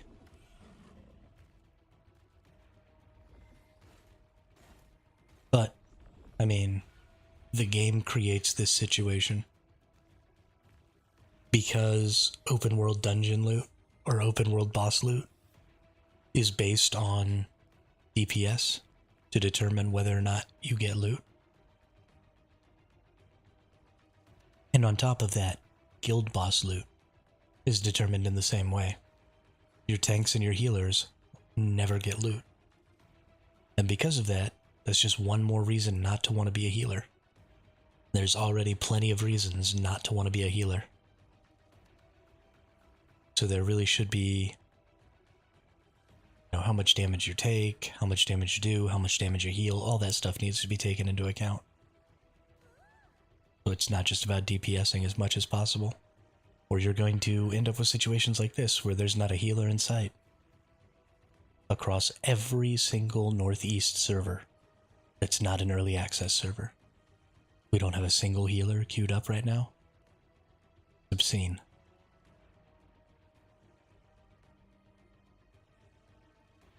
With tens of thousands of players playing in a region and cross-region party finder like this, or cross-server party finder like this, there is no reason that party finding should ever take more than 10 minutes. Heck, it should never take more than 5 minutes.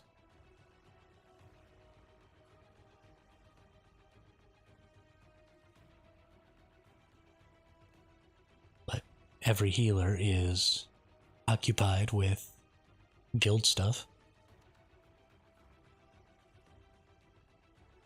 There's just so few of them.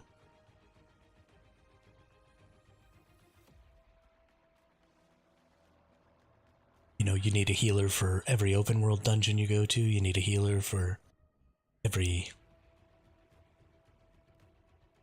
co-op dungeon you do. You need a healer for all the world bosses. You need healers for all the PvP. I mean, gotta have a healer for everything. My heals aren't good enough, or I would just re-queue as healer. And then we could pull a new tank in. It's crazy that there's even fewer tanks, or fewer healers than there are tanks.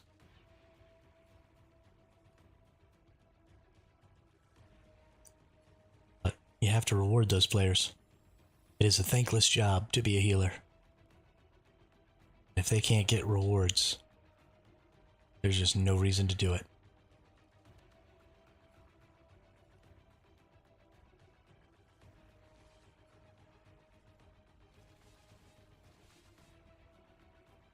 We are literally going to be sitting here all day.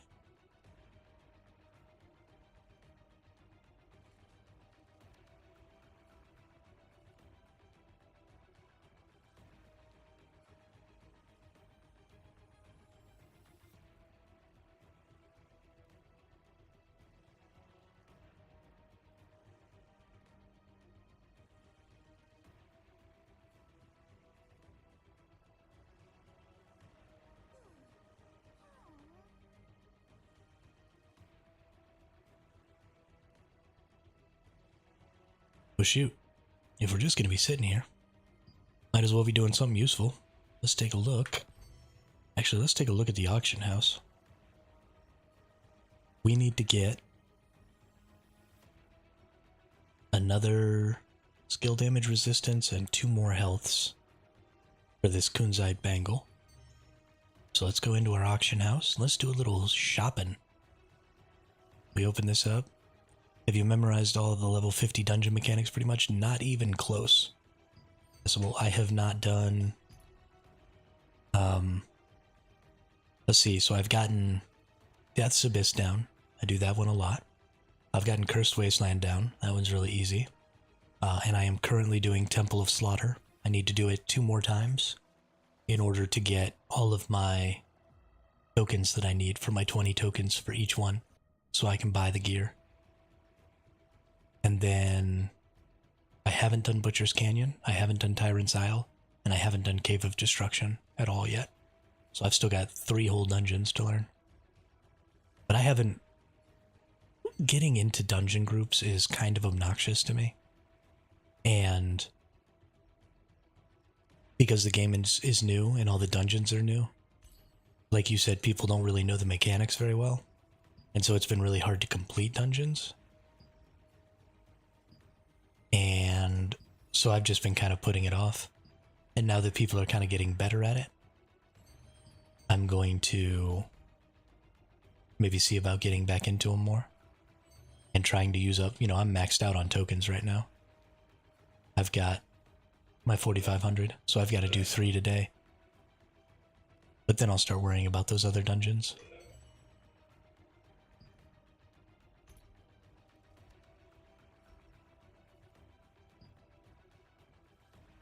Alright, so we need 2 of these.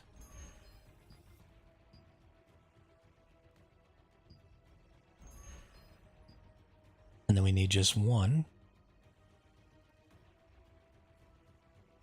With kill damage reduction.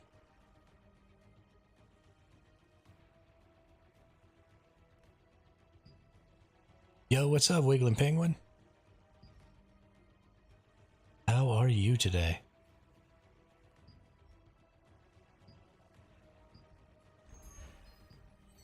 So glad to see you. Mostly because your name is freaking epic.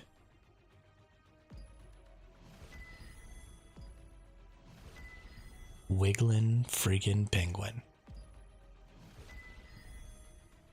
Alright. 2640. I'd really like to break that 2700. That'll be really great. What are the other traits that I can get here? We can get... Trying to figure out a good end game routine for Throne. So I usually log in, and first thing I do is my contracts. Because you need the contract tokens to buy your daily pouch and your daily mystic keys. So I do contracts, then I do mystic keys, because I think the mystic globes and portals are some of the most important things in the game. So we're going to get skill damage and collision chance here, I think, for this ring. And then after that, it's really just, what do you have available? I like to go do my abyssal contract stuff at night, because the drops are way, way better at night. So there's no reason to do these during the day if you have even a decent 6-man group. Or 6-person group, I'm sorry. 6-person group can do that. And then, of course, you've got to do your 3 dailies, but I usually like to do those during a time when you don't have a lot of other stuff going on. So, like, you've got some of these gaps where you've got an hour plus. I would try and do a dungeon or 2 in there. Or, if you don't feel like doing some of these, which honestly, Requiem of Light is a really good one to be doing, and you probably should be doing that one every chance you get. But if you've got, one of these hour gaps, that's usually when I do my dungeons.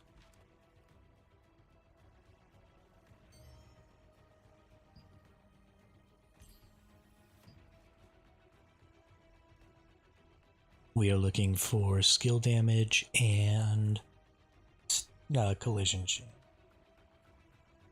Skill damage boost, apply, rings. Oof, that's expensive. And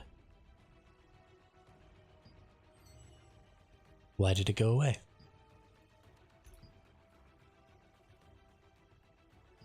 Been farming the lower level dungeons a bit, just try and get traits for the auction house. A little less stressful than the level 50 dungeons. So the drops are better when the dungeons are in PvP mode by a significant amount, Decibel. Absolutely. I see, I don't really prefer PvP, so I skip them most of the time. There's not a ton of PvP in the open world dungeons.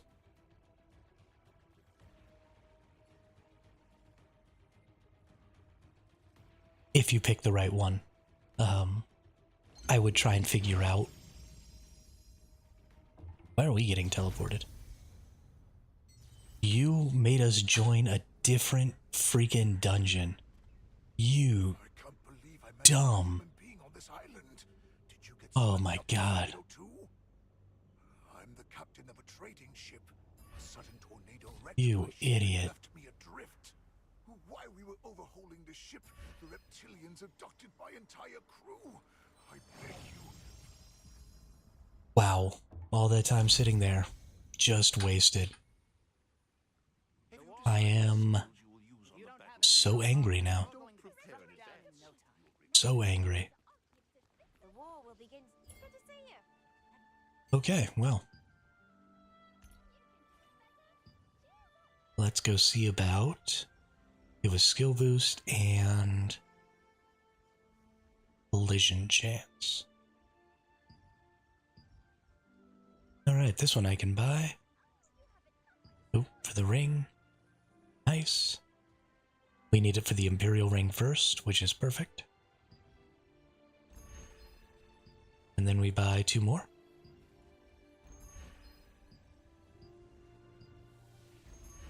And we just finished that ring out. Well, not finish the ring out, finish that stat out. Throw our Imperial ring. Unlock a new trait. Enchant said trait.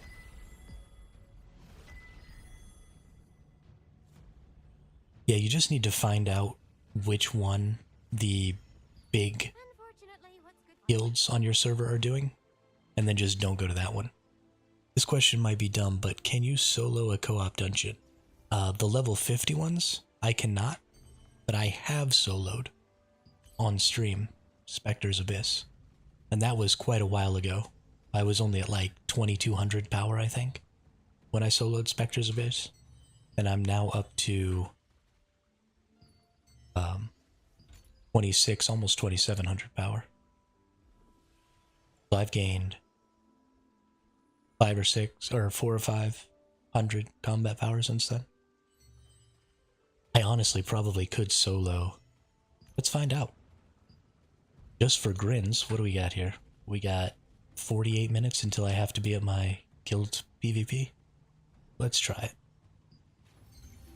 It says I need 900 power, so I'm almost 3 times the recommended power.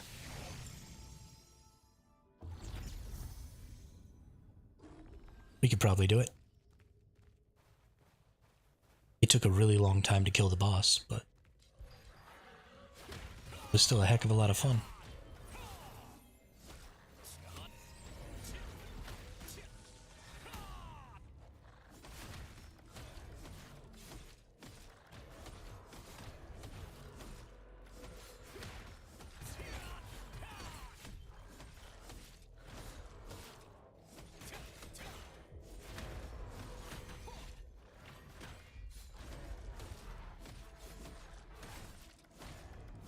You know what? Oh no, I do have to kill all these enemies. Honestly, they're never gonna kill me, so there's no reason in not fighting everything all at once, just to try and speed this up as much as possible. Are you happy with your class choice overall? I am super happy with my class choice, but I knew I was going to be. I've been playing MMORPGs for 25 years, so I have always played Sword Shield Tank, and the one thing that I've always wanted whenever I've played Sword Shield Tank is that I wish I could heal myself better. That's always kind of the thing I'm looking for, is more heals. And so this was just never even a question for me. It is 100% my favorite playstyle. Because of dumb crap like this.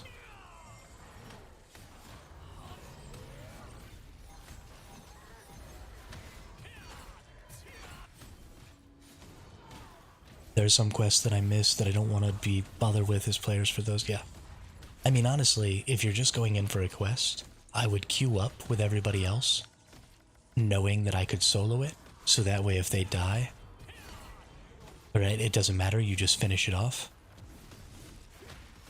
But then you have other people to help you do like what I'm doing right now, which is kill all these trash mobs. Because especially if you're a tank, killing trash mobs takes a stupid amount of time.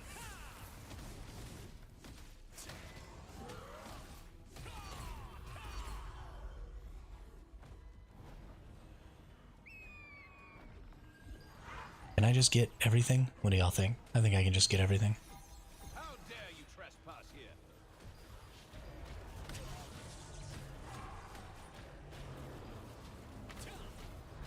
Get your little booty over here.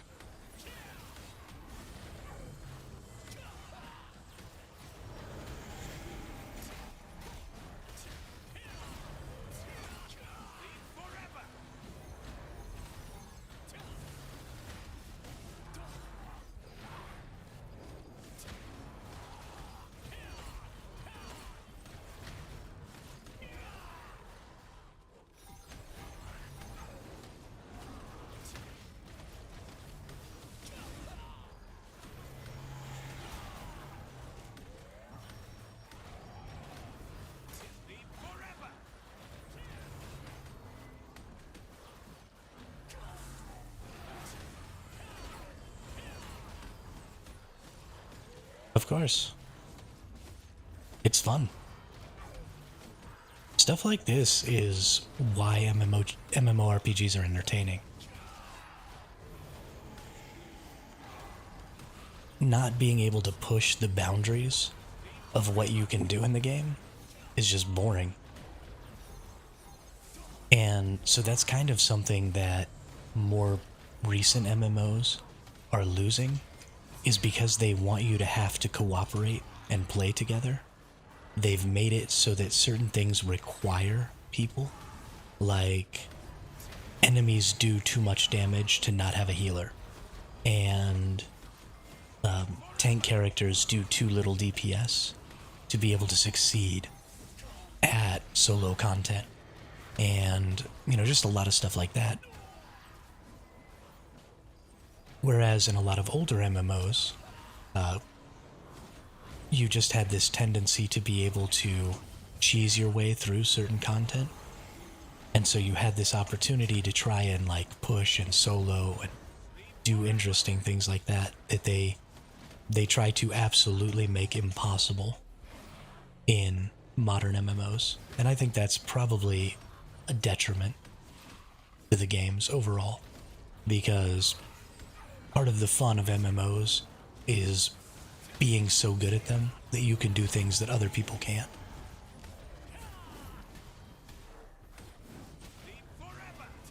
Or being the one who discovers some new way to do something so that you can do it solo.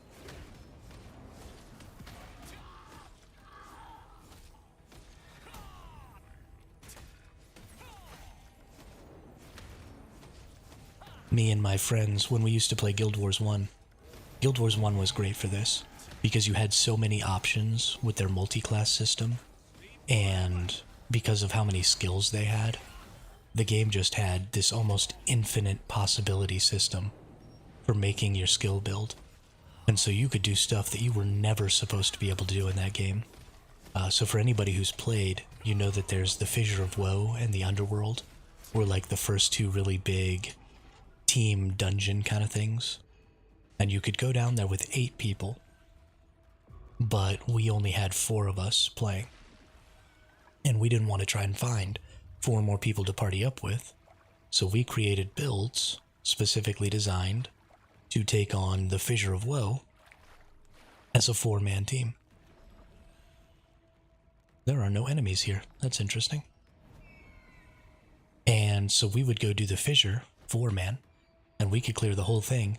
And in fact, we got to a point, at one point, where we were so good at it that as we got into the different areas of the Fissure, my friends would stand at the entrance to the area, and I would run and aggro the entire zone of enemies.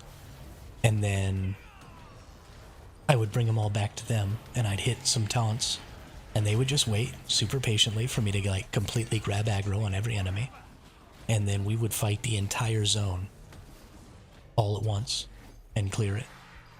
And it was because we were all extremely good at our specific classes and at our specific roles. And so we tried to challenge ourselves even more after that got boring. And we all got up, because we all lived together, So we all got up and we switched computers and tried to play each other's characters on each other's setups, you know, because some people have different key bindings and stuff. And we couldn't even defeat a single pack. We just wiped every time we went in there and tried to do anything, because we were just so good at what we were doing specifically that we couldn't do anything else. And that is what I think is really fun about an MMO, is knowing for a fact that what you do, you're better than most people at.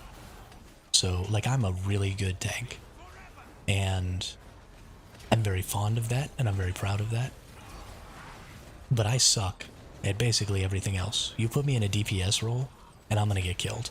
Because I'm not used to having to pay so much attention to, like, damage mechanics and stuff like that. Typically, I just stand there and let things hit me. Because I can, and I don't want to have to move. So I don't. But you can't do that as a DPS. You've got to be moving around and attacking from certain angles sometimes, and all kinds of stuff like that, and I'm terrible at it. I can't heal because I have a hard time focusing on, like, selecting other people for targets. Healing requires a lot of moving between targets, and I have a tendency to, you know, attack a target and then try and use AoE to hit all the rest of the targets. So I just sort of pick one target at a time and attack that until it's dead.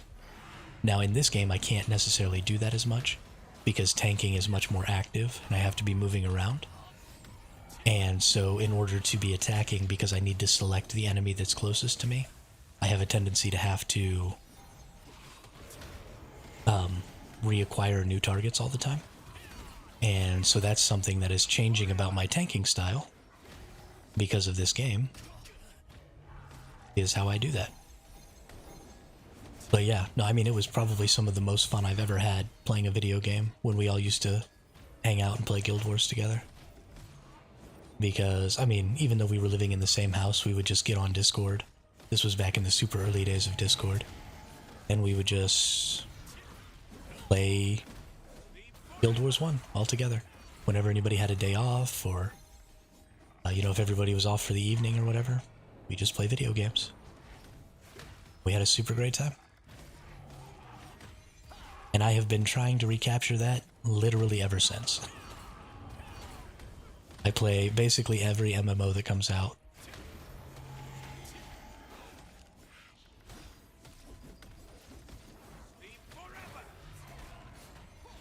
I thought New World was going to be it, and I actually got most of my friends to play New World when it first came out, and we had a really great time for about the first month, and then that game kind of fell apart on us, which was really too bad,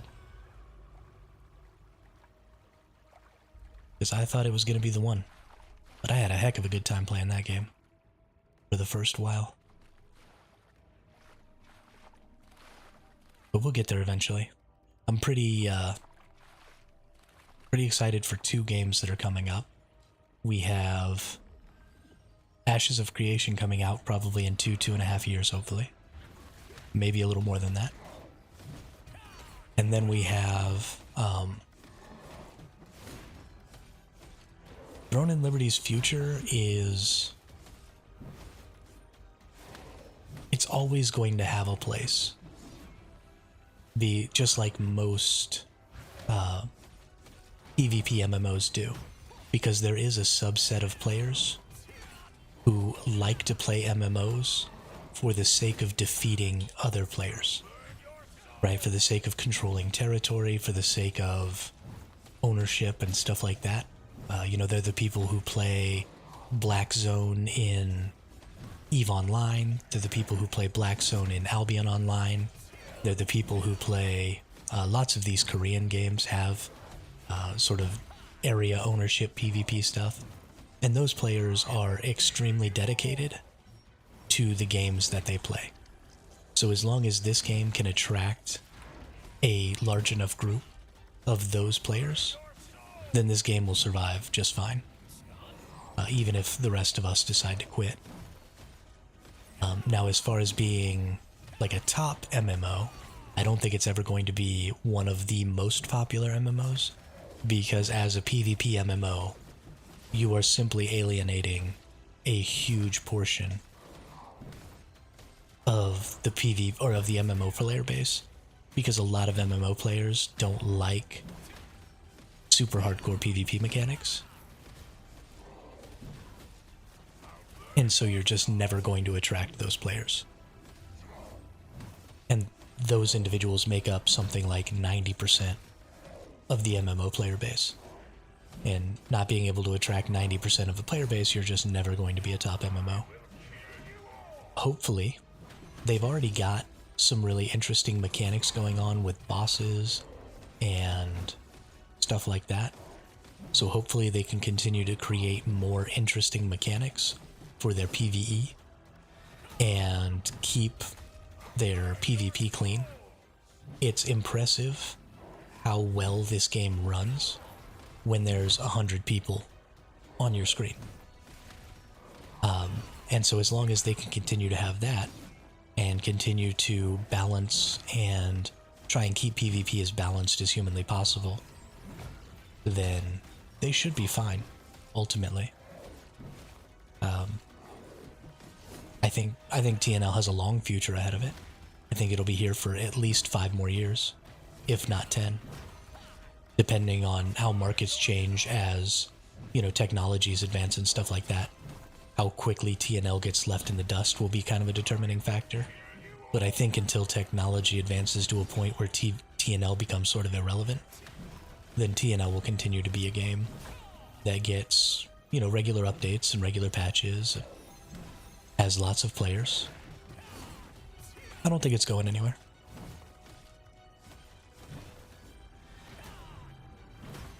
Especially pay-to-win games have a tendency to stick around for a while, because people who spend a lot of money have a sunk cost in the game, and so they don't want to leave, and they still want to continue to be the most powerful, and so they just kind of continue to spend money, and it takes a much smaller player base in a pay-to-win game to keep a game afloat and, you know, keep everything paid for, because some of those players just spend so much money.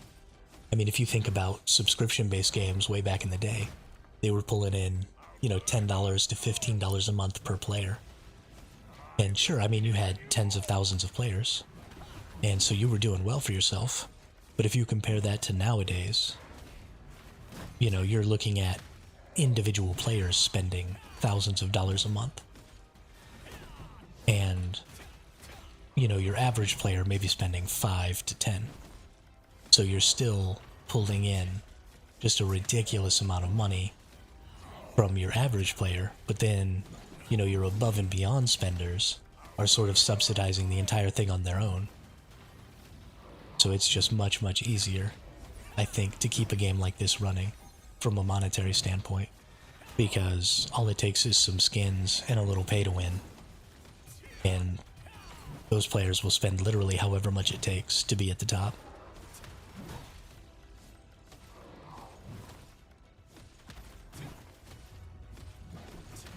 As long as the gameplay is compelling enough to make those players want to spend initially, then they'll stick around.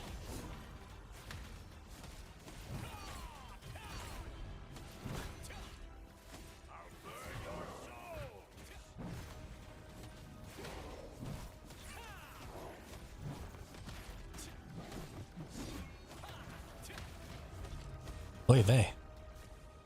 This boy's tanky. I don't think I'm gonna make it through this dungeon before I have to leave to go muster up for the PvP event. The other difficulty here is the requirement to do you have to do the pulleys on this boss?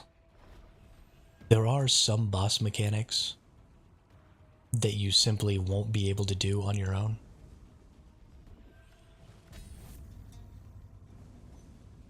Real freaking cute game. Real freaking cute.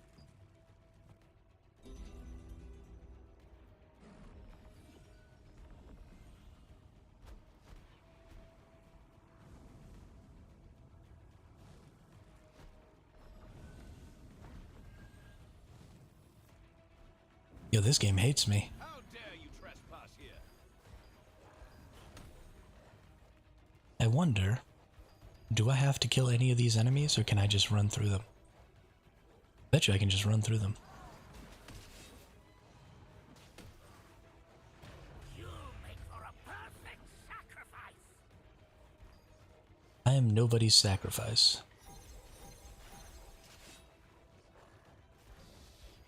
I ain't scared of y'all. What are you even thinking you're gonna do? You're not gonna do nothing. Now the question is, can I get away from these last enemies? Or do I need to kill them before I come kill this boss? I might have just put myself in a bad situation.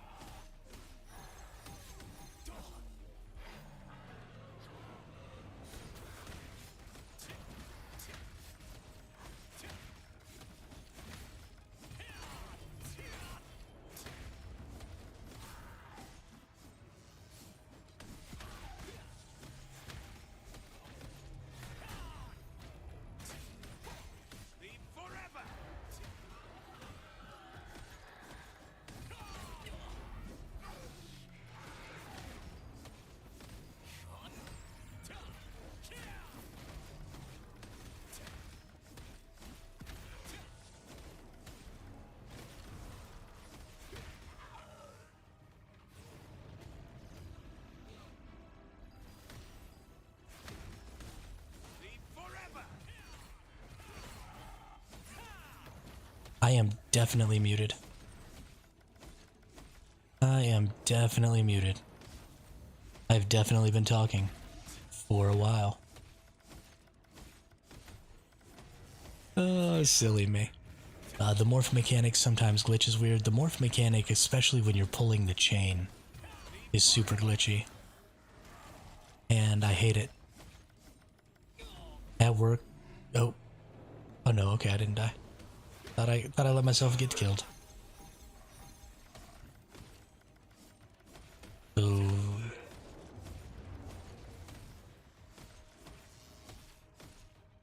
Is this the same place I were? No, this is the same place I was earlier, Drat. Yeah. It surely is.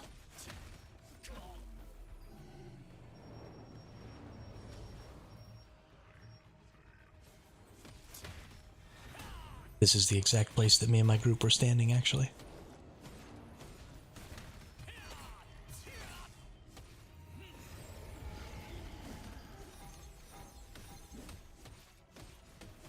Got some stuff going on in my guild Discord here, hang on.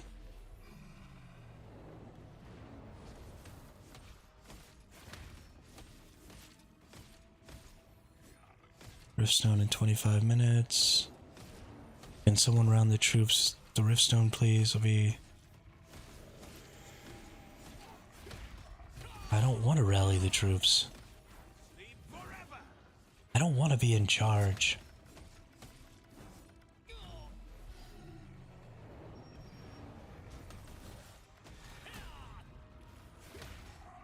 Okay, fantastic.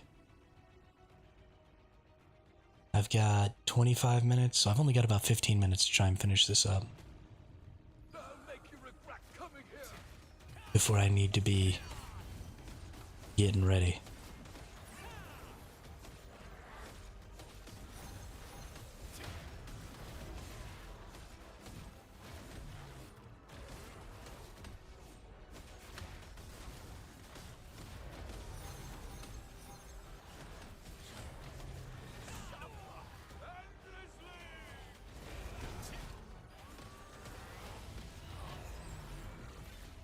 You jerk.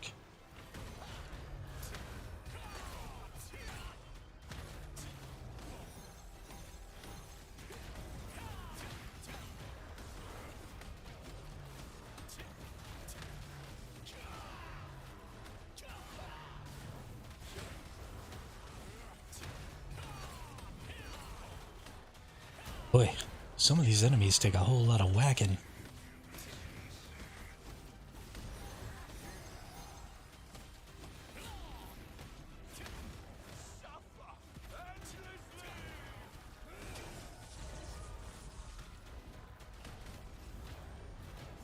Come on, let me use my skills. It's okay.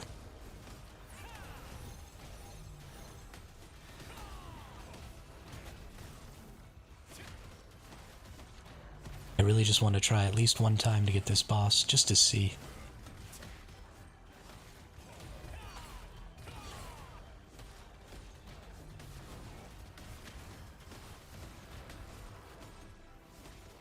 Just to see.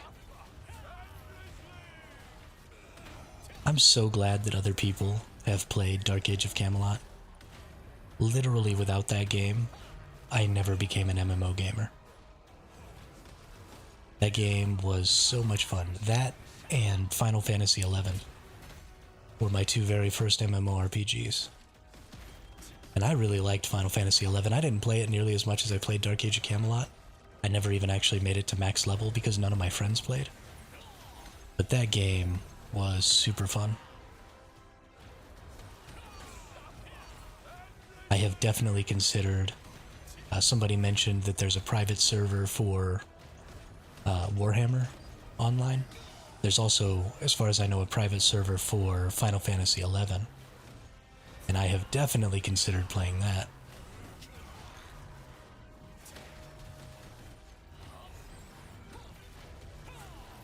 The side quests and stuff in Final Fantasy XI were just so in-depth. There was so much to do in that game. The storytelling there was awesome. And I don't even really care about storylines.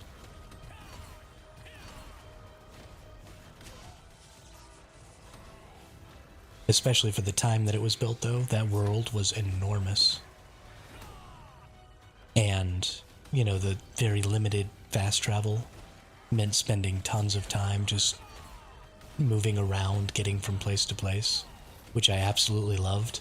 I hate how reliant MMO games have become on fast travel because it really hinders the scale. You know, you have these enormous worlds that it should take, you know, hours to traverse. And instead you can traverse them in the blink of an eye because everything has fast travel and you just teleport wherever you want to go. And then it's just a quick little 2-second walk to get where you're going. And I understand that, you know, modern MMO gamers don't necessarily have the time that we had when we were kids on, you know, summer break or whatever, where we could just, you know, it once took me like 8 hours. No, there was a Final Fantasy MMO before Final Fantasy 14. So Final Fantasy 11 was the original Final Fantasy MMO, and it came out, I want to say 17 years ago. Maybe even before that, though. No, I was 18. So it was at least 20 years ago that Final Fantasy XI came out. And when it first came out, it was garbage. No, that was Final Fantasy XIV. It was garbage when it first came out. And that was almost 20 years ago. So Final Fantasy XI came out originally when I was still a teenager.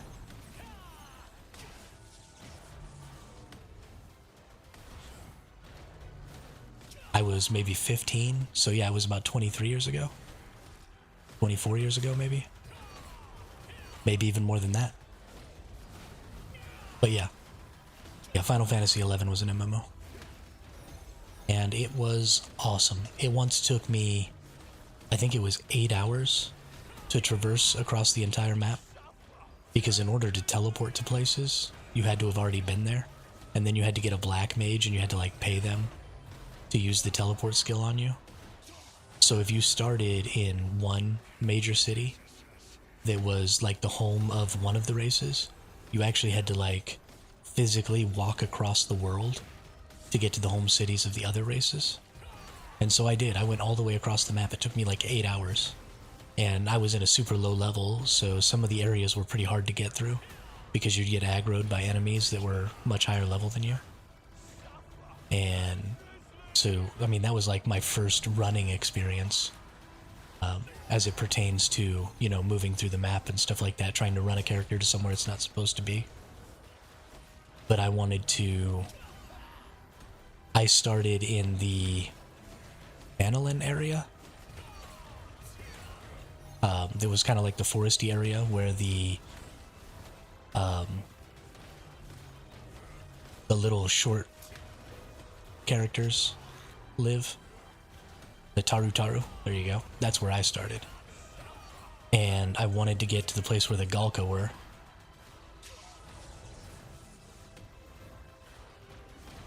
Yeah, exactly. Exactly. Hiring other players for their services is totally what an MMO should have. But I wanted to get to the Galka region, and so I had to run all the way across the map. You had to take a ferry, and then you ran across the map, and it was so much fun. And there was this enemy that would sometimes appear on the ferry, and so high-level players would ride the ferry back and forth trying to get this boss to spawn.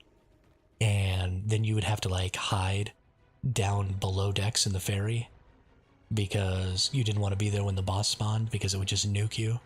And so all the high-level players would be there fighting the boss, and you'd be like cowering down in the cargo hold. And you actually sat on the ferry and it actually traversed the ocean or whatever. And in real time. It was so cool. So cool. Alright, I got 7 minutes to try and kill this boss. I don't think I'm going to be able to kill it.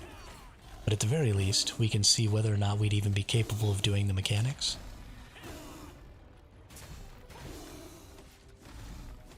Let's see, we got him 1.5% down already? That's not too bad. That's not too bad.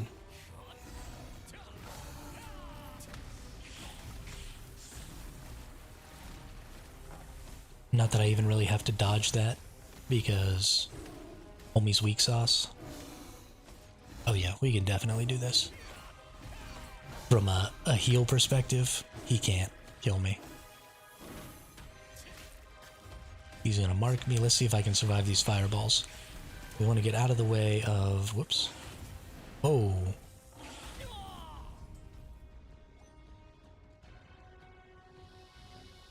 Okay. We cannot survive those fireballs. We are not going to survive that. That is hilarious. Okay, well, we do have to leave now, unfortunately. So it was fun, but I think you get stunned. Well, let's do this one more time, and let's get to the point where he hits us with that move again. And let's see if it's possible to avoid this stun when you get targeted for the fireball. Because if you can't avoid the stun, then it looks like you're pretty much just dead. Although I'm fairly surprised, he hit me way harder than even the main boss normally hits me. So I'm pretty shocked at how much damage I took there. Because I can normally take 2 fireballs from the higher tier version of this boss. So maybe it has to do with being in the poison. I don't really know. We'll have to see.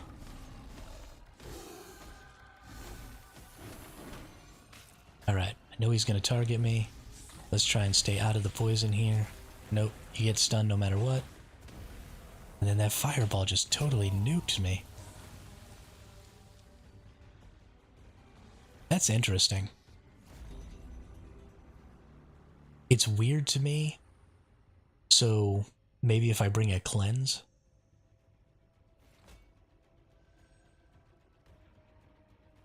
If I bring a cleanse item, maybe I could get out of that stun and then roll dodge the fireballs or something. Probably that's what you'll have to do. Is cleanse out of the stun and roll dodge the fireballs. I might have to try that. We're gonna see. We're gonna see. See, now I'm on a mission. I really want to be able to solo this. Because having that boss hit me that hard is kind of wild.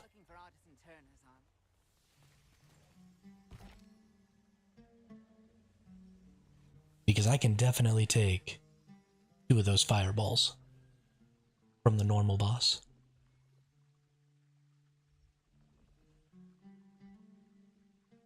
So I'm a little shocked that I just instantly died. That's kind of crazy.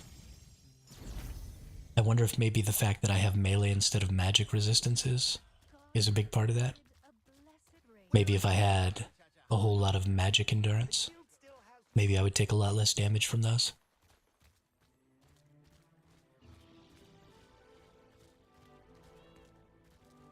I just don't know.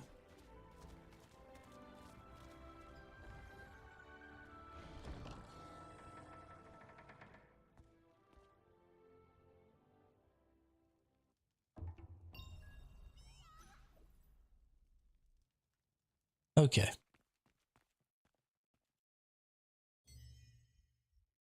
Oh, I'm already in a party. So let's go over here. Let's link the party. Guild chat.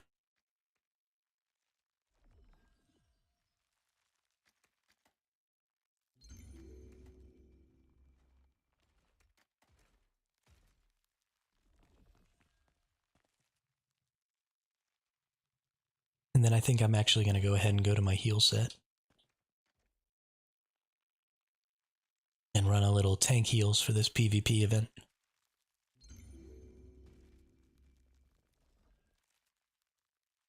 And I am going to go use the restroom again real quick before we get into this, so that I don't have to pee during the fight.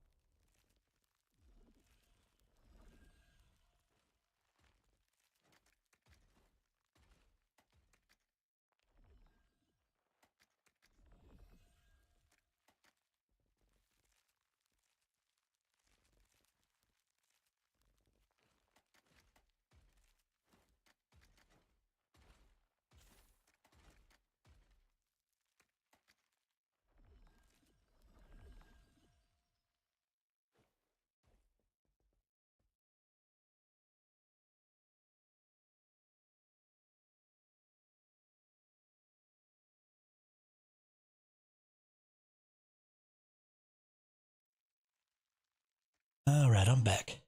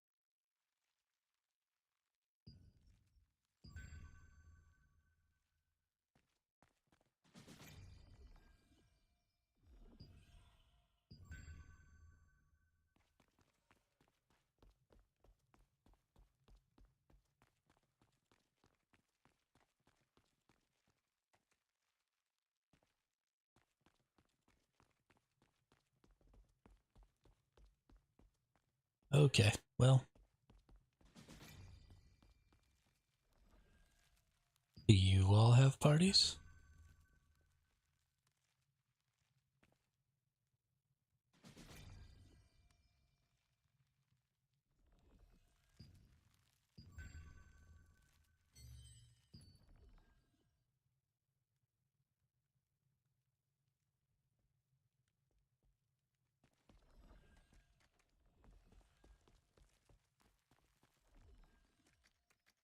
I think everybody has a party.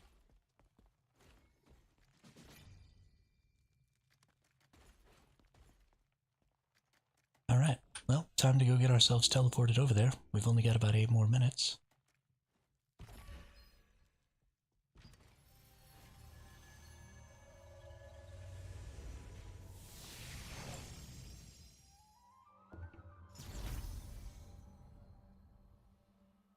We'll go ahead and put our party still up there.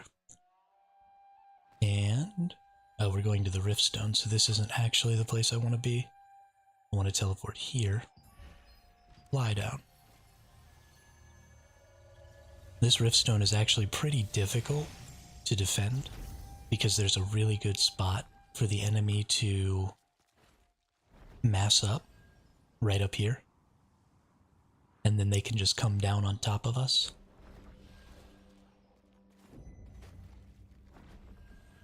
So the goal here is that somebody from the enemy team needs to channel on the Riftstone for like 8 seconds to take it over. And so our goal is just to, anytime somebody tries to channel on this, we're going to hit them so that they lose their channel, and then we're going to try and wipe the enemy team. So we can't allow ourselves to be dragged into a fight that moves us too far out of here. So, like, we don't want to be fighting way over here in this corner, and we don't want to be fighting way down this hill over here. It's a relatively small arena, so you can't get brought too far. But if our entire team comes to fight over here, then somebody absolutely has an opportunity to try and sneak in and get this thing. And we don't want that. So, specifically, I am going to stay pretty much glued to this stone. And, you know, I'll try and heal up my team and stuff like that. But I'm going to keep my vision on the stone as much as possible and do healing through this secondary control scheme here with the cursor. And just pick people and heal up that way.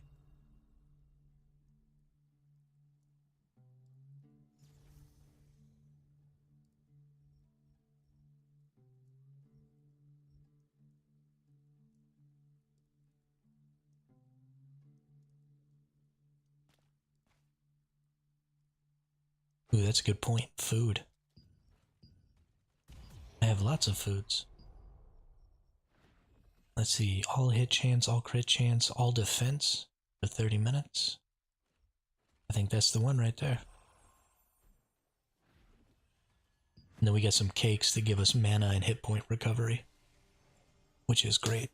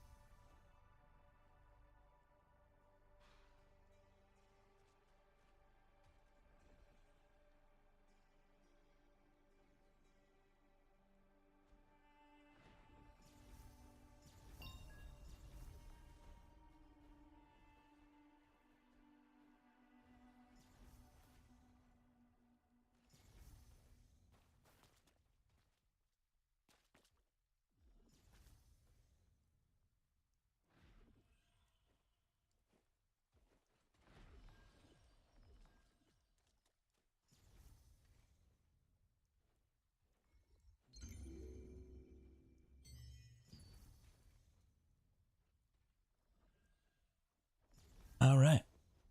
Perfect.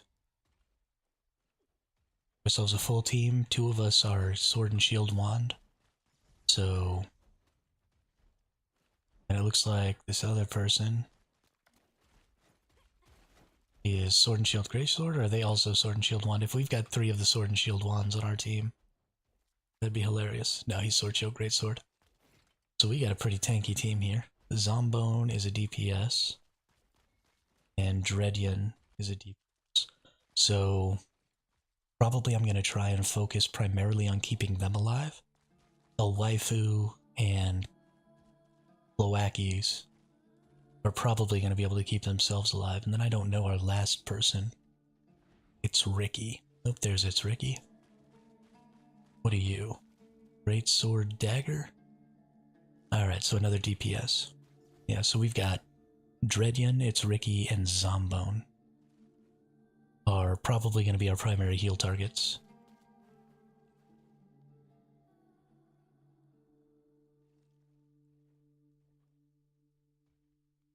And I'll just let Waifu run around and do whatever it is they do. They're pretty tanky, so they should be pretty capable of taking care of themselves. And I don't really know about Clackies, but if he's got Sword and Shield, he should be fairly tanky too. So if I need to, I'll throw some shield or heals on him or something, but he'll probably be up in the front line. And I'm gonna kind of be hanging back, so.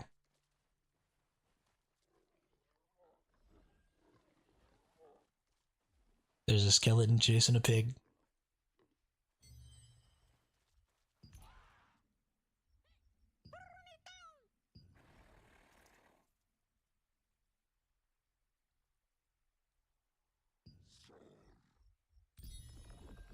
I'm gonna get in on this too. I'm hungry. Get in my belly.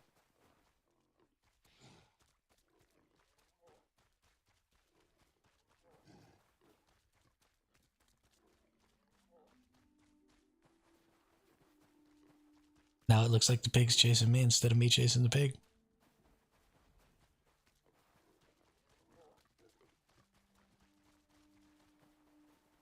I'm so slow.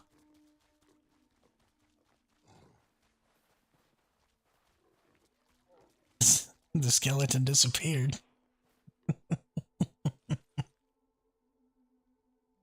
You can have 2 foods popped. Of different types. Say what now? If I can do that, then I'm gonna do that too right there.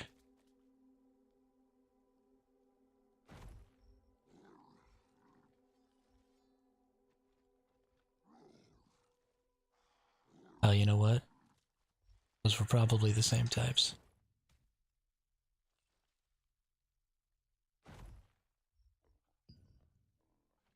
Yeah, we're just gonna eat the onion soup. That one's better.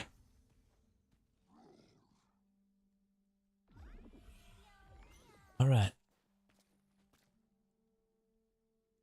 What's it looking like up there, Sticky Bulb?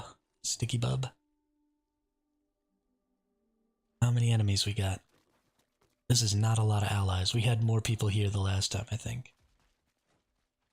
We might be in trouble.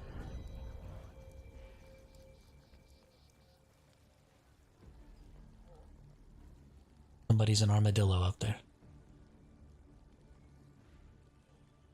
Yeah, we're gonna stay zoomed out if we're gonna be healing and stuff.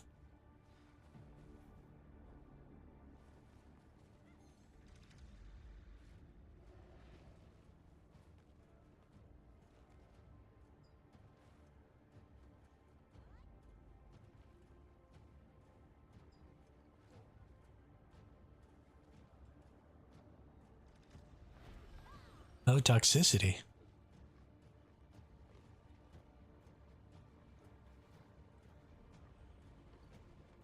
I was in a guild with him before.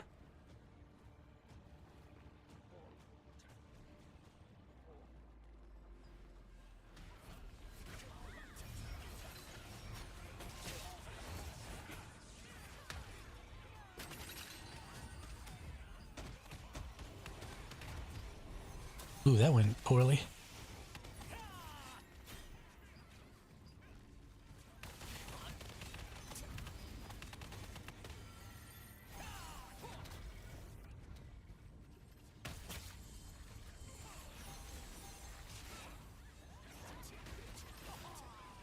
Okay.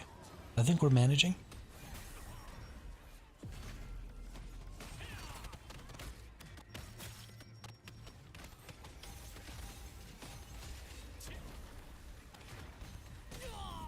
Darn. Darn, darn, darn. Gotta come back to life and get back in here pretty quick. This is going to be a heck of a fight, and honestly, I'm not going to run my heal build. I am just not capable. Einar cherishes us all. Let me hit that. Can I just teleport straight to this, or do I have to teleport? Yeah, I can just teleport straight to this. Oh, not during a fight, okay. Ooh, we teleport here, we dive in.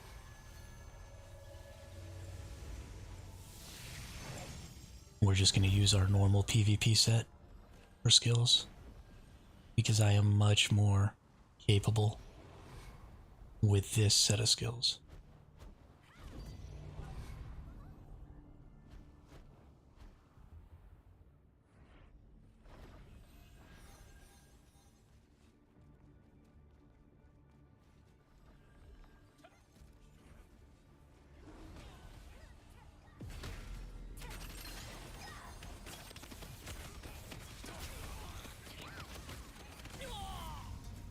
Well, that was a whole lot of people attacking me.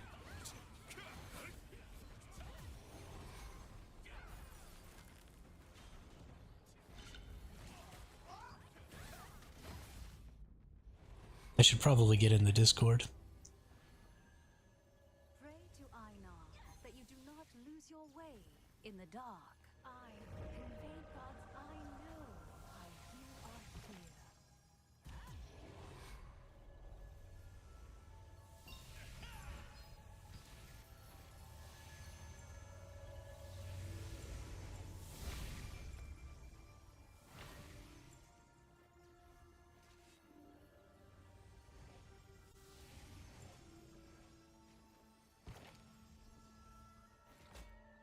I would recommend leveling all of the skills that you're using to purple.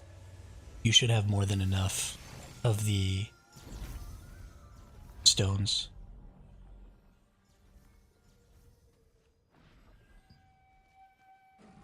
You should have more than enough of the stones to get the books, not the stones, to get your primary skills to purple. So that shouldn't be a problem for you.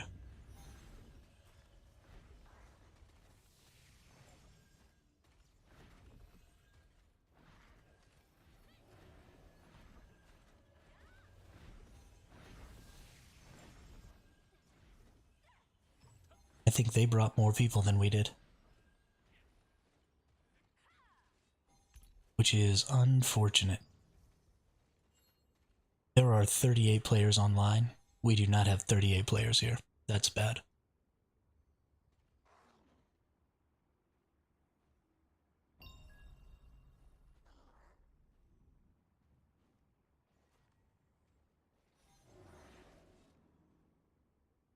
And I'm just waiting for the call to go in here.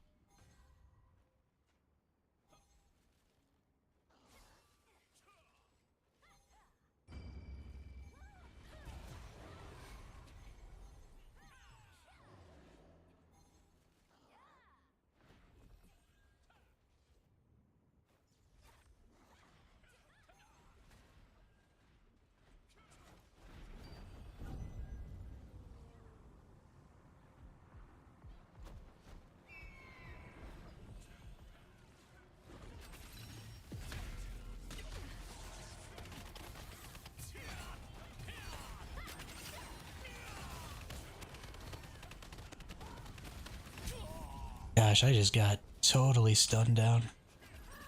I wasn't able to do anything in there.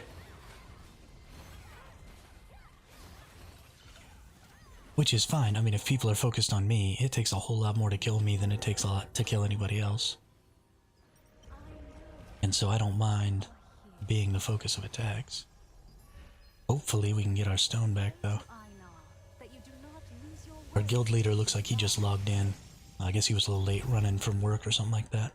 These times aren't necessarily the most opportune time because it runs on central time because we're in the east. So if we have any players who aren't playing in the central or eastern time zones, they are going to get in a bad situation.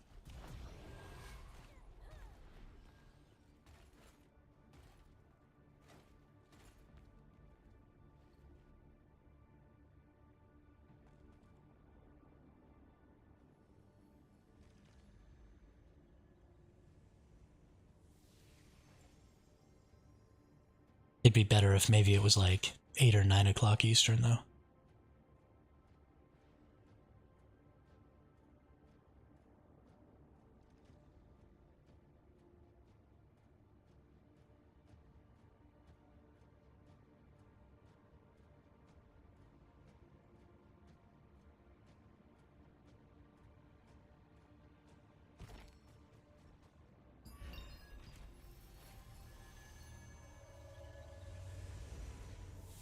I'm gonna go back so I can get back up top.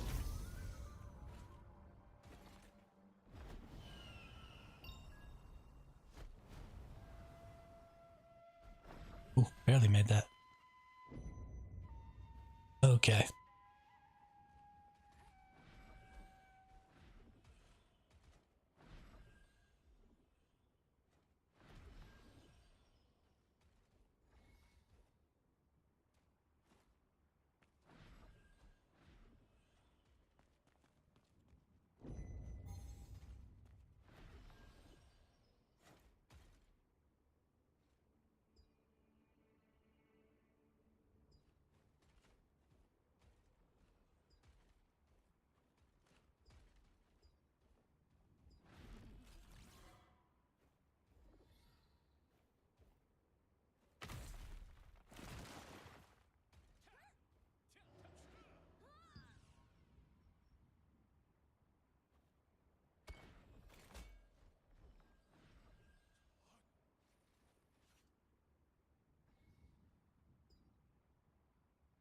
I'm gonna try and select some healers here.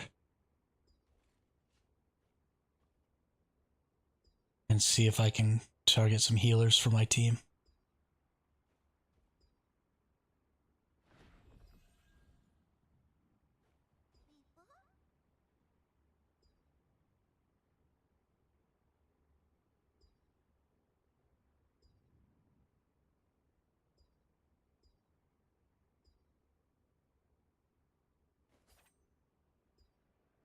I've only been able to find one so far.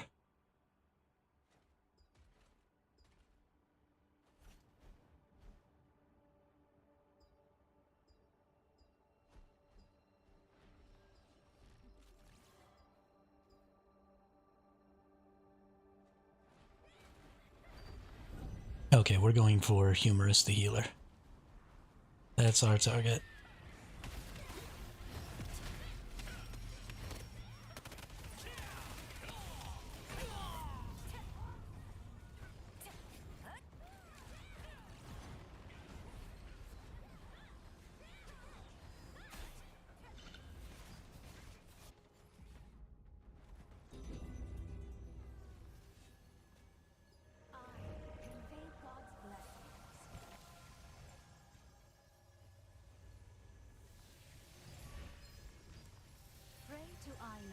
That you do not lose your way in the dark.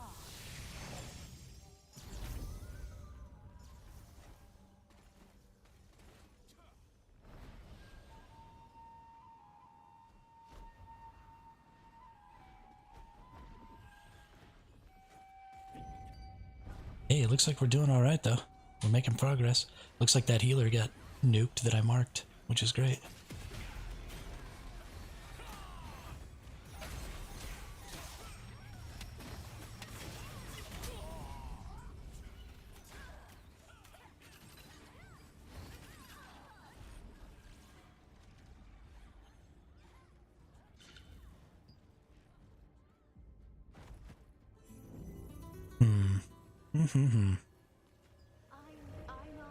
They are extremely well geared, I feel like. I feel like I take a shiznit ton of damage.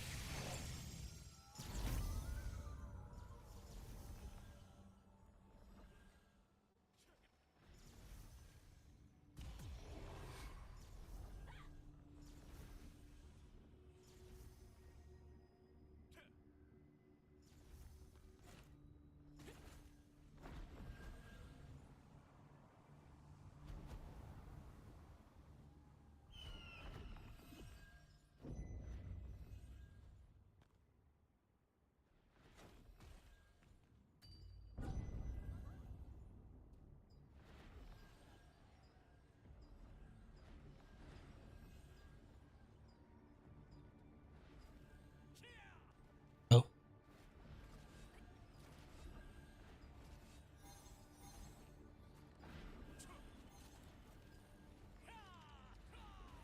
There's one.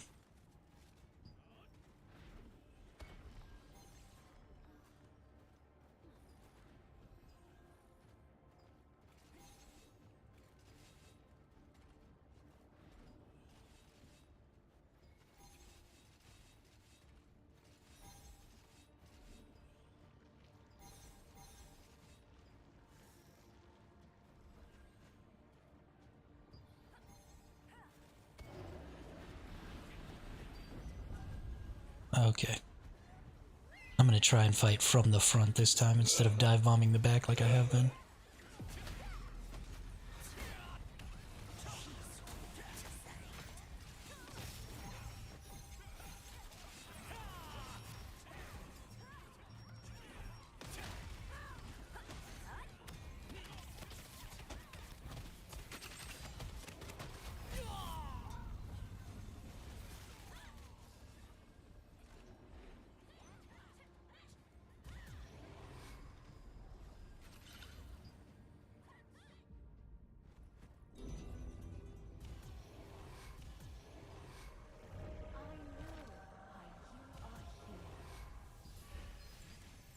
Find what you seek through the grace of godly blessings.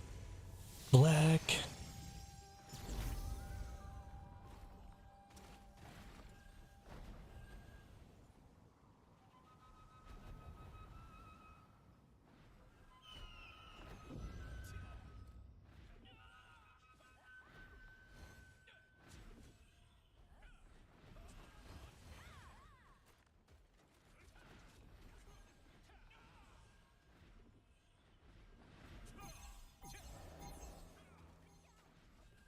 I definitely don't feel like there's 38 of us over here.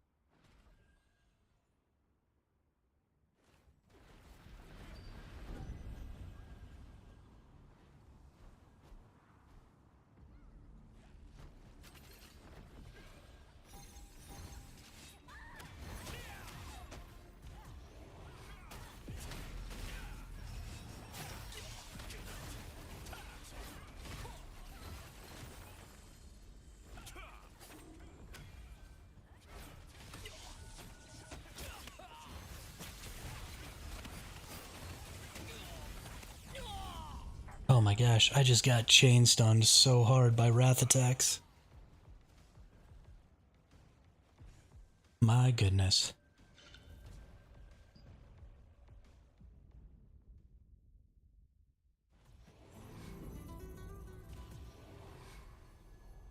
Convey God's blessings.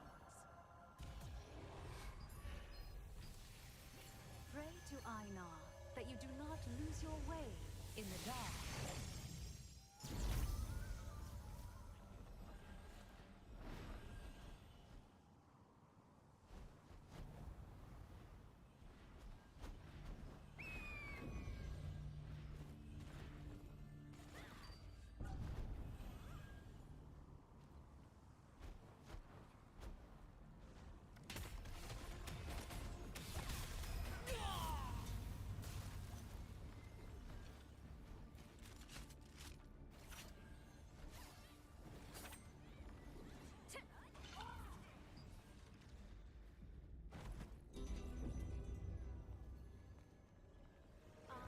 Convey God's blessings.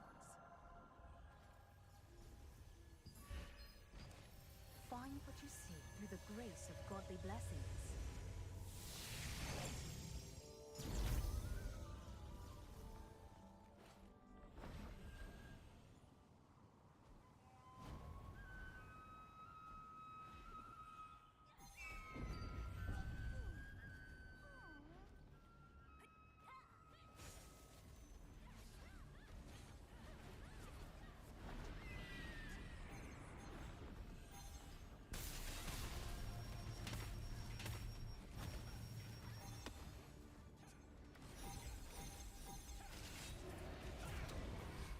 I'm gonna go after this Chiron person.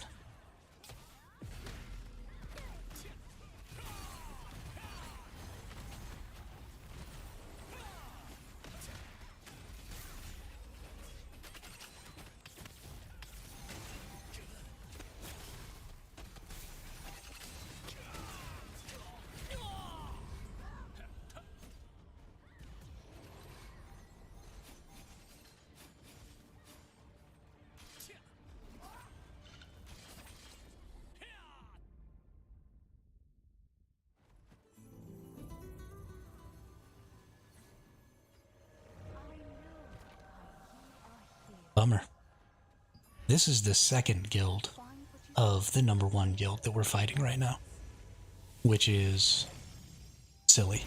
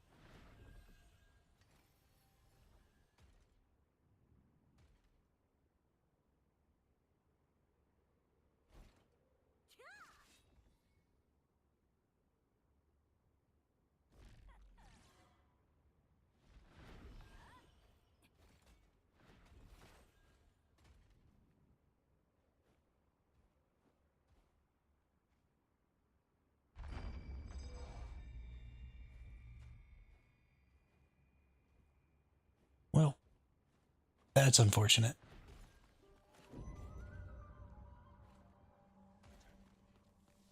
We have lost our Riftstone. No more Riftstone.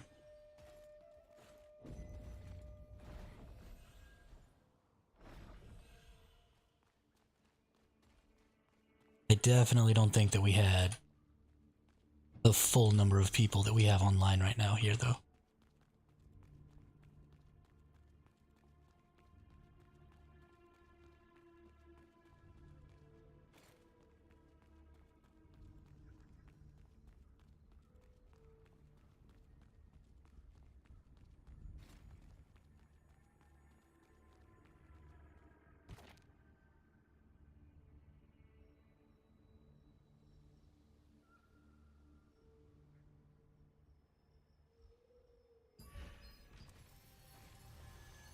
Okay, well that was fun.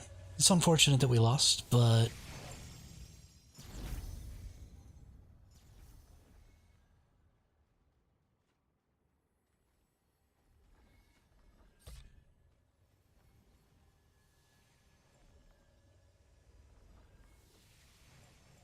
that was a big bummer. But that's okay. That's the only fight that we've lost so far.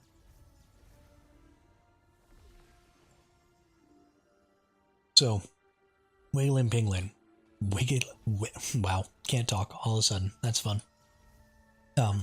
Some things that are really important to level up are, number one, you're always going to be using your counter barrier pretty much with every skill setup that you use.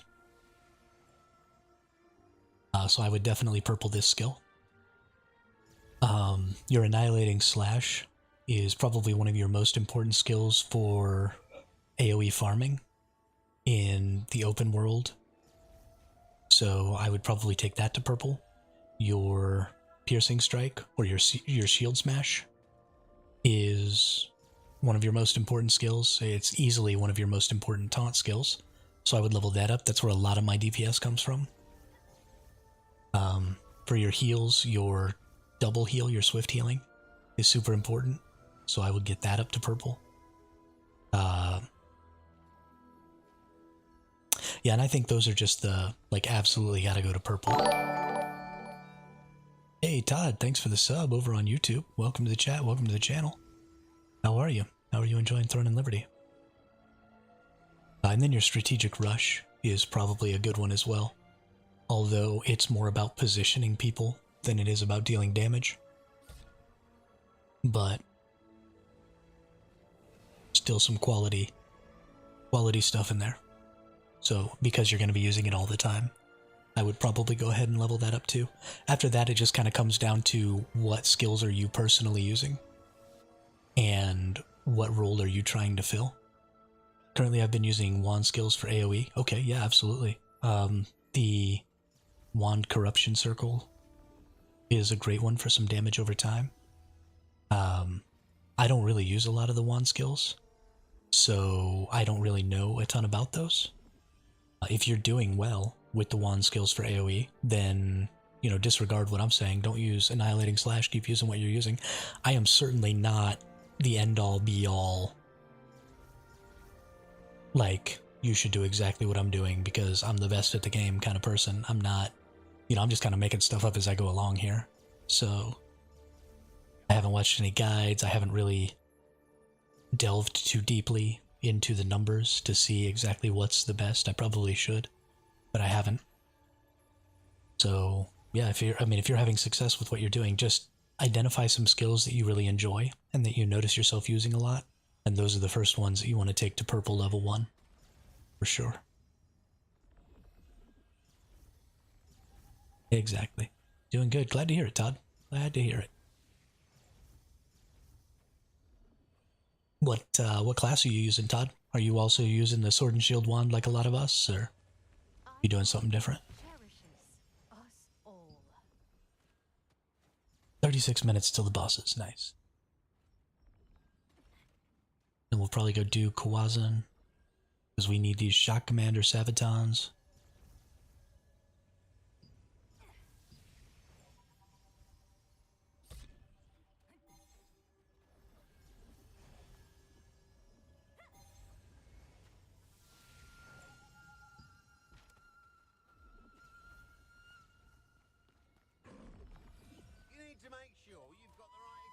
Strong guilds need big benefits. My one care, I have a great sword and sword on it. Now thinking about changing to sword out. I have a Karnix bow. Great sword bow. Probably a really good combo.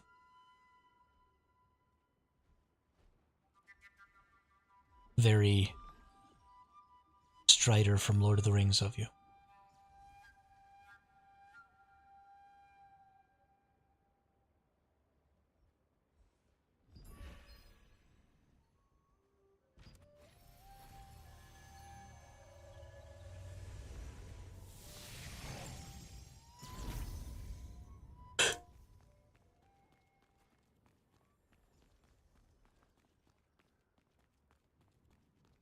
Okay, I don't think there's anything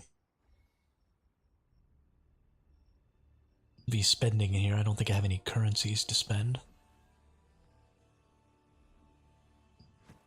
About to be daytime, which means we can't go back down and farm open world dungeon, which is unfortunate.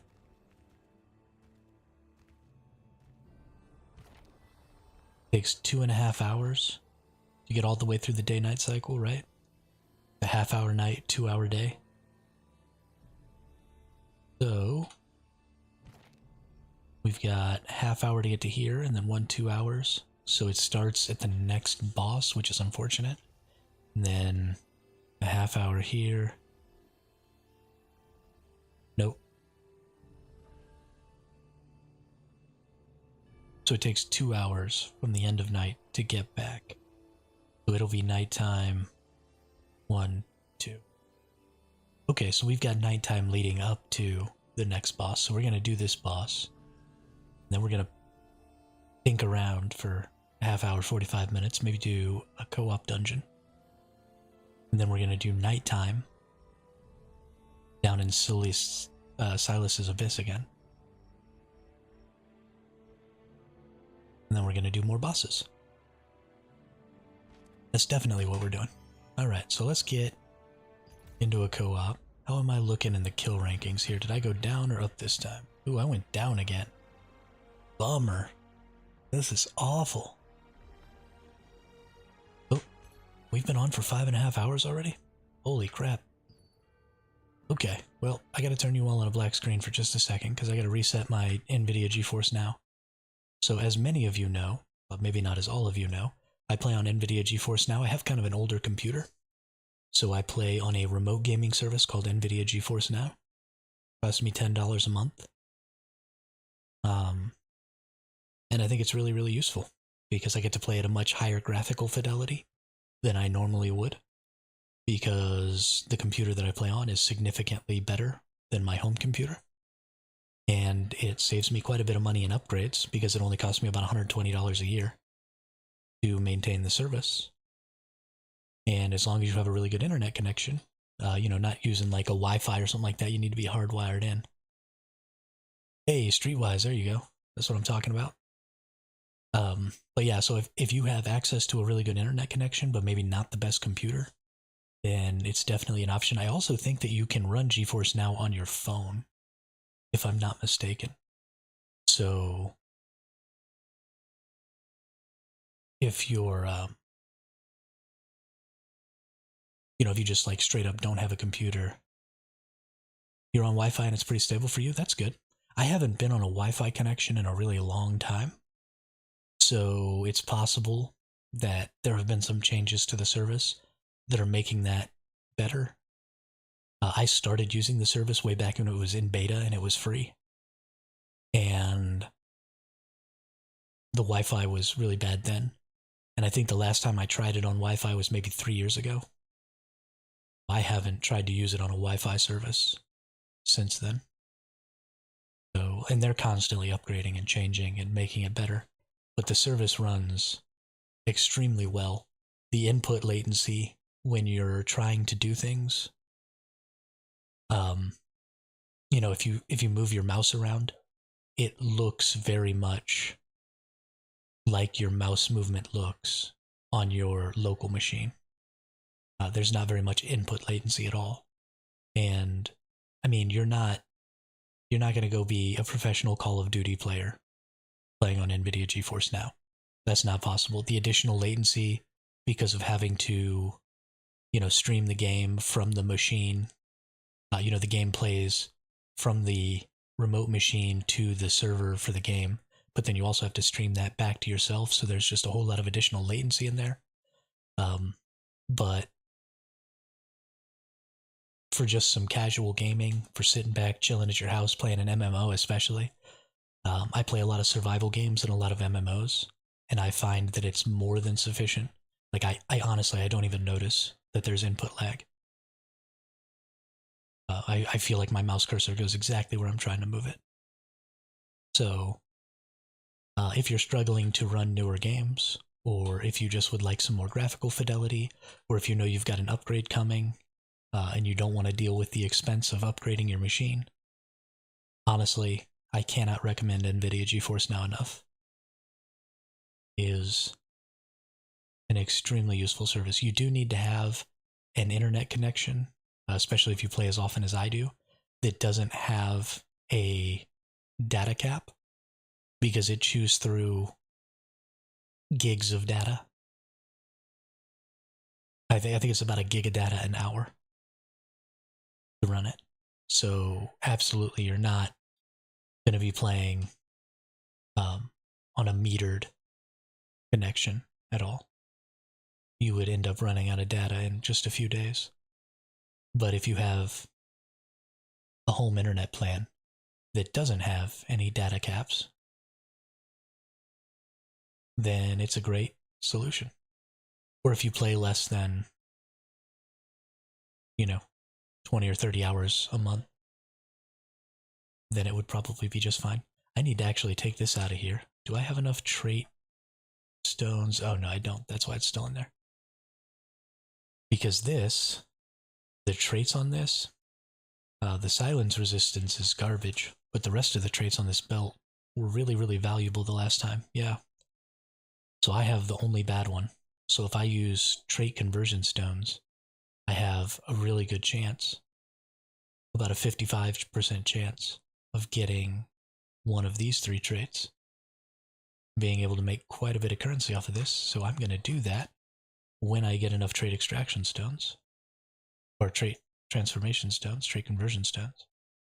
But I don't have those right now. I need 9 more. And I don't think I have anywhere that I can buy them. Can I buy them over here in the ornate shop? Because if I can, I will. No, I can't.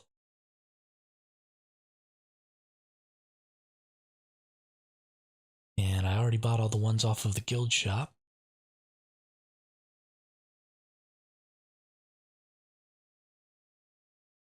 It's just awful.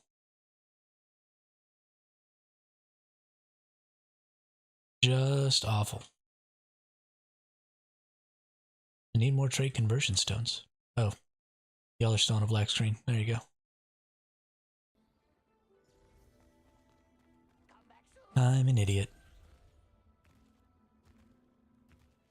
Lol.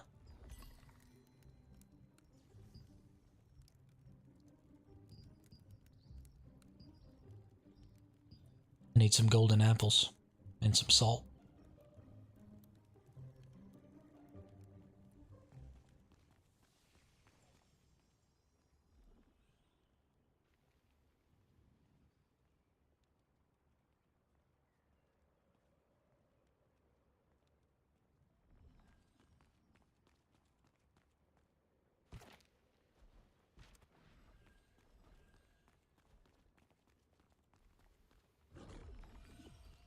Alright, let's sign up. We have time for a dungeon? I feel like we had time for a dungeon. We got 26 minutes. Probably don't have time for a dungeon. Instead, we'll use up some of these extra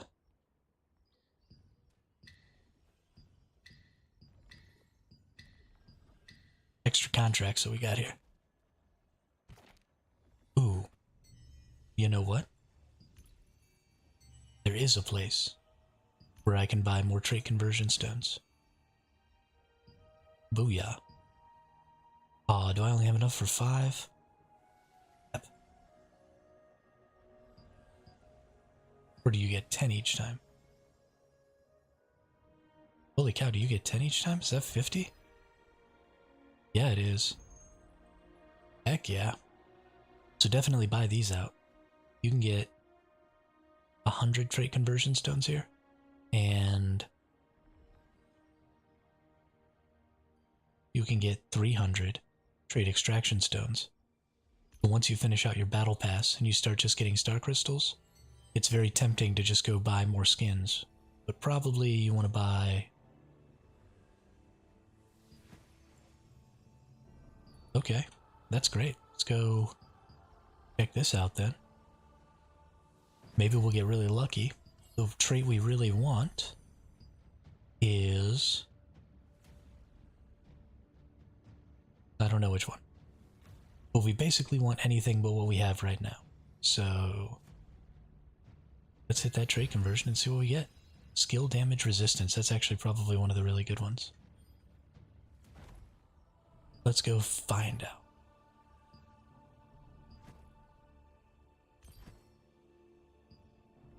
Skill damage resistance is the best one. That's what I'm talking about, ladies and gentlemen. we went from having a 39 lucent item. We spent 20 trait conversion stones. We now have a 255 lucent item that has been purchased 259 times recently. So this belt is definitely being used a lot. So we are going to sell the crap out of that and make a couple hundred lucent.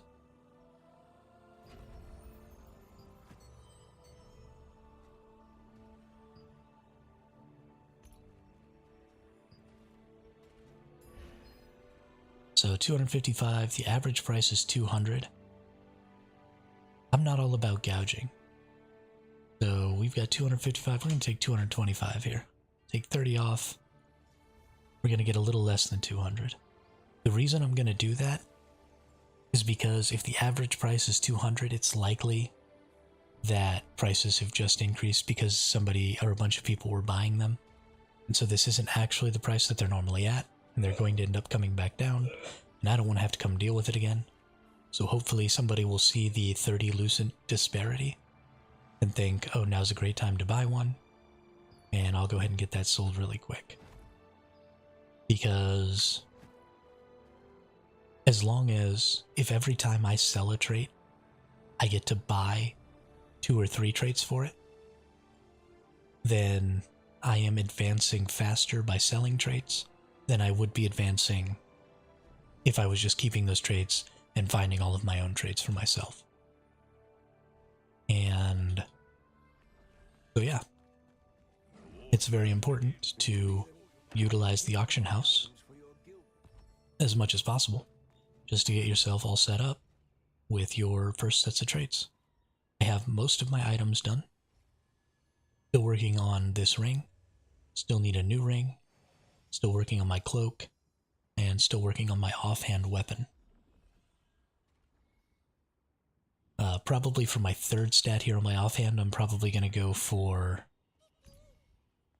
heavy hit chance.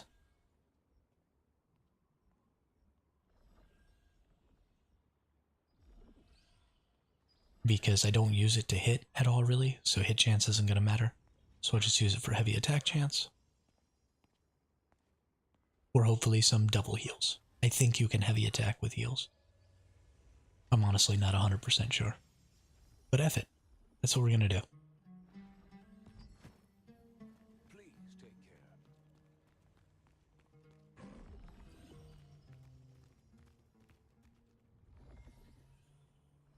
And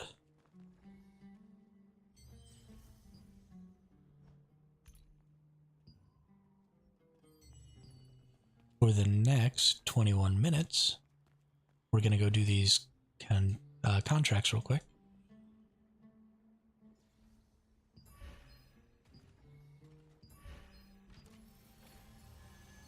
And then we'll go do bosses, and then we'll go contest bosses, which will be really fun. I love contesting the bosses. We don't ever end up actually winning, but we try. And that's all that really matters. Here's the Pure Light Tower contracts. As long as we're showing up.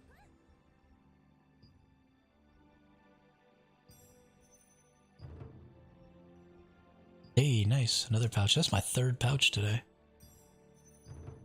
This is awesome.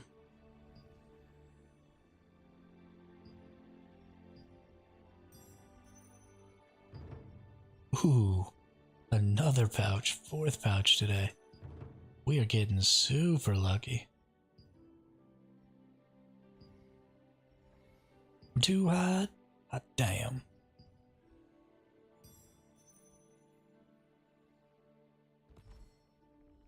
Be careful out there. But make sure to come back if you need a contract. It's the 15th of October. Holy crap.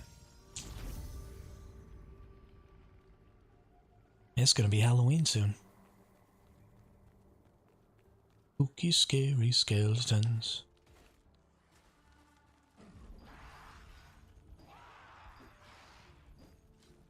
That's very exciting. I do love me some Halloween. Not that I'm actually gonna do anything for Halloween, because I won't.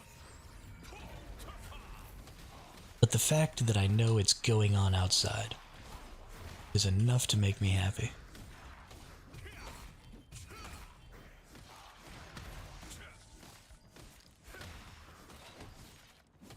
It's enough to know there's a bunch of little children running around, all dressed up in silly costumes, getting sick off of candy.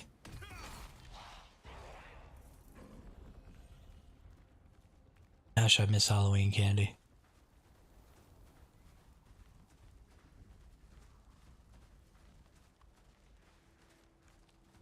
I know I'm 38, but you all think the people would be weirded out I went trick-or-treating. I feel like I deserve some candy.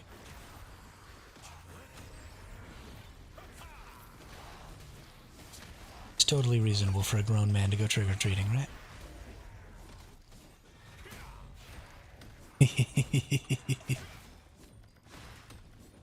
I mean, I think it's totally fine for adults to like Halloween.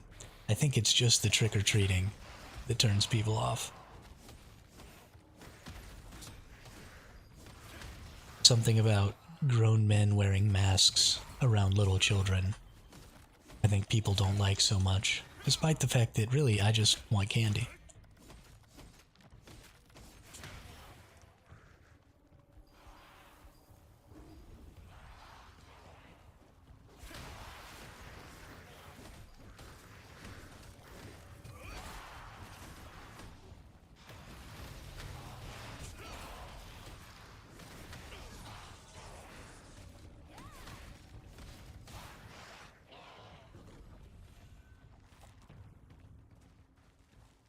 Let's see, which ones did I pick? First, let's stretch this back out here. Soldiers, knights, activate the sensor. Okay. Let's go ahead and activate the sensor.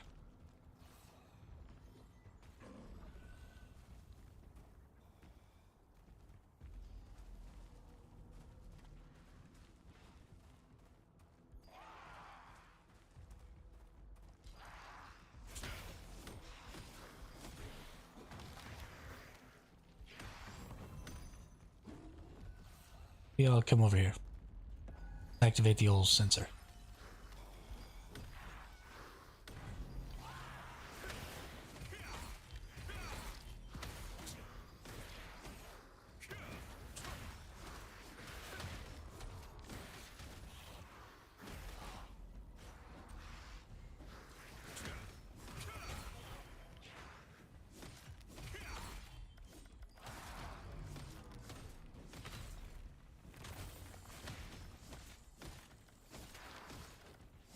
Hey, come back over here.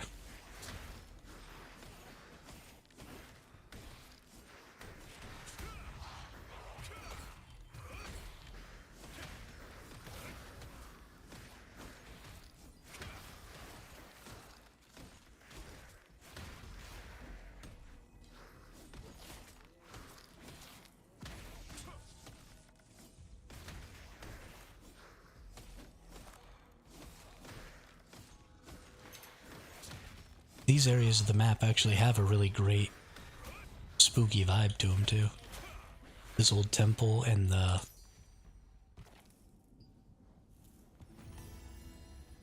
ruins of terrain, both very good spooky vibes. Alright, where's our next? Galu Knight, Galu Soldier, Galu Knight. Alright, well there's a bunch of knights and soldiers right in here. We're just gonna stick right in this little spot right here.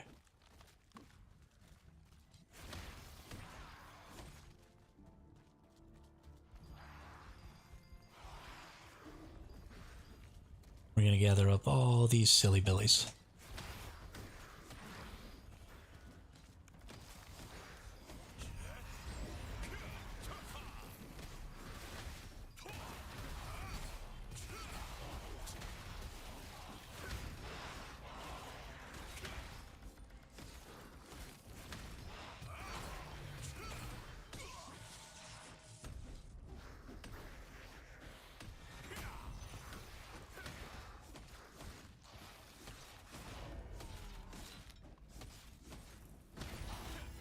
Ammo.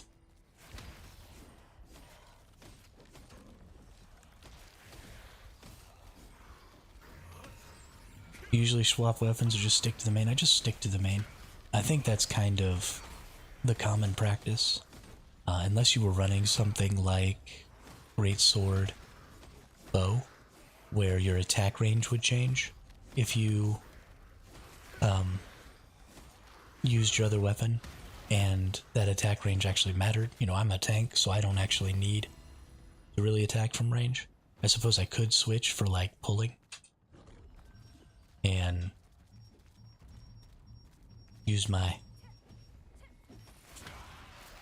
range to try and, like, pull enemies. And that would work. In fact, that would probably work really well. But because I have block chance with my sword and shield, and you can't get that block chance if you don't have the sword and shield out, it's just better, I think, to keep the sword and shield out because I'm always in melee range. Because you automatically switch weapons when you activate a skill of that other weapon. And then you switch immediately back, so you just temporarily pull out the other weapon when you use a skill with it. So that all of your stats are associated with the weapon that the skill is actually used with, instead of, you know, with whatever weapon you happen to have out, so you can't do any tricky stuff.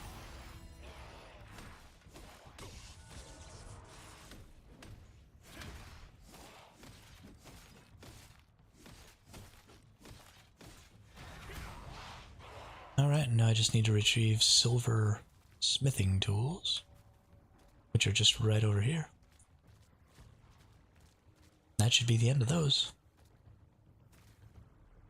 Then we have just 12 minutes left until the boss time.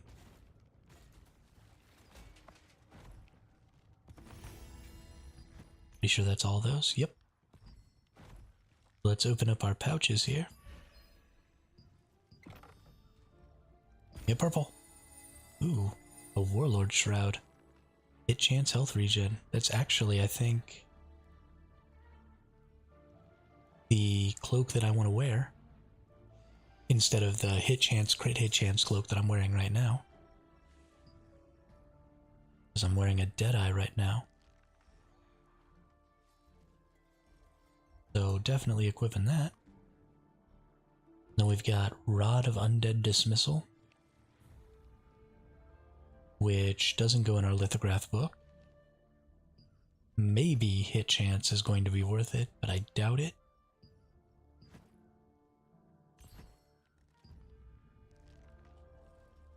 $44.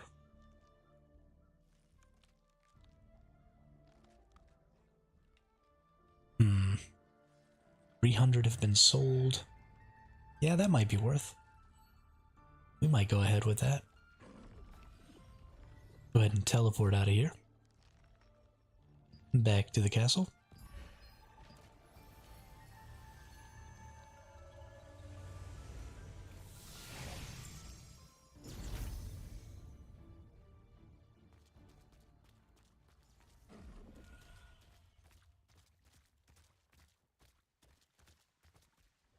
And let's go ahead and extract this.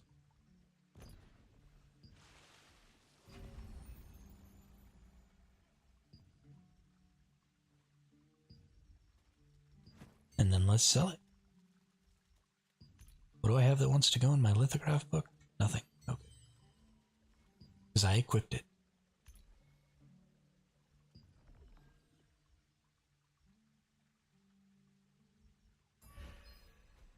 Lowest is 44. Let's take it down to 40. That's fine.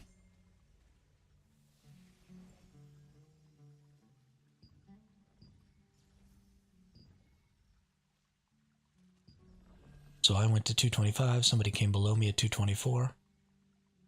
That's acceptable.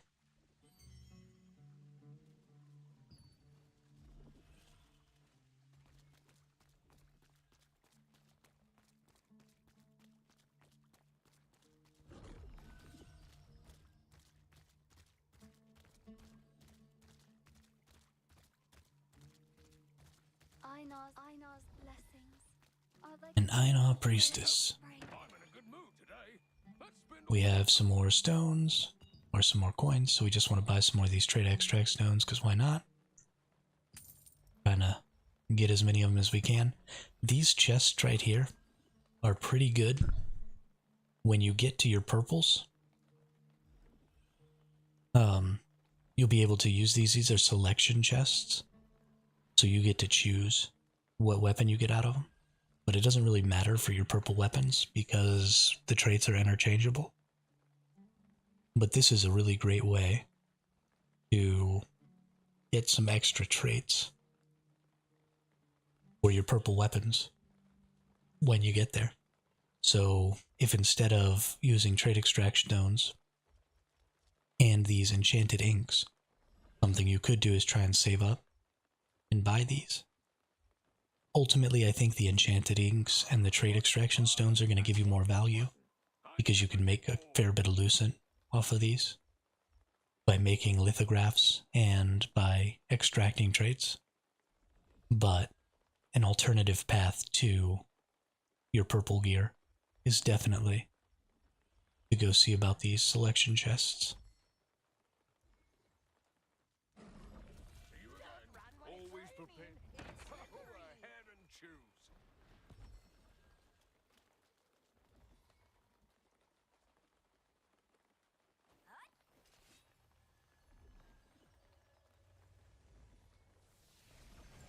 Goodbye.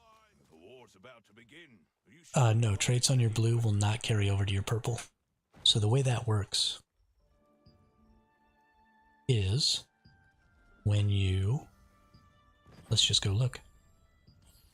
When you feed a blue into a purple, we already know that you're going to get +6 on your purple.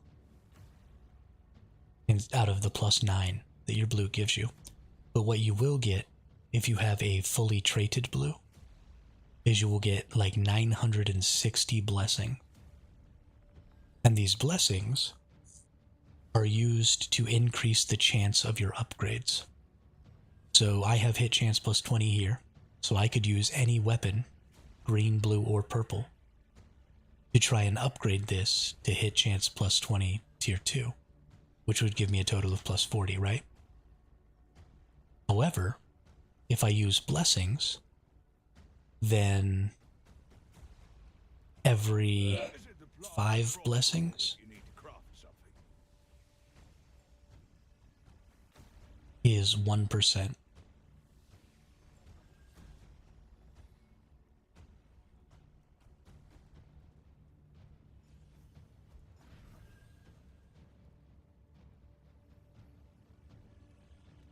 Yes, the transfer only carries over the level.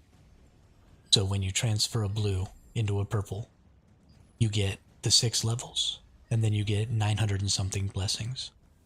So when you go to upgrade a purple using a blue, then it only has a 10% chance to succeed. But you can use 450 blessings to increase that chance to 100%.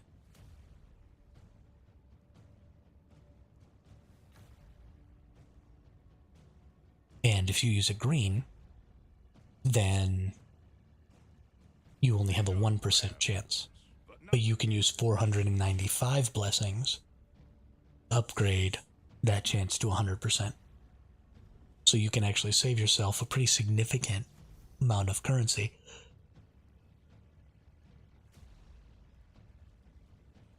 On upgrading your purple for your traits by using a fully traded blue as your food to get those blessings.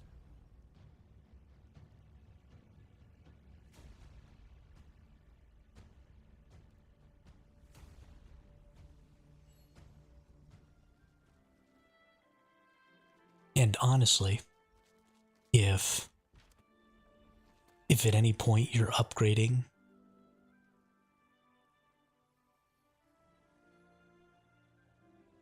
yeah, absolutely. You should definitely do your blue gear first.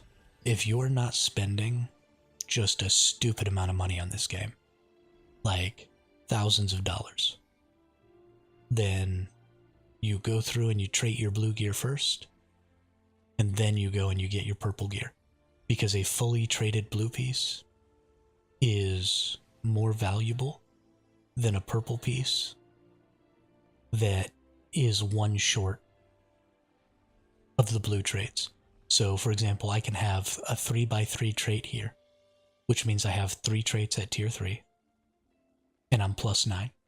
So if I had a purple that was plus 9 and was, say, 2x3 for traits, and then had one trait that only had 2 tiers on it, I would still use this blue over that purple, because I have that extra trait. Now, the purple is probably still slightly better, but it has to get almost all the way up to the same tier of traits to be better than your fully traded, fully leveled blue. Now, your purple can go all the way to tier 4, where your blue can only go to tier 3. And the base stats of your purple, right, its base damage and its base armors are higher, but its traits are the same until they get beyond that tier 3. What breaks my heart is the bad open world drop rate. It is pretty rough, but thankfully all of the open world stuff has a pity system. So while you're not necessarily getting good drops from world bosses and stuff like that, you still get your pity system from your world events and your world bosses, where you get these right here. This specifically comes from higher tier world events.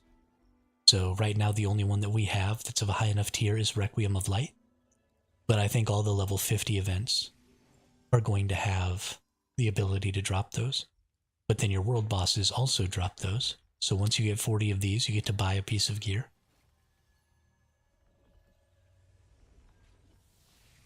So there's just tons of different pity systems. You know, you've got your Abyss currency so that you can buy a piece of gear from the Abyss dungeons. You've got your Dimension shards from the co-op dungeons. There are tons of pity systems. So as long as you're consistently doing all of your content every day and using up all of your tokens, I still need to do my 3 dungeon runs today, which I'll probably just do after stream. But as long as you're doing all of these things, then you're earning all of these tokens, all of these currencies, so that you can then engage that pity system and earn your purples that way. And it's a long slog. The point of the abysmal drop rates is to make you want to spend money.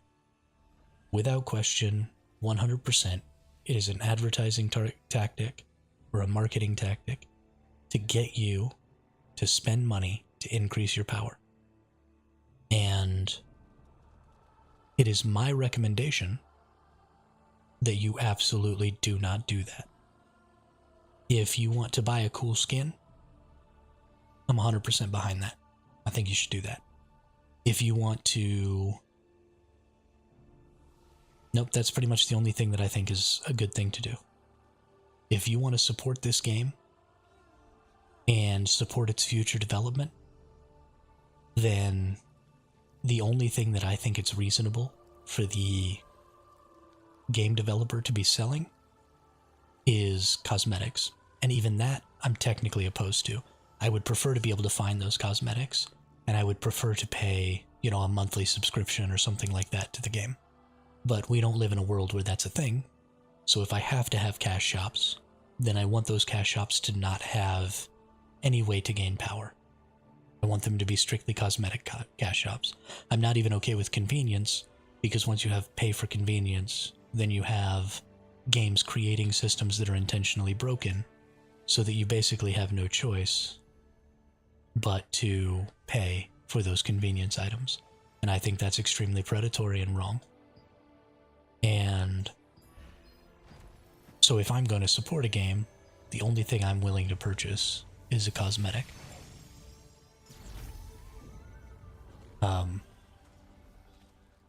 Now, obviously, I don't expect that everybody agrees with me, and it's your money and you should do whatever the heck you want with it.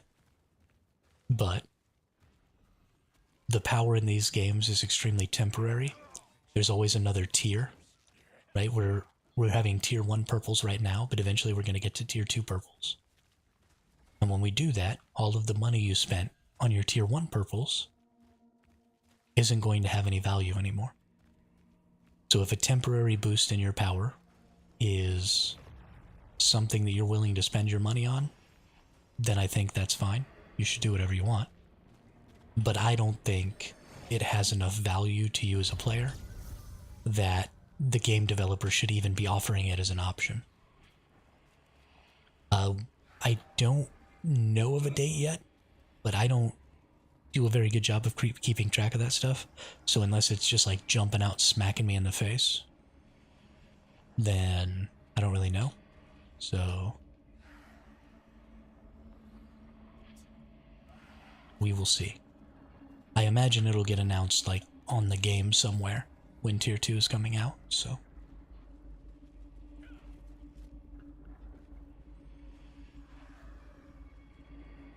But yeah, I mean, that's just straight up a marketing tactic. They're just trying to get you to spend money.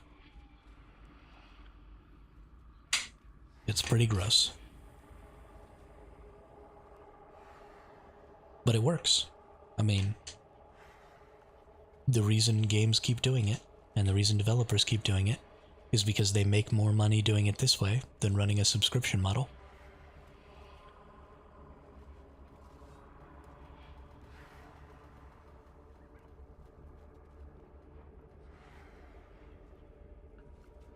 I mean, even if you don't get all your purples done by the time you reach Tier 2, it's fine. You just work through your Tier 1 purples, and then you start working on your Tier 2 purples. Tier 1 or Tier 2 had already come out in Korea by the time the game launched here in the US, which means we're probably going to be on an accelerated timeline through that tier like we were in Lost Ark when it came over here. However, in the future, Korea is going to get Tier 3s after we're already at Tier 2 and after we've already sort of caught up to them. So honestly, we may normalize and we may just start getting content at the same time as Korea. But at some point, we're going to be at all the content, and then when new content comes out, it's going to be on that same extended schedule. And so we're not going to be moving more quickly through the content than Korea is. And so you'll end up eventually catching up. Even if it's not at Tier 2, it'll be at Tier 3. If it's not at Tier 3, it'll be at Tier 4. Or maybe you quit playing the game and it's never. That's fine too. But there's always going to be another tier. So you're always going to have a little time to catch up. And every tier, if you get a little closer, then eventually you'll be at the top. And you'll be good to go. Yeah. Yeah, it'll slow down eventually, and then you won't have a problem. And I think it's an unfortunate way that the game is set up, because especially more casual players who are trying to jump in right off the bat here, they're going to find themselves feeling even less powerful than they will maybe a year or two from now when, you know, they've caught up more and now they're only a single tier behind instead of maybe 2 tiers behind. And so it's kind of unfortunate that you have to feel the least powerful at the beginning, because that's going to turn a lot of people off and maybe send a lot of people away from the game. But it is extraordinarily difficult to balance casual and hardcore players, because if this game only proceeded at a pace where a person who plays, you know, just a couple hours a day can keep up, then I would be bored out of my mind right now. Because I have played over 100 hours in 11 days. I'm playing, 8 to 12 hours a day. And so if the average person plays 2 hours a day, and, I'm relegated to that pace of growth, then there has to be a whole lot of horizontal content at every tier of play in order for me to be able to continue to play the game. And I'm fine with that. I don't necessarily need to be making progress. If the game had horizontal content that could keep me engaged for 12 hours a day while only requiring a person to play 2 hours a day, that's totally acceptable to me. But I have to be able to be exploring something new. And I think that's kind of the difficult issue, is if I'm not growing in power, then I want to be exploring. And it doesn't have to be exploring an area. It can be exploring a mechanic. It can be exploring a boss. It can be, you know, there's all kinds of different types of exploration that I'm more than happy to engage in. But it can't be me doing the same content over and over and over again and not gaining anything from it. You know what I mean?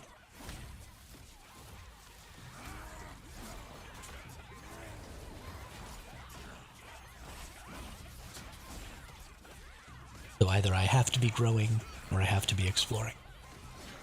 Both of those things are acceptable. And it's also fine, you know, we talk about, and as gamers, we tend to be fairly obsessive. And so when we find a game that we like, we tend to want to be playing it all the time.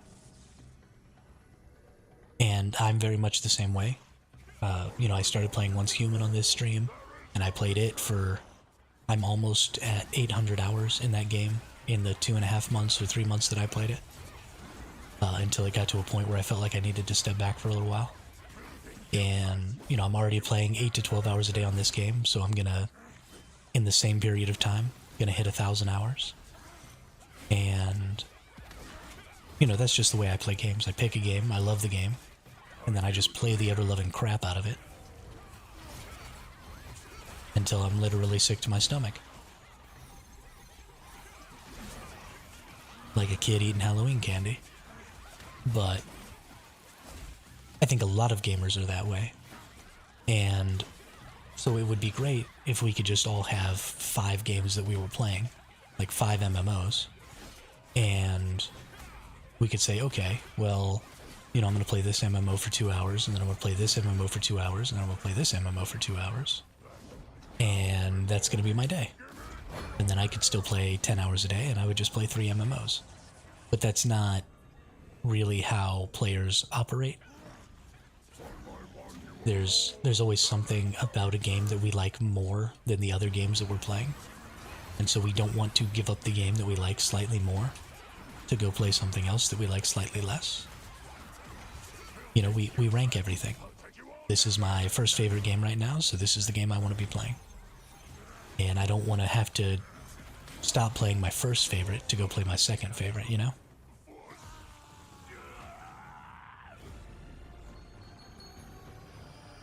Hey, still got nothing. But somebody got Shock Commander Savatons. It was not me. And it was not anybody in my guild. Which is unfortunate.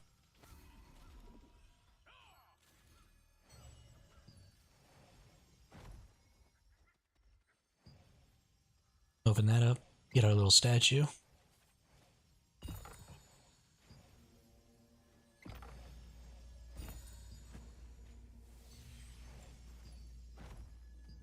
Alright, time to go. Going to Excavator.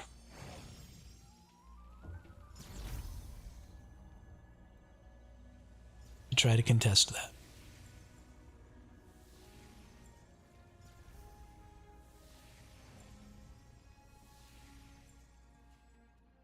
Should be right here.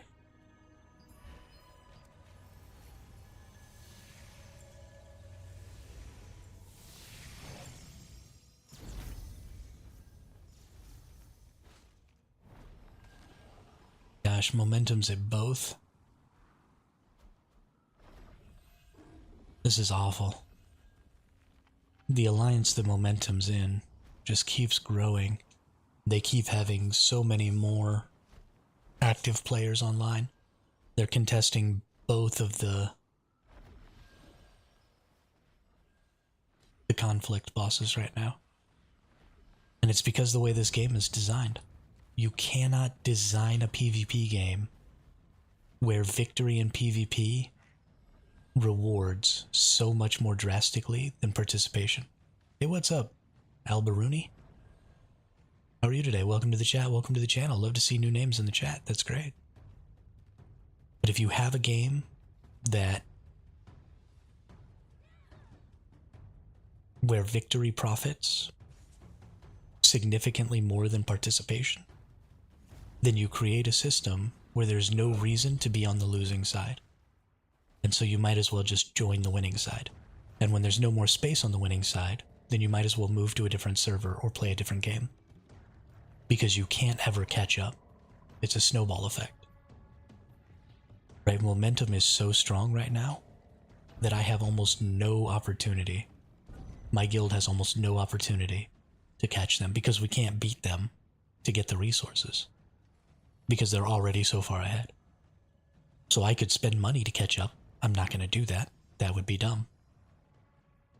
And it would require everybody here, right? Everybody in my alliance would have to spend a couple $100 to catch up to momentum.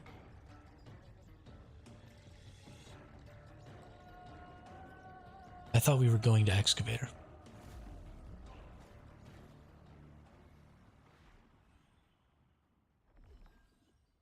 Going Malachar, it seems. Okay. Going Malachar. Is Malachar even... Yes, it is.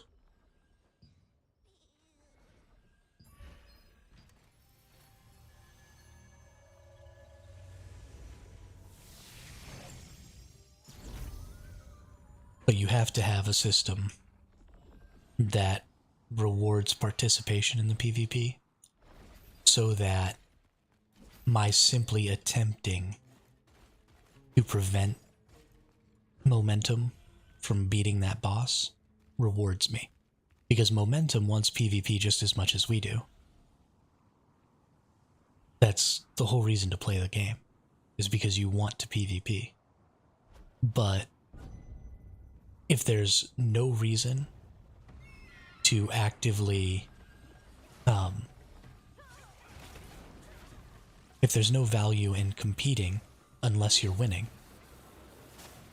then the only viable option is to join the winning side, not compete against the winning side. So the winning side never has anybody to fight against, because everybody is just trying to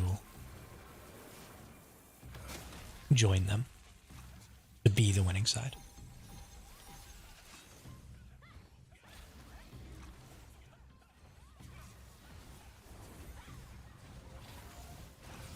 Our allies don't understand how the mechanic works.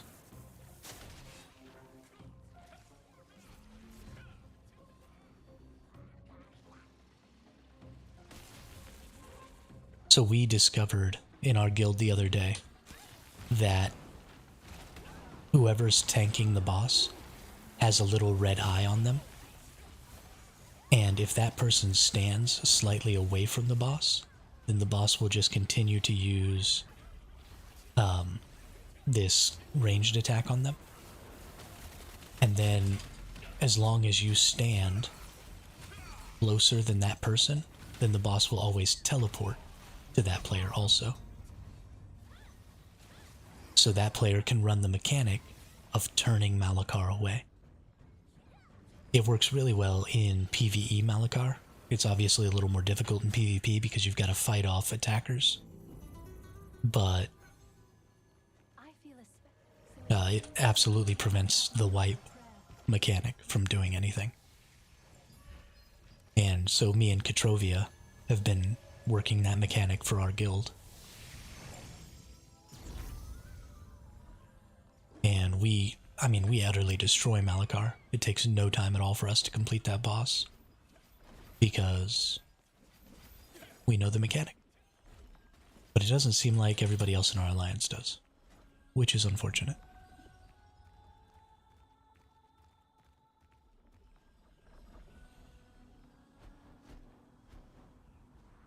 But a single sword shield wand tank can tank Malachar and heal Malachar all by themselves. Look at all of these people from their guild still up here, and they've got so many down there. So they're just holding these people in reserve for when these people wipe, and then sending them in there to keep us from being able to try and take over.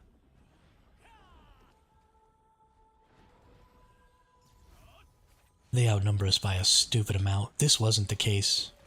Like, even yesterday, I felt like we were at least kind of competing. But things are just getting worse.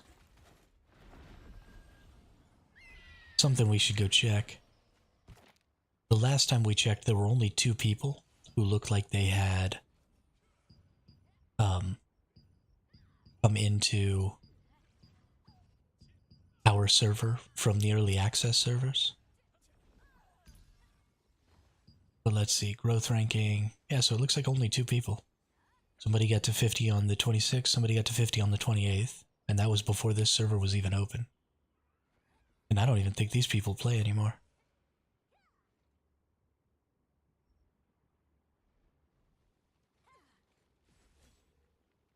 So this is just people who joined this server. But I don't know. I don't know how they keep seeming to get further and further ahead of us. I don't know if they're just spending a lot or what's going on.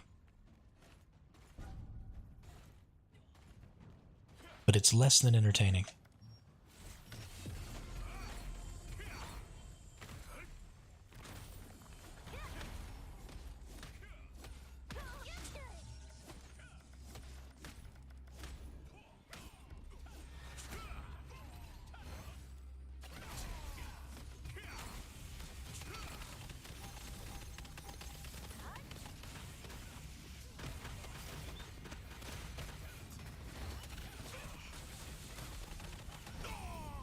Lol. That took a whole lot of fools. That was pretty funny.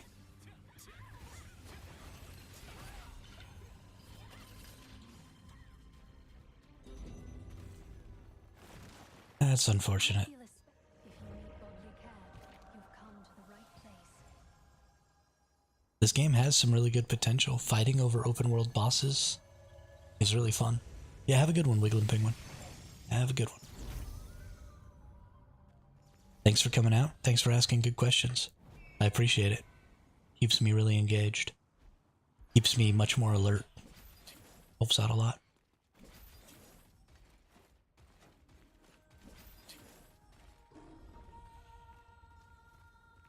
But, I mean, this game has incredible potential. PvPing over world bosses, super fun. PvPing over those rift stones and boon stones, super fun. Those PvPs are fairly even. I don't feel too much like we're overpowered because of numbers there. We are overpowered because of power there, which they have more power than us because they have more numbers than us, and they do things like this, where they get to have all of the conflict bosses, which is unfortunate.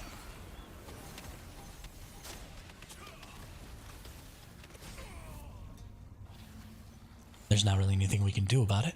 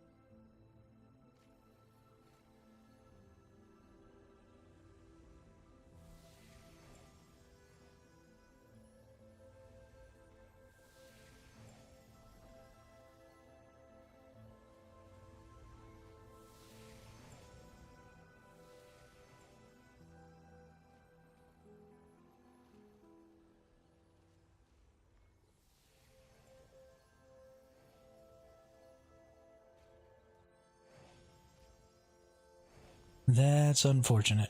Well, doesn't look like fighting Malachar is going to have any positive impact.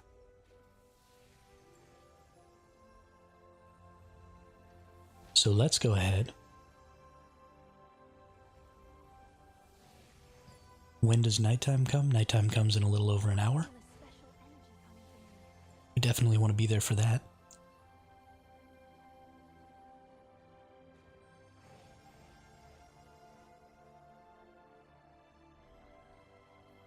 So, we are going to do a co-op dungeon.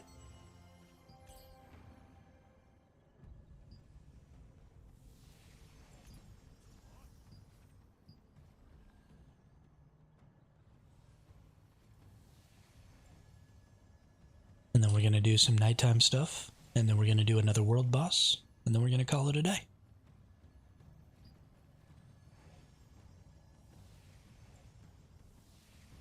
I'm actually going to cancel this matchmaking, though. I need to go use the restroom real quick. And then we'll start it up again.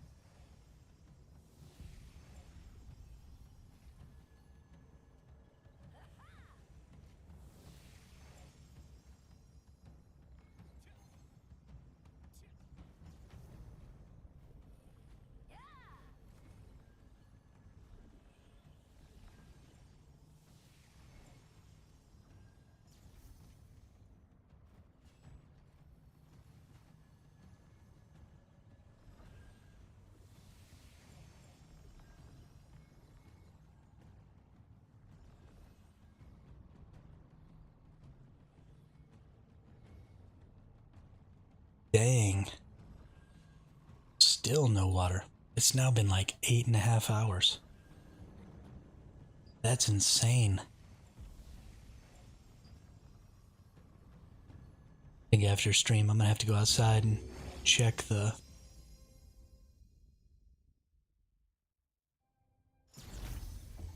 whatever thing out in front of the house.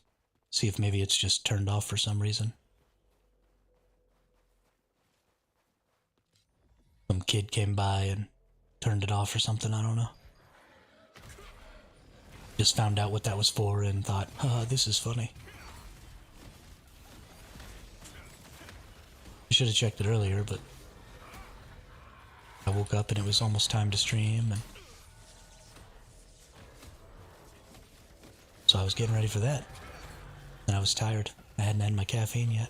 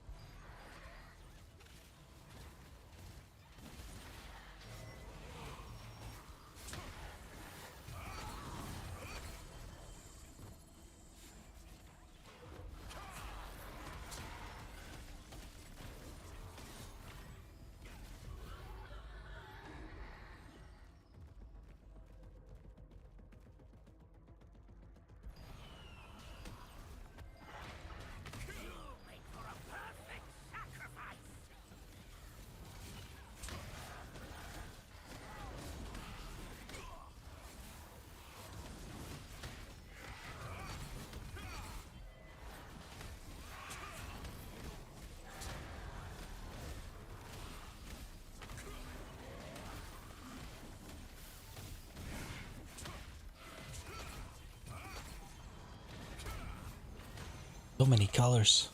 It's almost impossible to keep up with what's going on here.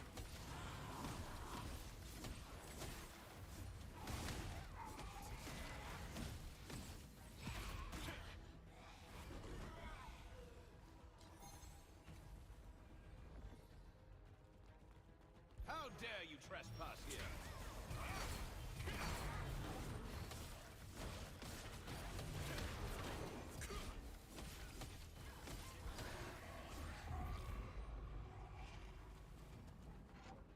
lot of crazy things happening on my screen. This team is going to destroy this boss, though.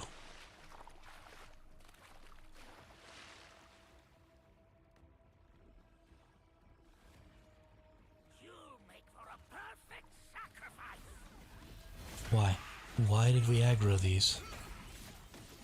It's completely unnecessary. Why does everybody insist on doing unnecessary things? I do not understand.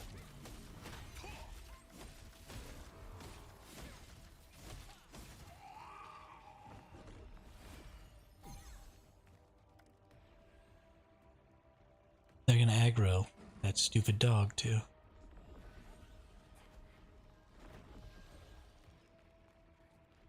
And then I'm gonna have to get angry. You make for a perfect sacrifice. They won't like me when I'm angry.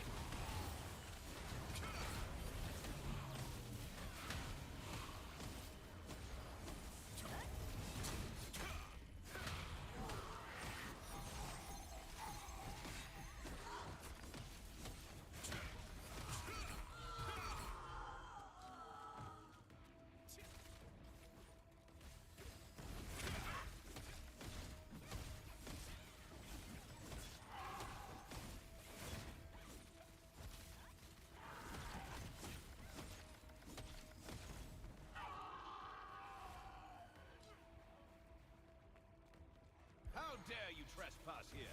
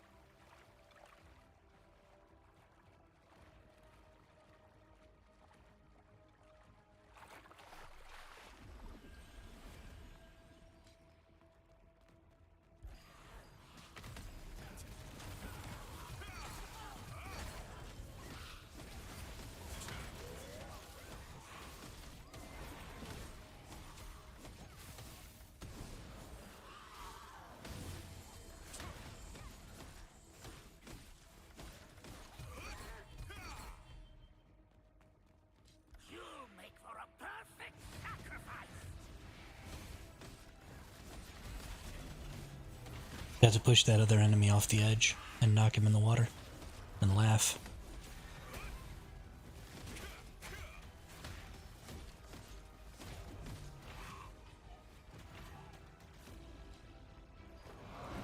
I could have pushed that enemy in the water too.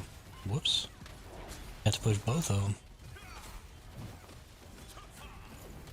I'm such a bad tank.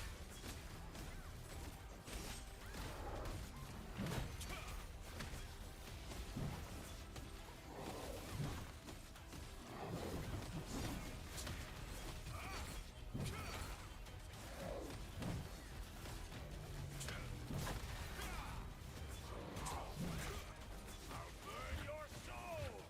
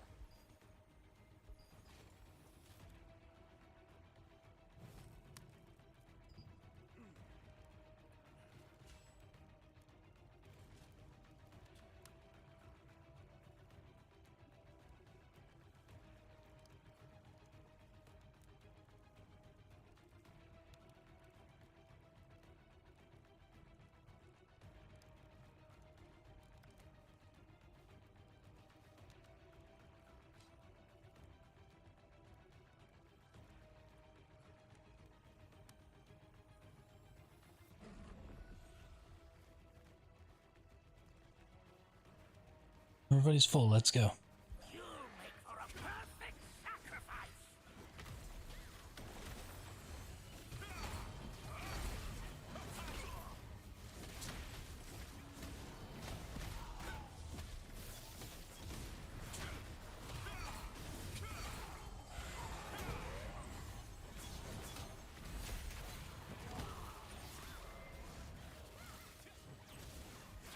Can I please select the enemy? That'd be great. Thank you.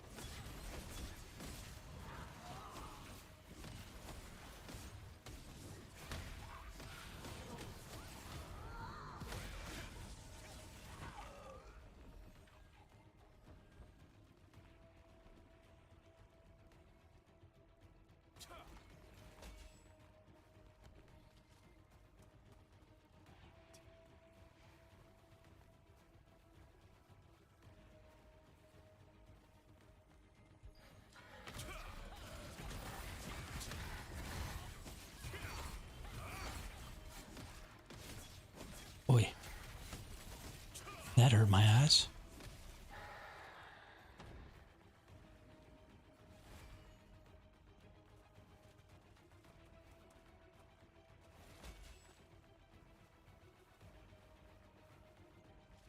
How dare you trespass here?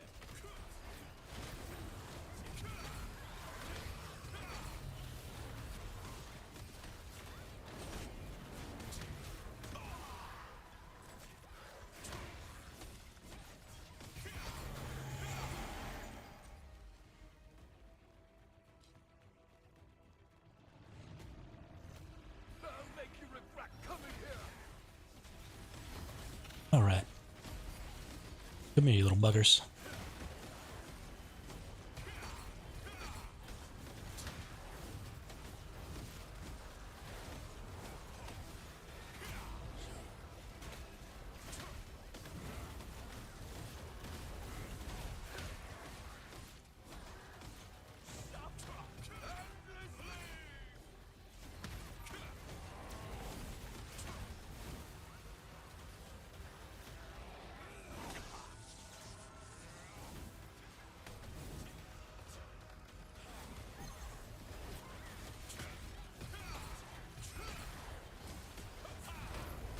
I can't die like this. All right, last boss. Here we go.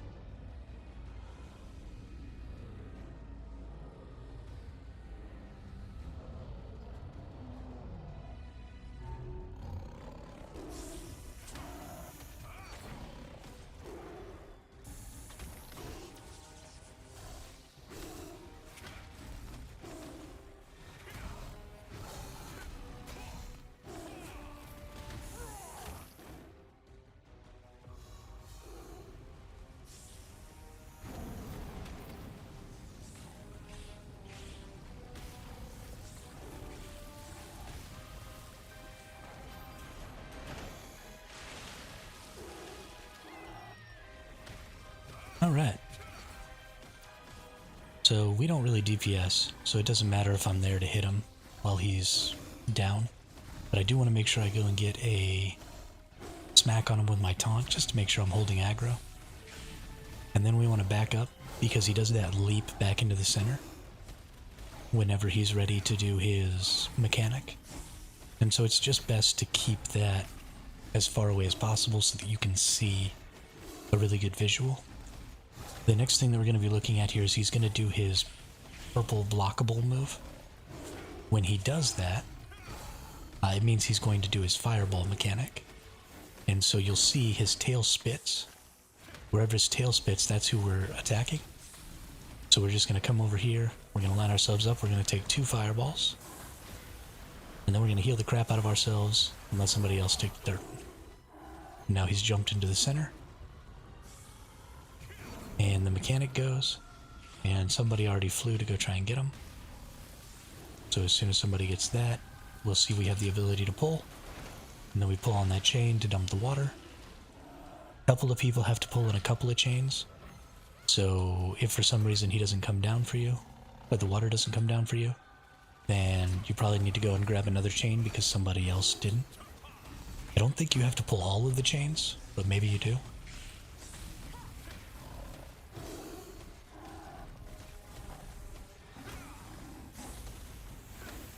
And yeah. So he spit that. Where did he spit that at? There's the person. You gotta get further away than me, than that dude.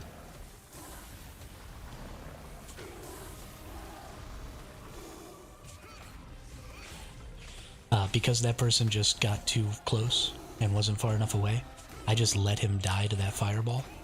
Because automatically the boss will come back to me because I'm the person with its aggro as soon as they die. But if I stand there and take that fireball, then both of us take the fireball damage. And if that happens, then both of us will end up dying. Because I'll end up having to take all 3 of them. Because that person will die, and then it'll switch to me. And nobody will be able to save me. And if I die, everybody dies. Because you gotta have somebody to tank fireballs. Maybe the healer could do it, but likely that's not the case. But we should be good. We're gonna get this down anyway.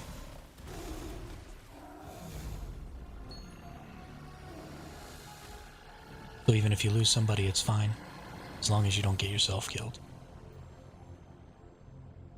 Got some blue shoes there. That's nice.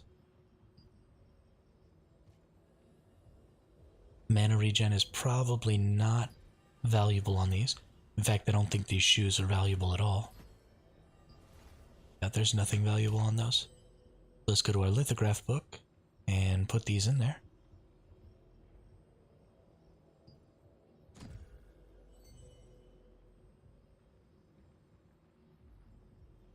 Ooh, and our auction house says that we have some Solent waiting, or some Lucent waiting. Nice.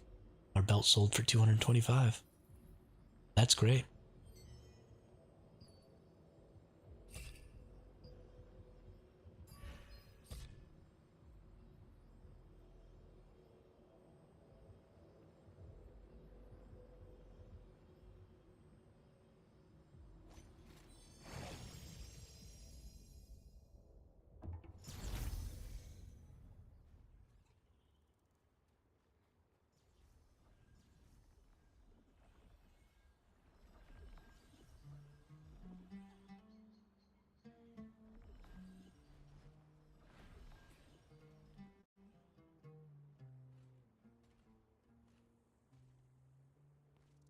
I feel a special energy coming from you.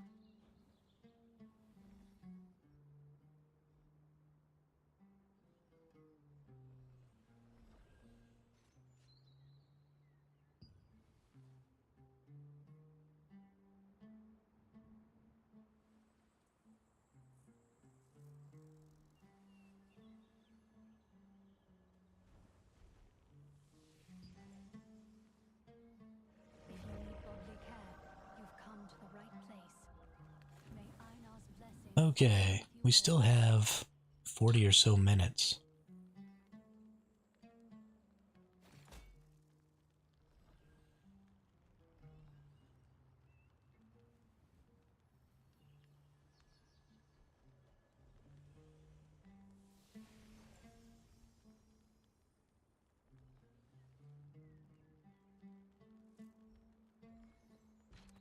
So...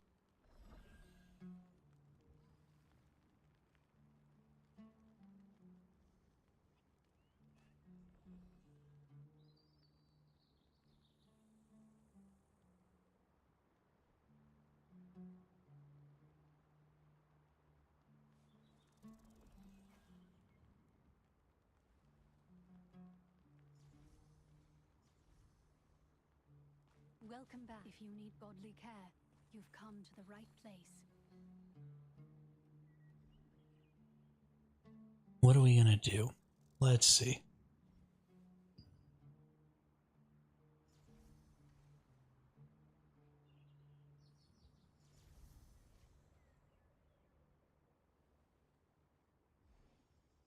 The world bosses spawn in about an hour and 20. We got 50 minutes to kill until nighttime comes again.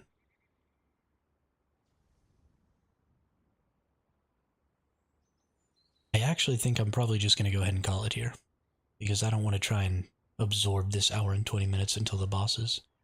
So I'll probably just lock on later and do the bosses.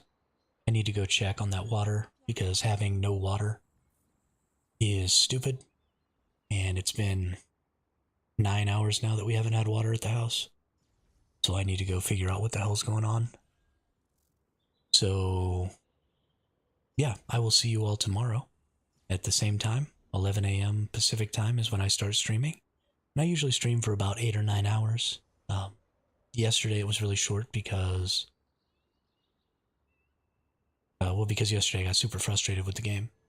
Today we're cutting things just a little bit short because I've got stuff going on at the house and I need to look at. And hopefully tomorrow, nothing more crazy happens. We can just go ahead and get a whole stream in. And then the day after tomorrow, the new scenario for Once Human should be coming out. So we'll be playing that. Right now I'm playing on the Immortality server on NA East. I am in the Quantum Entangle Guild.